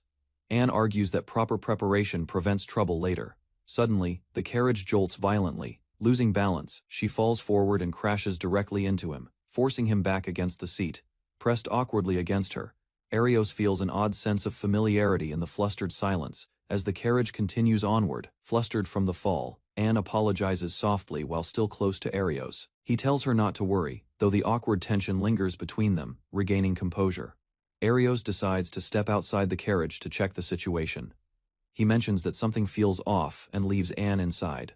Outside, he calls to the driver and asks if anything unusual has happened. The man hesitates, clearly unsettled by what lies ahead. From the bridge, an overwhelming sight spreads before them, an unnatural mass covering the landscape beyond the river. Sensing danger, Arios jumps down for a closer look, realizing the disturbance is far from ordinary. From the broken edge of the bridge, Arios studies the surface carefully. The cut is unnaturally smooth, as if sliced cleanly by a blade, rather than shattered by force. The driver explains that no one noticed anything unusual until the collapse occurred. While the man suggests turning back to avoid delay, Arios reflects on the events of the past week. None of it feels coincidental. Calmly, he dismisses the idea of retreat. Producing a small item from his belongings, he prepares to act without hesitation. In an instant, the broken section of the bridge is restored. What seemed like destruction reveals itself as an opportunity for him to test his growing power. Activating his ability, Arios focuses and prepares to move ahead alone. He tells the driver to remain where he is while he heads toward the opposite side. In an instant, his body vanishes and reappears across the gap. The repaired bridge and the carriage remain behind as he lands smoothly beyond the broken section. Stunned, the driver tries to understand what he just witnessed. Arios calmly explains that it was a form of spatial transfer, nothing more. The man praises him, saying the rumors of his strength were true. Arios responds lightly, treating the feat as ordinary. As he looks ahead, thoughts turn to a missing individual connected to earlier events, whose current whereabouts remain unknown. After crossing the bridge, Arios speaks briefly with the driver. The man expresses gratitude and relief, explaining that no one in his family supports the opposing faction. Deciding not to use the carriage any further, Arios instructs the driver to return and report to the capital. Anne steps out with her heavy luggage and asks about the situation. Arios informs her that they will proceed by walking from here. Together they head down the open road toward the distant port, continuing their training as they travel. Arios enters the coastal town alongside his companion. Neat buildings and open streets stretch before them. Moving further inside, the two continue along the stone road. She glances around at the surroundings while he carries their luggage without complaint. Because the town lies near the sea, Thick fog often forms across the streets. Arios explains this natural condition while she listens, noticing how visibility remains limited. Concern rises as she realizes the fog could disrupt their plans. Arios understands the possible danger and considers their next step. Suddenly, a knight approaches and formally offers to escort them to the 3rd Division headquarters. Arios responds modestly to the knight's praise, feeling uneasy about being treated with excessive respect. Discussion shifts to a report about a suspicious shadow seen in town. Arios asks for details regarding the investigation. Attention turns to damaged infrastructure within the city. Arios questions whether a stone bridge has been destroyed. Realization settles in as Arios concludes that the road has become impassable. The knight admits that nothing unusual had occurred until recently. Determination replaces uncertainty. The knight decides to dispatch soldiers to inspect the bridge, while Arios and his companion prepare to follow the situation closely. Arios explains that he and his companion crossed the valley by using a transfer ability. Hearing this, the knight expresses admiration for the rare skill. Arios remains composed while his companion smiles proudly beside him, clearly amused by the reaction. They proceed along the street, as Arios calmly asks to be guided to an inn. The knight accepts the request and leads the way. As they walk through town, whispers spread among the citizens. People recognize Arios as the vice commander known for heroic deeds. Attention from the crowd increases. His companion cheerfully notes his popularity, while Arios grows uncomfortable under the public gaze. A tense scene unfolds in the street as members of the Adventurer Guild stand facing a royal soldier.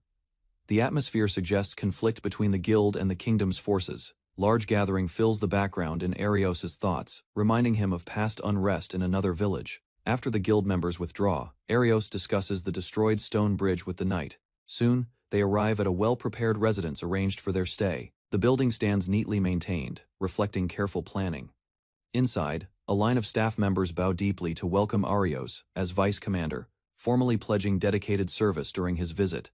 The residence, several young attendants gather around Arios, offering to carry his luggage. One attendant steps forward, holding a sheet of paper, shyly requesting his signature. Arios hesitates at the unexpected request, unsure how to respond to such admiration. Realizing refusal would disappoint them, he signs the paper despite mild embarrassment. The attendants beam with joy, grateful for the keepsake from someone they admire. Later, Arios rests in his room while his companion stands by the window, gazing at the distant sea. She explains that leaving the capital for the first time fills her with happiness, while Arios listens, reflecting on how new experiences continue to shape her outlook. In the quiet room, Arios prepares to discuss the situation. His companion cheerfully mentions they are sharing the same room. Seated across from the knight, Arios listens to the initial report. Current information suggests a suspicious white figure, seen wandering the streets at night. A mental image forms of a white silhouette, moving through thick fog. The knight explains that whenever visibility turns completely white, the figure disappears from sight. Further explanation reveals that anger has recently surged in certain areas, allowing them to narrow down possible locations. Finally, the knight identifies the suspected site as an abandoned school building, leaving Arios and his companion surprised by the unexpected location. The knight explains that the abandoned building was once a prestigious magic academy known for gathering talented students. Sitting inside the room, he continues describing how incidents among teachers began increasing at that time. Eventually, the situation escalated beyond control. The teachers unleashed their magic, causing a massive explosion that destroyed the school building. Although the truth of the incident remains unclear, the headmaster and several staff members disappeared afterward. Only part of the ruined structure still stands today. Arios considers the story carefully, suspecting that the current disturbances may be connected to someone linked to that past tragedy.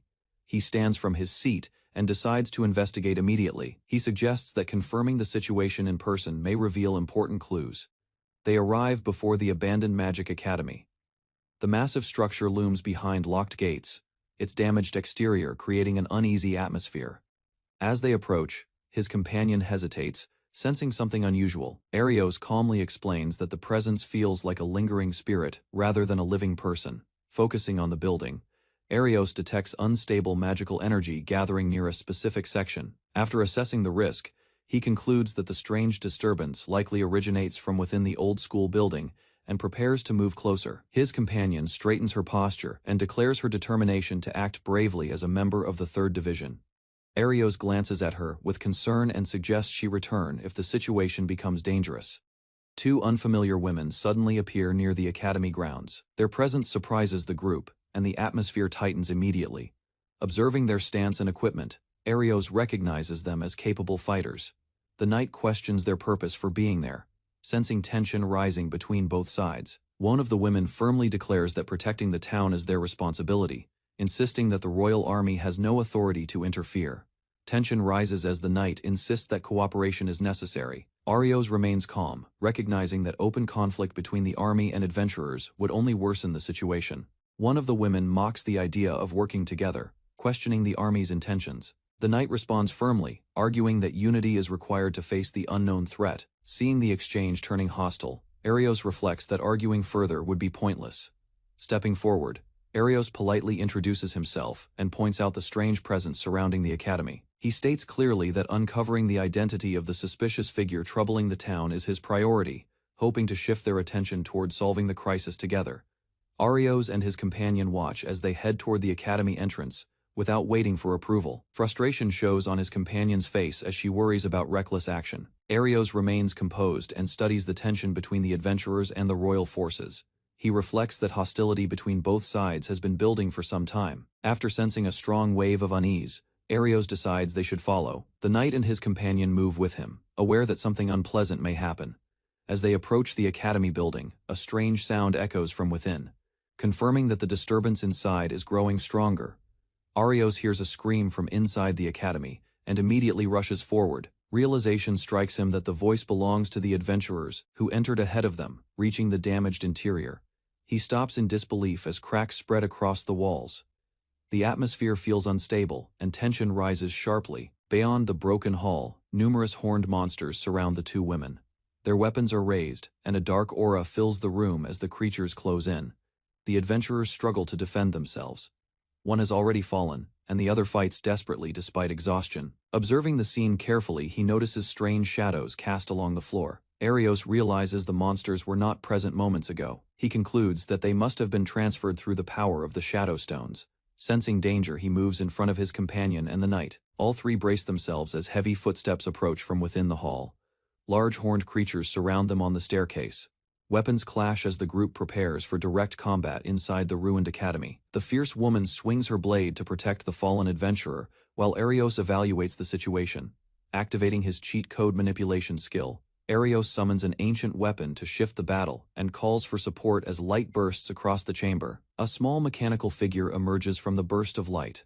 It hovers in the air and formally addresses Arios, identifying itself as the ancient weapon he summoned. Arios quickly explains that it is under his control, though the sudden appearance leaves everyone tense. After receiving permission to engage, the mechanical entity's expression changes. Its eyes glow sharply as it prepares to act. Energy surges through its compact body as it shifts into battle mode.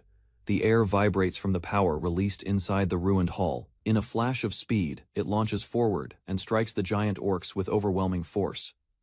The mechanical warrior expands into a massive armored form, crushing surrounding orcs and forcing the remaining monsters back in fear. Inside a shattered hall, a towering armored warrior faces a group of orcs. Steel flashes as the massive blade swings downward, breaking their formation. Without hesitation, the armored figure advances and drives a heavy slash into a giant orc, hurling it into a wall. He reacts instantly, stepping in to block the attack before cutting the enemy down with a clean counter. Additional orcs close in, attempting to overwhelm them. Calm determination settles over the boy as he steadies his breath and faces the threat head-on. After the final foe falls, he lowers his weapon and looks back at the girl, confirming that she remains unharmed. Arios studies the battlefield and realizes they cannot win by force alone. On the ground near a fallen body, a red gemstone catches Arios' attention. He recognizes it as a rare stone connected to summoning heroes from another world. Understanding its value, he concludes the gem must have been carried by the orcs. Kneeling quickly, Arios grabs the gemstone and focuses his skill. Energy gathers around his hand as he activates cheat code manipulation. A strange interface appears before him. Surprised but steady, Arios examines the floating panel, realizing a new power has just been unlocked. He focuses on one option labeled transformation into a hero from another world, realizing it may break the desperate situation. Arios activates the selected skill, and power erupts around his body, cracking the ground beneath his feet as his presence sharply intensifies. The girl watches in shock as Arios stands transformed. his strength now resembling that of a summoned champion. Another interface appears, warning of changes within his cheat ability. Even so, he prepares to push further against the towering enemy. Lightning-like veins spread across his eye as a new power awakens, signaling the activation of a deeper control beyond the original skill. Dozens of orcs suddenly collapse forward, their massive bodies crashing onto the ground as if pressed down by invisible force. Realization dawns on him as he studies the frozen enemies. The newly awakened eye has completely sealed their movements, leaving the monsters unable to resist. Taking advantage of the opening, Arios leaps ahead and swings his blade in a wide arc. The strike tears through the immobilized orcs, so only a few remain standing, trembling as they witness their allies fall without being able to fight back. Breathing steadily, Arios decides to end the battle quickly before the unstable power causes further destruction. After the battle, Arios kneels beside the injured girl and offers a healing potion. Her companion watches anxiously as he carefully hands it over. The woman supports the unconscious girl and gently pours the potion between her lips. Relief settles over them when Arios confirms that the injuries are not fatal. The woman bows her head in gratitude, acknowledging that his intervention saved their lives. While the girl rests, the woman explains that she has traveled with her for a long time as fellow adventurers, facing dangers together. Soft expressions replace the tension of battle, and a quiet understanding forms between Arios and the woman as the crisis finally passes. Injured girl regains consciousness and introduces herself as Daria Nielsen. Weak but determined, she asks Arios to take her to a healer before her strength fades again. Understanding the urgency, Arios agrees immediately. Daria lifts the smaller girl onto her back and begins walking through the damaged hall while he follows close behind. Suddenly, another girl rushes forward and throws herself into Arios's arms, overwhelmed with relief at seeing him safe after the battle. Concern replaces excitement as she checks his body for wounds. Arios reassures her with a calm expression, insisting he is unharmed. A knight approaches and acknowledges Arios's feat of defeating a giant orc instantly. Small floating spirit appears beside Arios and introduces itself as a messenger of the goddess. The spirit explains that the stone grants users overwhelming strength but also consumes their reason. Visions of destruction flash through his mind, including a mysterious explosion tied to similar energy. He realizes someone may be exploiting the stones for dangerous purposes. Before he can think further, a massive orc suddenly attacks inside the hall. Arios steps forward, ordering the others to stay back. With a swift charge, he swings his blade in a powerful arc, striking the towering enemy and forcing it backward. The fallen orcs lie scattered across the floor, while Arios and the others regroup. The knight questions how the giant enemy was defeated so quickly. Turning toward a damaged wall, Arios senses something unusual beyond it. The spirit mentions a suspicious presence connected to the Shadow Stone. Without delay, Arios swings his sword and smashes through the cracked surface. Stone bursts apart, revealing a hidden space behind the hall. Dust settles to expose a dark corridor, stretching deep underground. The air feels heavy as fragments continue falling from above.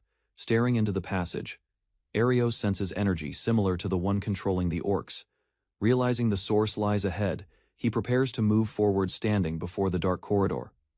Arios tells the others to stay close and not leave his side. The atmosphere feels heavy, and tension rises as they prepare to advance. He activates cheat code manipulation again, selecting full use of all elemental magic. A bright fireball forms and floats above them, lighting the passage. The small spirit hovers nearby as the group steps forward cautiously. The knight expresses surprise at the display of magic, realizing Arios can even borrow another person's technique through his unusual skill.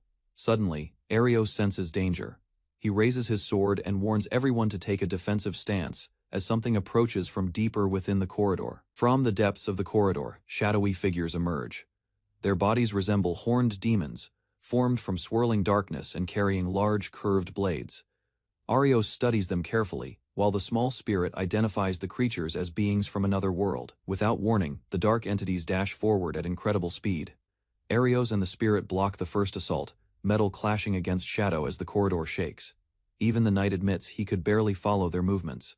Arios realizes these enemies possess overwhelming physical strength. Calmly, he activates cheat code manipulation and rewrites their attack parameters. Arios and the small spirit launch forward together, their blades cutting through the shadow creatures. Dark smoke bursts apart as he amplifies their combined attack power. With precise timing, Arios executes a swift sword technique that slices through multiple enemies in a single motion. The remaining shadows stagger and dissolve into black mist. Silence gradually returns to the corridor as fragments of darkness fade away. Lowering his sword, Arios reflects on the scale of the battle. He wonders how many such threats once appeared during the Great War. Though he can win individual fights, he realizes the kingdom must grow stronger to withstand dangers of this magnitude. After clearing the corridor, Arios asks the spirit to explain what is happening across the wider region. The explanation shifts to the neighboring kingdom of Arceus, long locked in tension with the Vargand Empire. Nearly 1,000 years earlier, both lands were united under one empire. A rebellion led by a powerful sword, Saint split the realm and created lasting hostility. As a result, a massive war spread across the region, devastating countless territories and leaving deep scars. Although the conflict eventually ended in a fragile draw, both sides claimed victory, and the distrust between the two nations never truly disappeared. The spirit reveals that the true mastermind behind the unrest is a hidden figure manipulating events within the Arceus kingdom. Images of monstrous beasts empowered by corrupted stones appear in his mind. Those creatures once invaded the kingdom, throwing the land into chaos and ending a fragile peace. When disaster struck, the goddess descended and stood alongside powerful warriors. Her presence united the divided nations against a common enemy. Explains that beings from another world also interfered, bringing unknown powers into the struggle between realms. In the end, even the goddess could not win alone, and the knights fought desperately at her side. The spirit explains that it was created by the goddess to support chosen heroes. Arios thanks it quietly, realizing their meeting was not a coincidence. He reflects on the many abilities he has borrowed so far. A serious resolve forms within him as he acknowledges that even greater enemies may appear. Floating proudly, the spirit recounts ancient history, speaking of heroes whose legends were recorded and passed down through generations. Arios responds thoughtfully, recognizing that every battle has been against forces tied to another world. Memories of the shadow creatures linger in his mind. As the knight expresses deep respect, Arios humbly insists he is still learning and far from complete. He moves forward with his companions, determined to grow stronger and confront the otherworldly threats awaiting them ahead. Arios fights inside a stone corridor, while a small mechanical companion moves beside him. Two female allies watch from behind as he swings his sword with steady control. After the clash, one girl clings to him in fear. A guard stands nearby, surprised by her reaction. Arios remains composed, holding his sword while assessing the surroundings. She explains that the air itself feels strange and unsettling. Arios listens carefully, realizing the danger may not be visible. He recalls that this world was artificially created and controlled. Understanding the threat, Arios prepares to confront the hidden force. A dark crystal device erupts with violent energy at the center of the chamber. Arios and his companions step back as cracks spread across the floor. Realization settles on Arios. The incident from decades ago may be connected to this device. He studies it carefully, sensing that someone has reactivated it. Suddenly, a fully armored knight rises from the structure below. Energy streams around the figure as it floats above the platform, radiating controlled power. The guard reacts in shock, recognizing the knight's presence. Arios remains steady, observing the enemy's unnatural movement. Armored figure turns toward Arios, revealing awareness and intent. The confrontation becomes inevitable.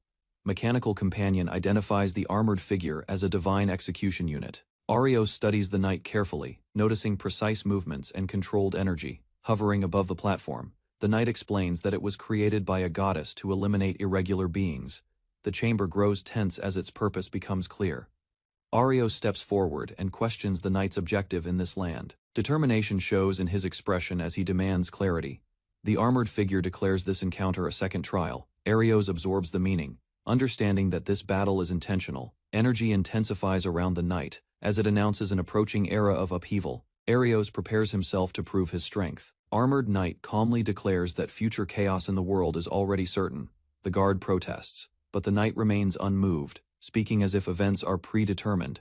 Arios studies the figure and senses no direct hostility. Though confused, he questions the purpose of this so-called trial while his companions wait anxiously behind him. Without warning, the knight signals the start of the final test. Dark creatures emerge from the tunnel, their bodies forming from black smoke as they block the exit. Tension spreads among the group as the creatures advance. Mechanical companion analyzes the enemies, identifying them as powerful minotaurs prepared for battle.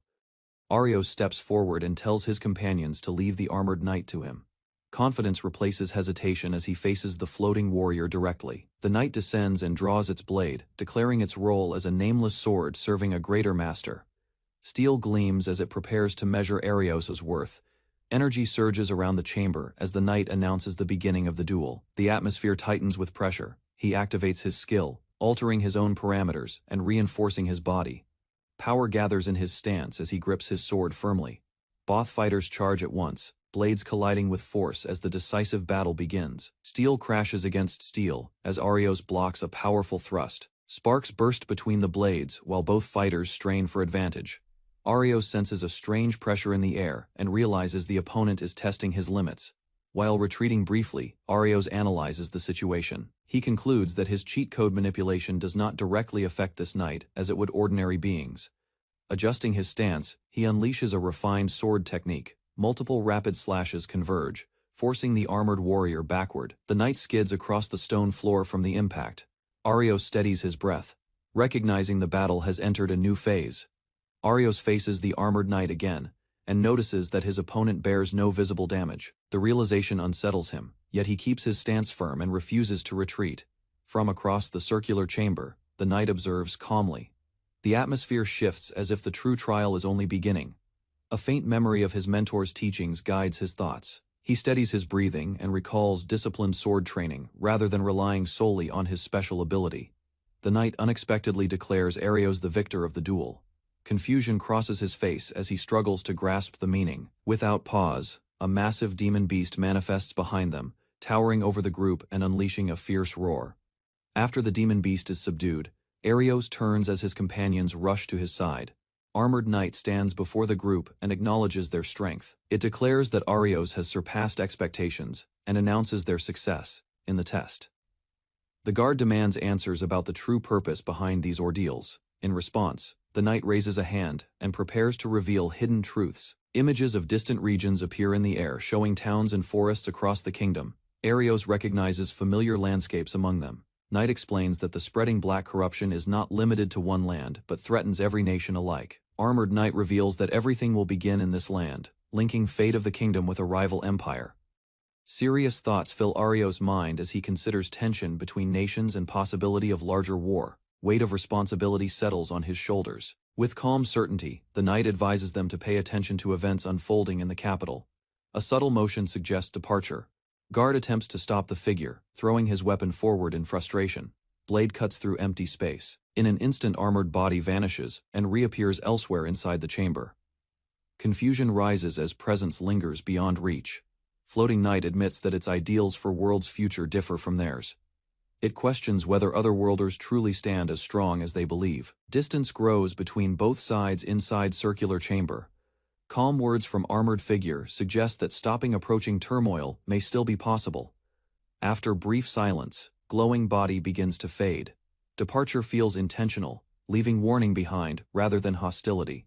Silence returns to ruined room. Group confirms that strange presence has vanished, shifting attention toward remaining shadow device.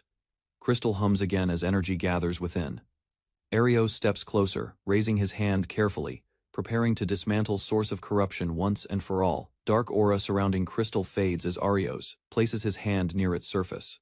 Energy stabilizes, and corrupted presence inside chamber finally disappears. Companions react with disbelief, learning that only someone carrying divine blood can neutralize such power. Serious concern replaces celebration when discussion turns to unrest within rival empire. Possibility of war now feels more real.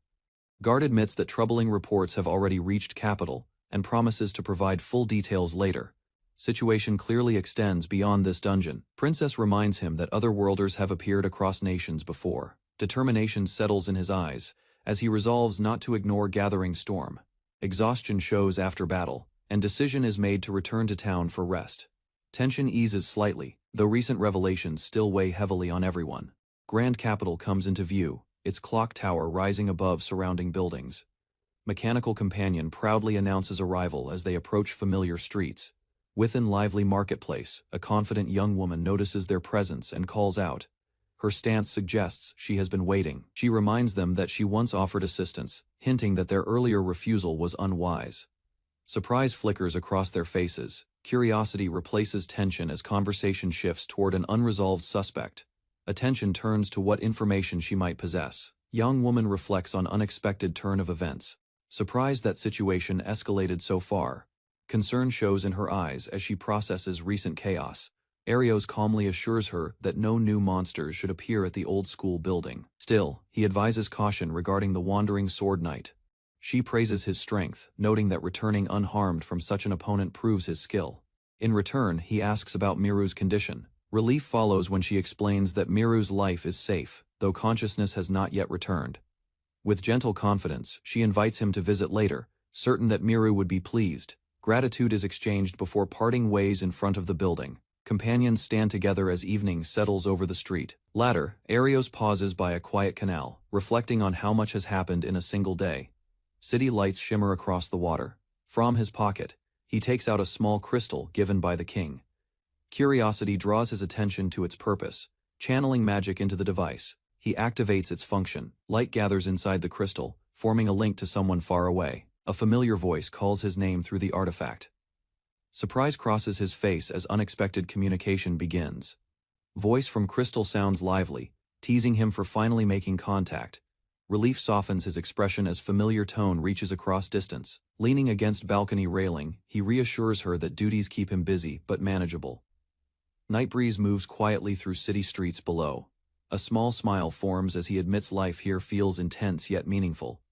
Warmth replaces earlier tension from battle. Gratitude fills his voice while he thanks her for never forgetting him. Words carry sincerity shaped by shared past. Confidence returns to his eyes as he declares that distance changes nothing.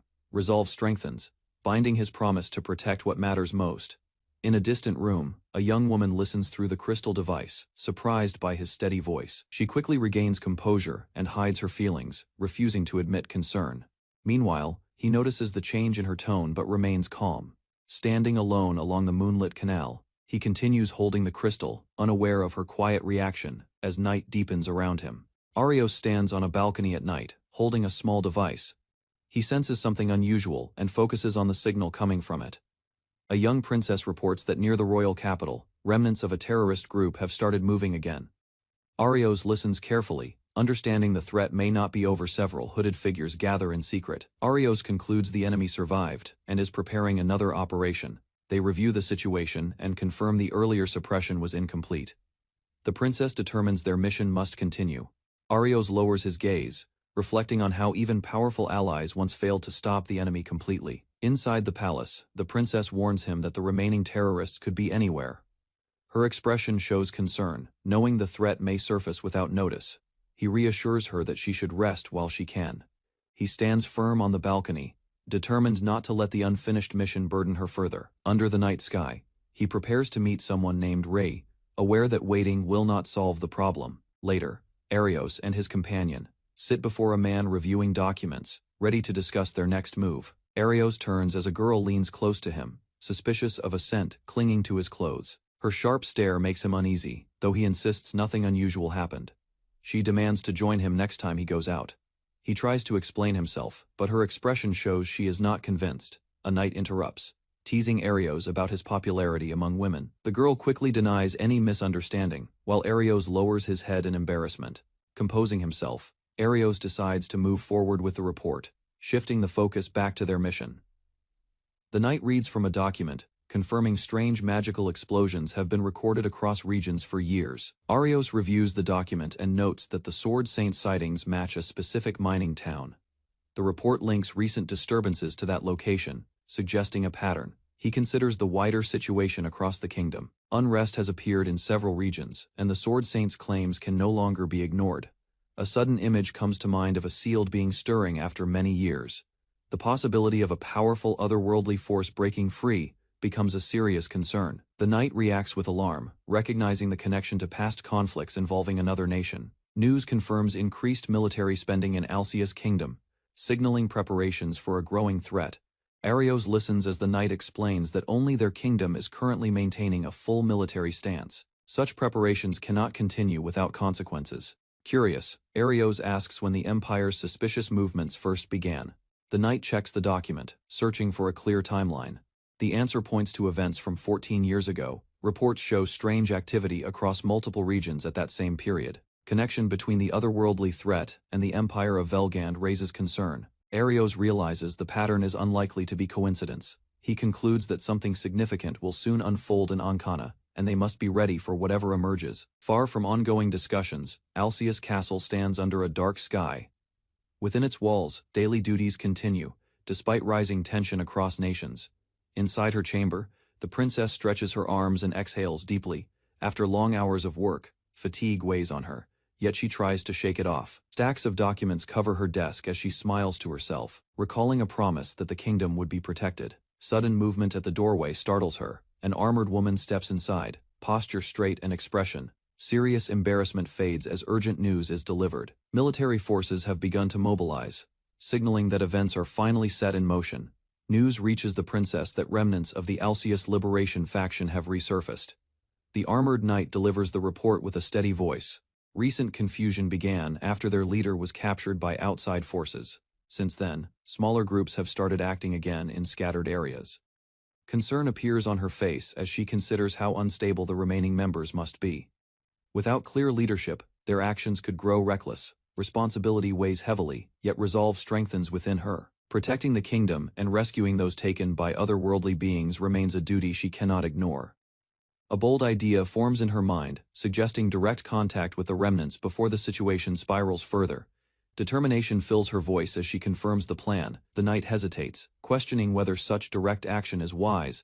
Soon after, both walk through a stone corridor toward the detention area. Guards step aside as word spreads that the princess herself is heading to the holding cells. Measured steps echo against cold walls. Admiration mixes with concern as the knight reflects on how bold this decision truly is. A soft smile appears on the princess's face. Believing dialogue may prevent further unrest, confidence in her duty strengthens her resolve. They stop before a heavy door deep underground, ready to face the captured remnants directly. Iron door opens with sharp sound as princess steps inside cell. Knight reminds her that magic restraints are ready and urges caution. Calm nod answers warning before she advances. Bound man looks up from stone seat, surprise flashing across his face. Chains rattle softly as he studies unexpected visitor. Recognition dawns quickly. He identifies himself as a regional member rather than core leader, hinting at deeper structure within faction. Question about planned unrest is met with mocking smile. Captive claims he holds no valuable information, insisting detention changes nothing. Composure remains steady. She challenges his words directly, refusing to accept dismissal, and pressing him for truth. Facing the prisoner, she states that even if they fail, belief in protecting their homeland will remain.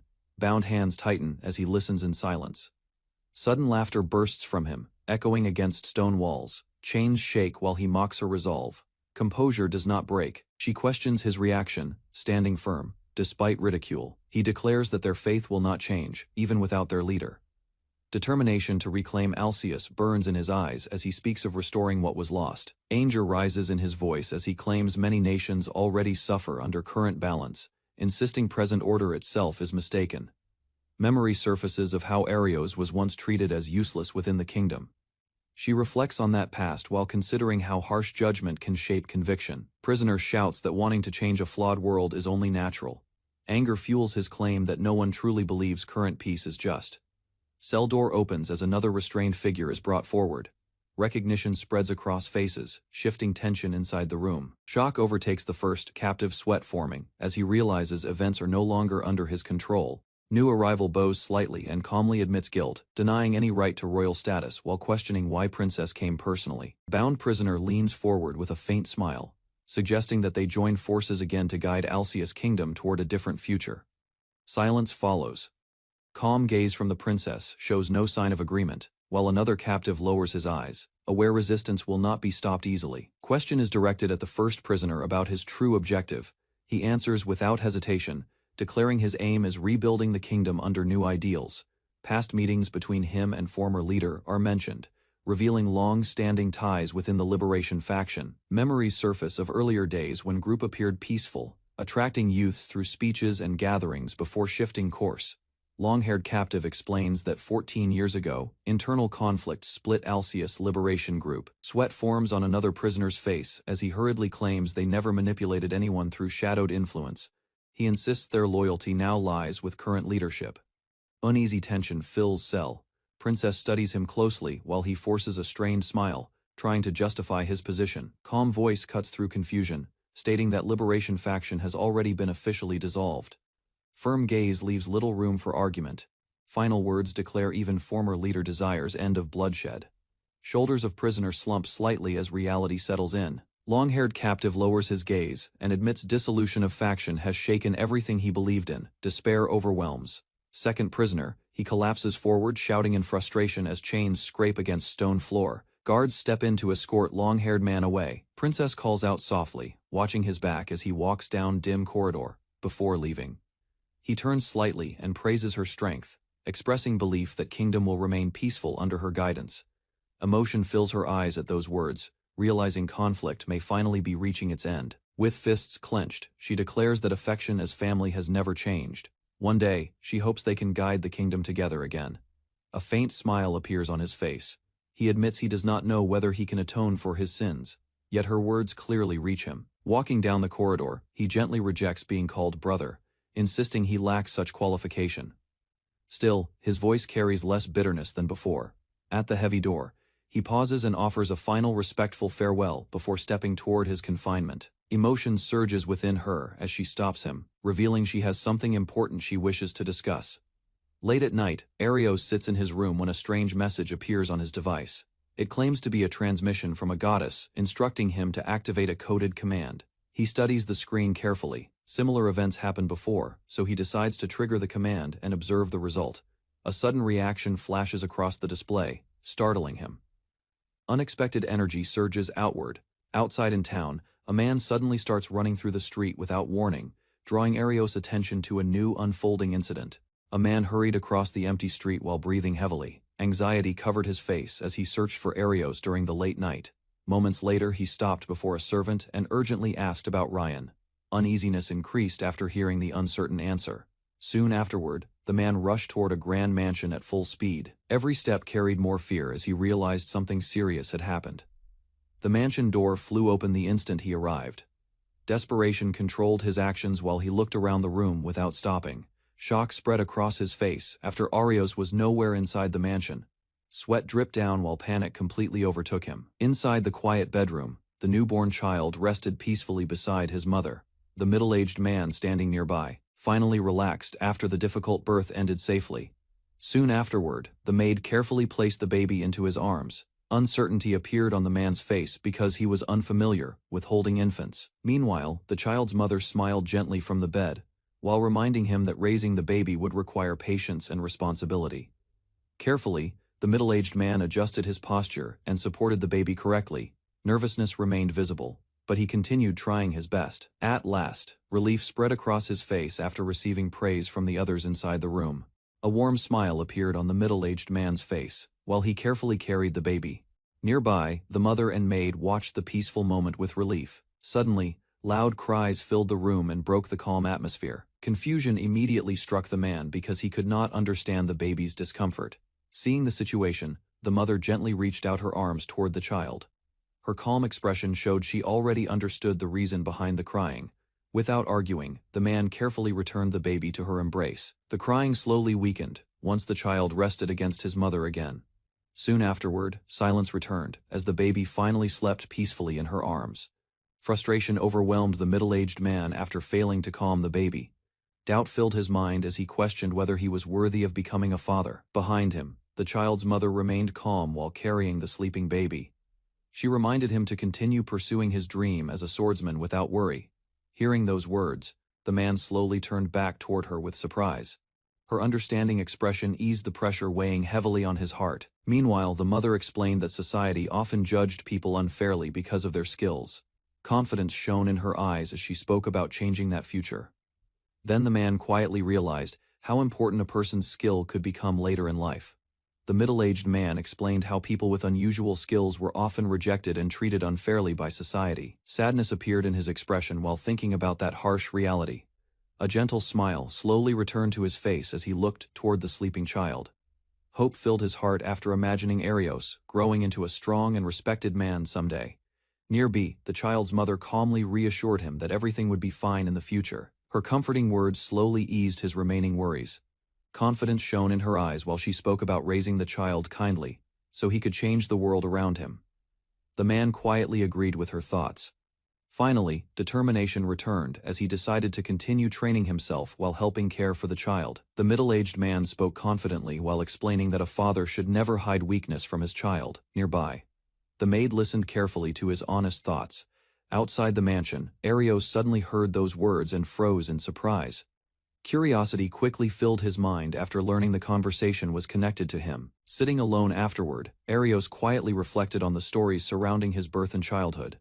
Confusion remained visible across his face during the long silence. Gradually he realized Ryan had only become stronger because of the support he once received from others around him. Understanding slowly replaced his uncertainty. Determination soon returned, as Arios decided to keep moving forward without regretting the painful memories of the past. Arios suddenly opened his eyes after realizing someone was sleeping closely beside him. Surprise immediately appeared on his face when he noticed the woman holding him tightly. Confusion filled his mind while she continued sleeping peacefully without noticing his reaction. Embarrassment slowly grew as Arios struggled to understand the strange situation. Morning sunlight soon entered the room while the woman greeted him cheerfully. Meanwhile, Arios looked exhausted after dealing with the awkward moment since waking up. Concern appeared on her face after noticing his tired expression. However, Arios quickly avoided the topic and tried ending the conversation. Without wasting more time, Arios ordered preparations for their departure because he wanted to focus on the investigation ahead. Two women walked through the crowded street while discussing Arios's growing reputation. Concern appeared on their faces because too many people had started noticing him. Meanwhile, the younger girl openly admitted her admiration for Arios without hesitation. In response, the older woman calmly warned her not to attract unnecessary attention. A serious expression crossed the woman's face as she explained that Arios had become famous beyond expectations. Even outsiders from another world could already be watching him carefully. Soon afterward, they approached several townspeople and began gathering information about recent events. Curiosity filled the atmosphere during the investigation. At last, both women organized the collected information while quietly discussing the results inside a nearby tavern. The young girl carefully reviewed the gathered information while explaining how the swordsman suddenly disappeared from public sight. Suspicion slowly grew because his actions seemed unnatural. Meanwhile, the older woman analyzed every report with a serious expression. Doubt remained in her mind since none of the clues clearly revealed the truth.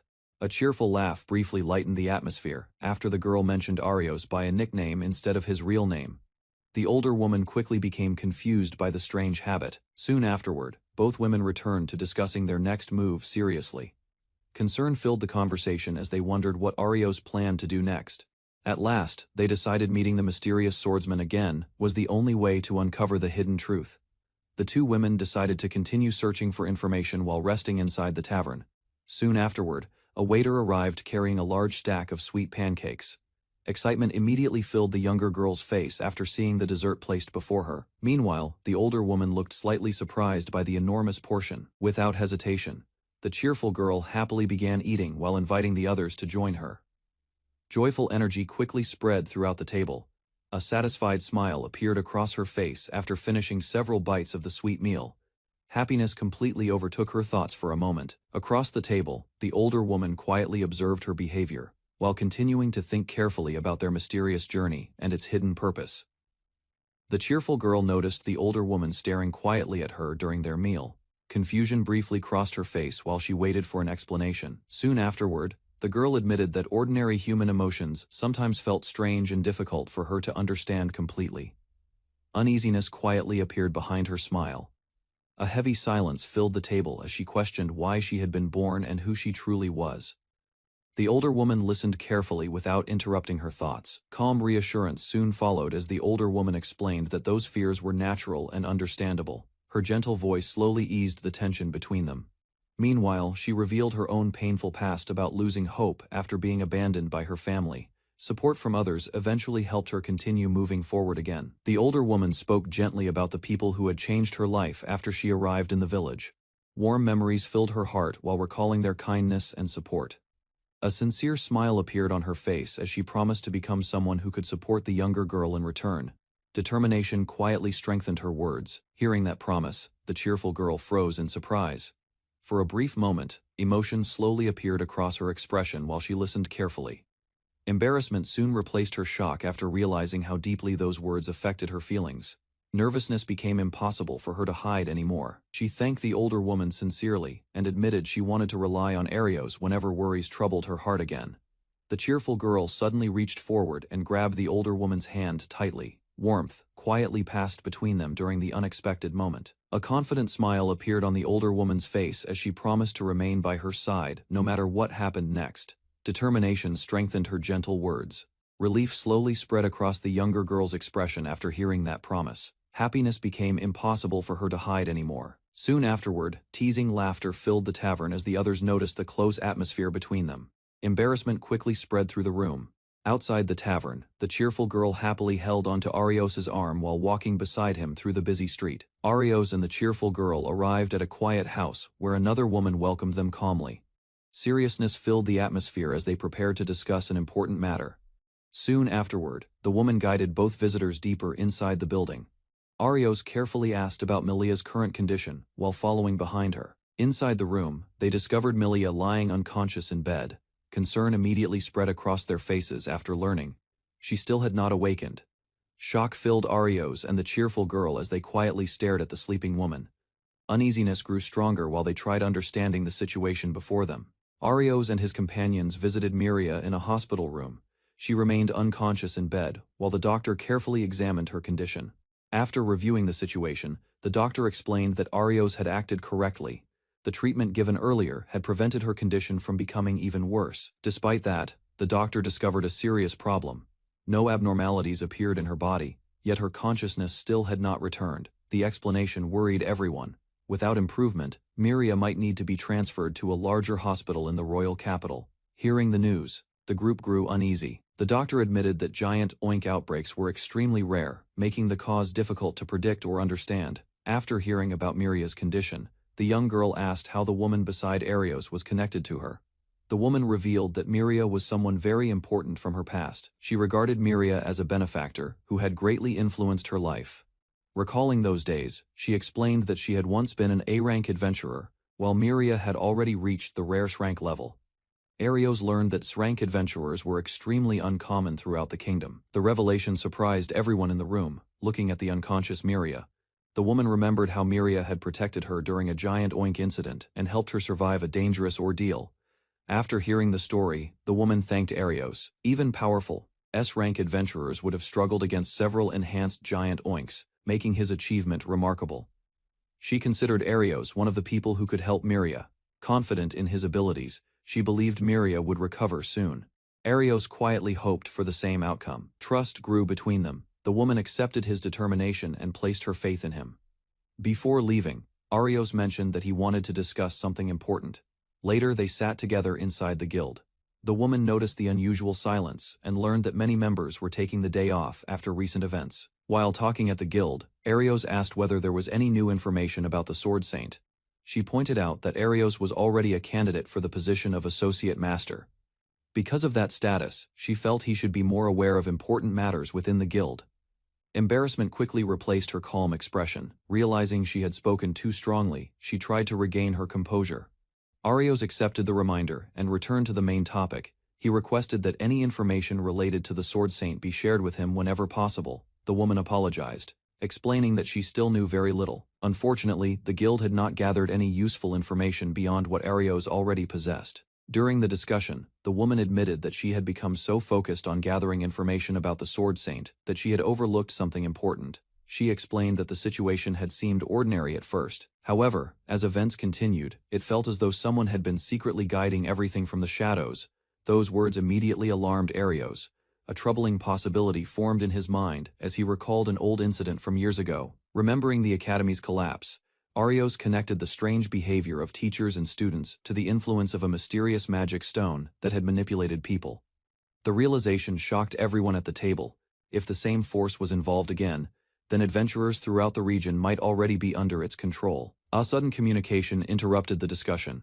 Arios received an urgent report from a member of the 3rd Division and immediately focused on the message. The report revealed that warnings of criminal activity had arrived from several military outposts at the same time. Arios quickly realized the situation was serious. As more details came in, multiple towns and cities were reported to be facing unrest. The disturbances had erupted almost simultaneously across different regions. Without hesitation, Arios prepared to leave. He informed the others that he would head to the affected area and investigate the situation personally. Concern spread through the guild as he departed, determined to stop the crisis before it worsened.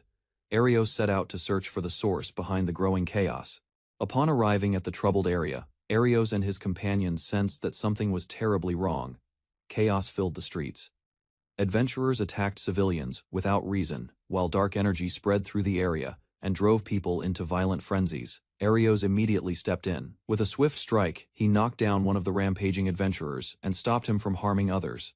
After rescuing a nearby woman, Arios urged her to flee to safety. The spreading corruption made the location far too dangerous to remain in. Watching the scene carefully, Arios reached a conclusion. The attackers were not the true enemy. Someone had manipulated them from the beginning to create this disaster. Arios examined the corrupted adventurers and concluded that the dark aura surrounding them resembled the effects of mind control caused by a shadow stone. Before he could explain further, a new presence appeared. The figure stepped forward, drawing Arios's attention and confirming his suspicions. Standing amid the chaos was Leon Makuba, the former sword saint. His sudden appearance revealed that he was connected to the incident. Shock spread across the group as the armored man calmly removed his helmet. Everyone waited for an explanation. The mystery deepened when the revealed man claimed a close connection to the mastermind. His confident expression showed that the disaster had been carefully planned from the start. Meanwhile, in Lastall village, a young woman returned after sensing something unusual. The dark aura surrounding the area immediately caught her attention. As she entered the village, she found people attacking one another without reason. Panic spread through the streets while black energy continued to consume the surroundings. Remembering Arios's warning about the Shadow Stone, she suspected the disturbance was caused by the same sinister influence. The situation matched his description too closely. A survivor explained that everyone had suddenly begun acting strangely. Only a few people had managed to keep their minds clear. Relief followed when she discovered familiar adventurers were safe, while chaos continued nearby. They prepared to resist the corrupted attackers and protect the village. The woman concluded that Arios's warning had been correct. Thanks to his efforts to weaken the Shadow Stone's influence, she and several others had avoided falling under its control. Determined to repay that protection, she declared that the village would not be allowed to suffer further losses. Inspired by her resolve, a veteran adventurer stepped forward. Proud of his warrior heritage, he promised to fight beside her and defend the village. Together, they charged toward the corrupted attackers. Their counterattack pushed back the advancing threat and restored hope to the frightened residents.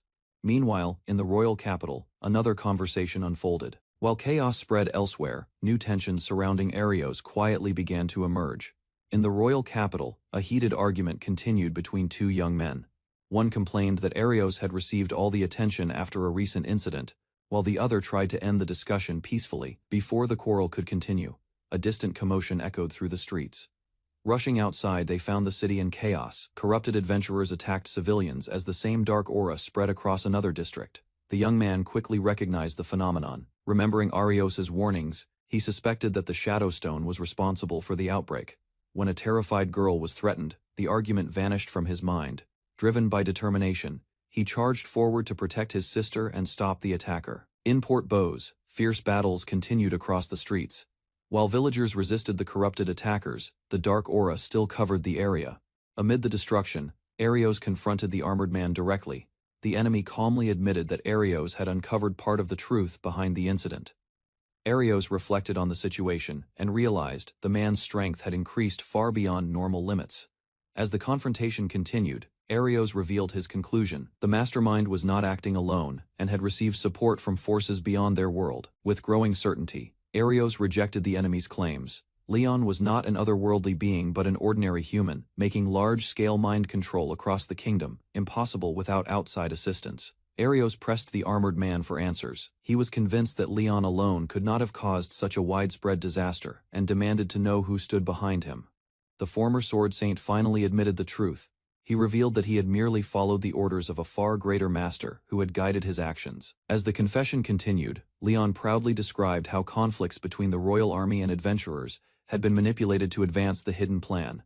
Arios struggled to understand why an otherworldly figure would cooperate with Leon. In response, the man spoke of a grand scheme involving the future of humanity. Standing amid the ruined streets, Leon declared that everything he had done served his personal ambition, leaving Arios determined to stop him. Arios pieced together the truth. Only someone who had traveled across the continent and secretly contacted countless adventurers could have spread the Shadow Stone's influence so widely. The realization struck him immediately. The hidden mastermind behind the incidents could only be Miria, the legendary Srank adventurer. Before anyone could react, a familiar voice emerged from the darkness. The woman beside Arios turned in shock as a mysterious figure stepped forward. The newcomer revealed herself with a playful smile. Her appearance was completely different, yet she addressed Arios as if they already knew each other. Arios studied her carefully. Although her clothes, demeanor, and presence had changed, he realized that the woman standing before him was the true mastermind behind the chaos.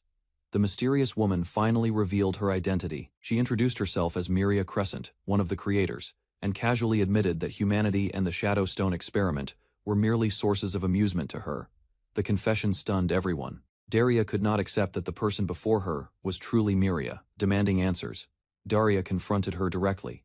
However, the woman only responded with amusement and treated the situation lightly.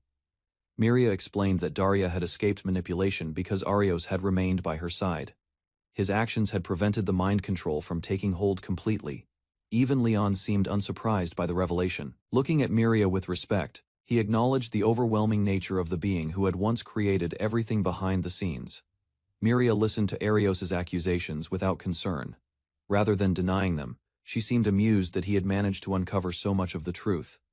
Arios connected the remaining pieces together. By disguising herself as an ordinary adventurer, Miria had secretly spread the Shadow Stone's influence and triggered unrest throughout the kingdom. Even while confronting the mastermind, Arios worried about his companions. The situation left him conflicted. Stopping the riots was important, but he could not ignore the danger threatening his friends. Sensing his concern, Miria revealed a knowing smile.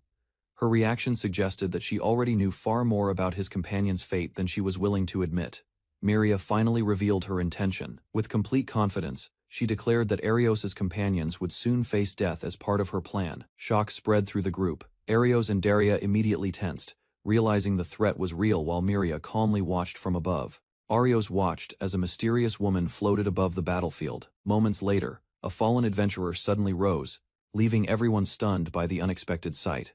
Without hesitation, the revived man rushed forward and exchanged blows with a female fighter. Meanwhile, a small companion explained that the resurrected warrior could still fight even after death. From a distance, the woman calmly observed Arios and assured herself that every part of the battlefield remained within her control. Soon afterward, she activated her power and displayed multiple scenes at once, carefully monitoring the entire battle while preparing her next move. Several scenes appeared before him, revealing that fallen fighters across the battlefield were returning to life. Shock spread among the defenders as the revived warriors stood up again. Their strength seemed even greater than before, forcing the front line into a difficult struggle. Elsewhere, battles intensified as both adventurers and soldiers fought desperately. The growing number of resurrected enemies steadily pushed the defenders back. Then the woman explained that the dead were being revived throughout the kingdom.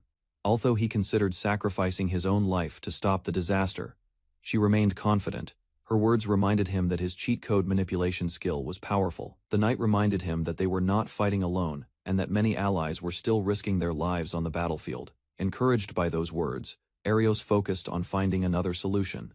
Rian believed the cheat code manipulation skill still had hidden possibilities that had not been used. Across the ruined town, the enemy continued reviving the dead while confidently watching the chaos unfold. Despite searching through his skill's functions, Arios found no direct way to interfere with the kingdom-wide resurrection effect. Noticing a familiar figure, Arios realized that Princess Lafaya might hold the key to changing the battle's outcome. Lafaya fought on the front line while protecting the remaining civilians from the spreading chaos. Soon after, she noticed Yua and quickly joined forces with him.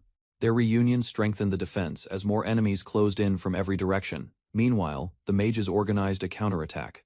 Following orders, they retreated briefly and prepared a coordinated spell to clear the battlefield. Taking advantage of the opening, Lafaya unleashed a powerful sword technique. Her swift strike cut through several monsters before they could react. Elsewhere, Yua rushed forward to protect innocent people. His intervention stopped an attacker just before a young girl could become another victim. After driving away the attacker, Yua checked on the civilians he had protected. Relief spread through the group when he confirmed that everyone was still safe. She praised his courage and recognized the role he had played in saving lives during the battle. Rather than offering a simple reward, Lafaya proposed a greater opportunity. Her suggestion left Yua stunned as he struggled to process her unexpected words. Then she encouraged him to report criminals whenever he found them, and hinted that serving the kingdom could suit his abilities well. The possibility that the princess had personally noticed his actions filled him with surprise. Lafaya explained that anyone who helped save Arceus would earn recognition. Around them, the battle continued fiercely. The defenders fought not for rewards, but because they could not ignore the suffering caused by the attack. Lafaya pointed out that the people of Arceus all wished for lasting peace. Her words reminded Yua what everyone was truly protecting. At the same time, the enemy refused to retreat and pressed forward with unwavering determination. Setting aside past misunderstandings, Yua chose to cooperate with Lafaya. Together, they prepared to continue the fight for the kingdom's future. Lafaya quickly formed a plan and decided to contact the remaining members of the Arceus rescue force. She believed their support could still influence the outcome of the conflict. With confidence, she announced that communication had already been established. The message brought hope that reinforcements would soon take action. Meanwhile, Arios connected the information together. He realized the surviving rescue members could provide valuable assistance against the enemy's growing threat. Nearby, the mysterious woman reacted with surprise as events began moving in an unexpected direction. Without hesitation, Lafaya revealed her identity and formally addressed the former members. Lafaya addressed the former rescue force and acknowledged their doubts. Even so, she urged them to remember the kingdom they had once sworn to protect. Throughout the city, her message reached scattered members. She asked them to lend their strength once more and help rebuild what had been damaged. Raising her voice, Lafaya declared that this would be their final battle against the invaders. Soon, the former members responded with overwhelming enthusiasm. Their fighting spirit returned as they prepared to rejoin the struggle. Moments later, groups across the battlefield moved into action, surrounding enemies and launching coordinated attacks to support the kingdom's defense. Watching the rescue force rally together, Arios realized the battlefield was finally beginning to shift. After thanking Riemi for her support, he immediately contacted Marius. A kingdom-wide emergency order was then issued without delay. Using the communication network, Arios instructed military forces across the kingdom to coordinate with the rescue force and suppress the unrest caused by the invaders. Soon, soldiers answered the call with renewed determination. Units everywhere prepared to move against the growing threat. Meanwhile, the rescue force launched coordinated attacks. Supported by Carlin and Mask, they steadily pushed back enemy forces and regained lost ground. Arios smiled as he watched the rescue force and kingdom soldiers fight side by side. The cooperation he hoped for had finally become a reality. From a distance, he admitted that Riemi was troublesome as an enemy. At the same time, her abilities would have been invaluable as an ally. Hearing his assessment, Riemi immediately demanded an explanation. Confusion and frustration showed clearly on her face. Meanwhile, Arios turned his attention back to the battlefield. Although the situation had improved, the enemy still held several advantages. After evaluating the remaining threats, he realized his own strength was still insufficient.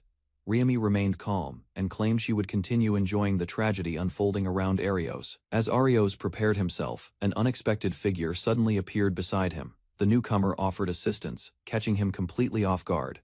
A moment later, Lafaya revealed that the figure was only a manifestation created from another person's power. The explanation quickly cleared Arios's confusion. Following the information he had gathered, Lafaya arrived at Rian's location. Determined to protect what mattered, he stepped forward to join the fight. Soon, Lafaya challenged Rian directly. Both warriors raised their swords, ready to settle the battle through strength and skill. Lafaya accepted Rian's challenge and promised to face him with everything she had. Nearby, Arios stepped back and left the duel in their hands. Once the battle began, both fighters quickly realized how much the other had changed. During a brief exchange, Lafaya admitted that many of her past mistakes had been caused by arrogance and poor judgment. In response, he revealed that his resentment had already faded. Time and experience had changed his perspective on the past. With nothing left to say, the two swordsmen charged forward. Their blades met head-on as they prepared to settle everything through a final contest of skill. While Lafaya and Rian exchanged fierce blows, Arios kept his attention on Riemi. Their duel continued as the larger battle raged around them. Nearby, Riemi watched the scene with amusement. Rather than worrying about the conflict, she seemed pleased by the emotions and chaos unfolding before her. The more he learned about her, the more he understood that she enjoyed witnessing despair and strong emotions. Soon, Riemi openly admitted that Arios's troubled expressions fascinated her. She even praised the suffering and uncertainty created by her actions. Watching his fear, anger, and pain was enough to satisfy her. For Riami, those emotions were the greatest reward she could receive from the battle. Arios observed the battlefield and concluded that the enemy's plans were beginning to fall apart. Riami, however, showed no concern. She calmly explained that the current events remained within the range of outcomes she had already anticipated. Hearing that response, Arios acknowledged her experience and influence. Her ability to predict developments proved why she had remained such a dangerous opponent. Rather than backing down, he opened his cheat code interface and declared his intention to challenge her directly. Excitement appeared on Riami's face as she welcomed the confrontation. With both sides ready, the long-awaited battle between Arios and Riami was finally about to begin.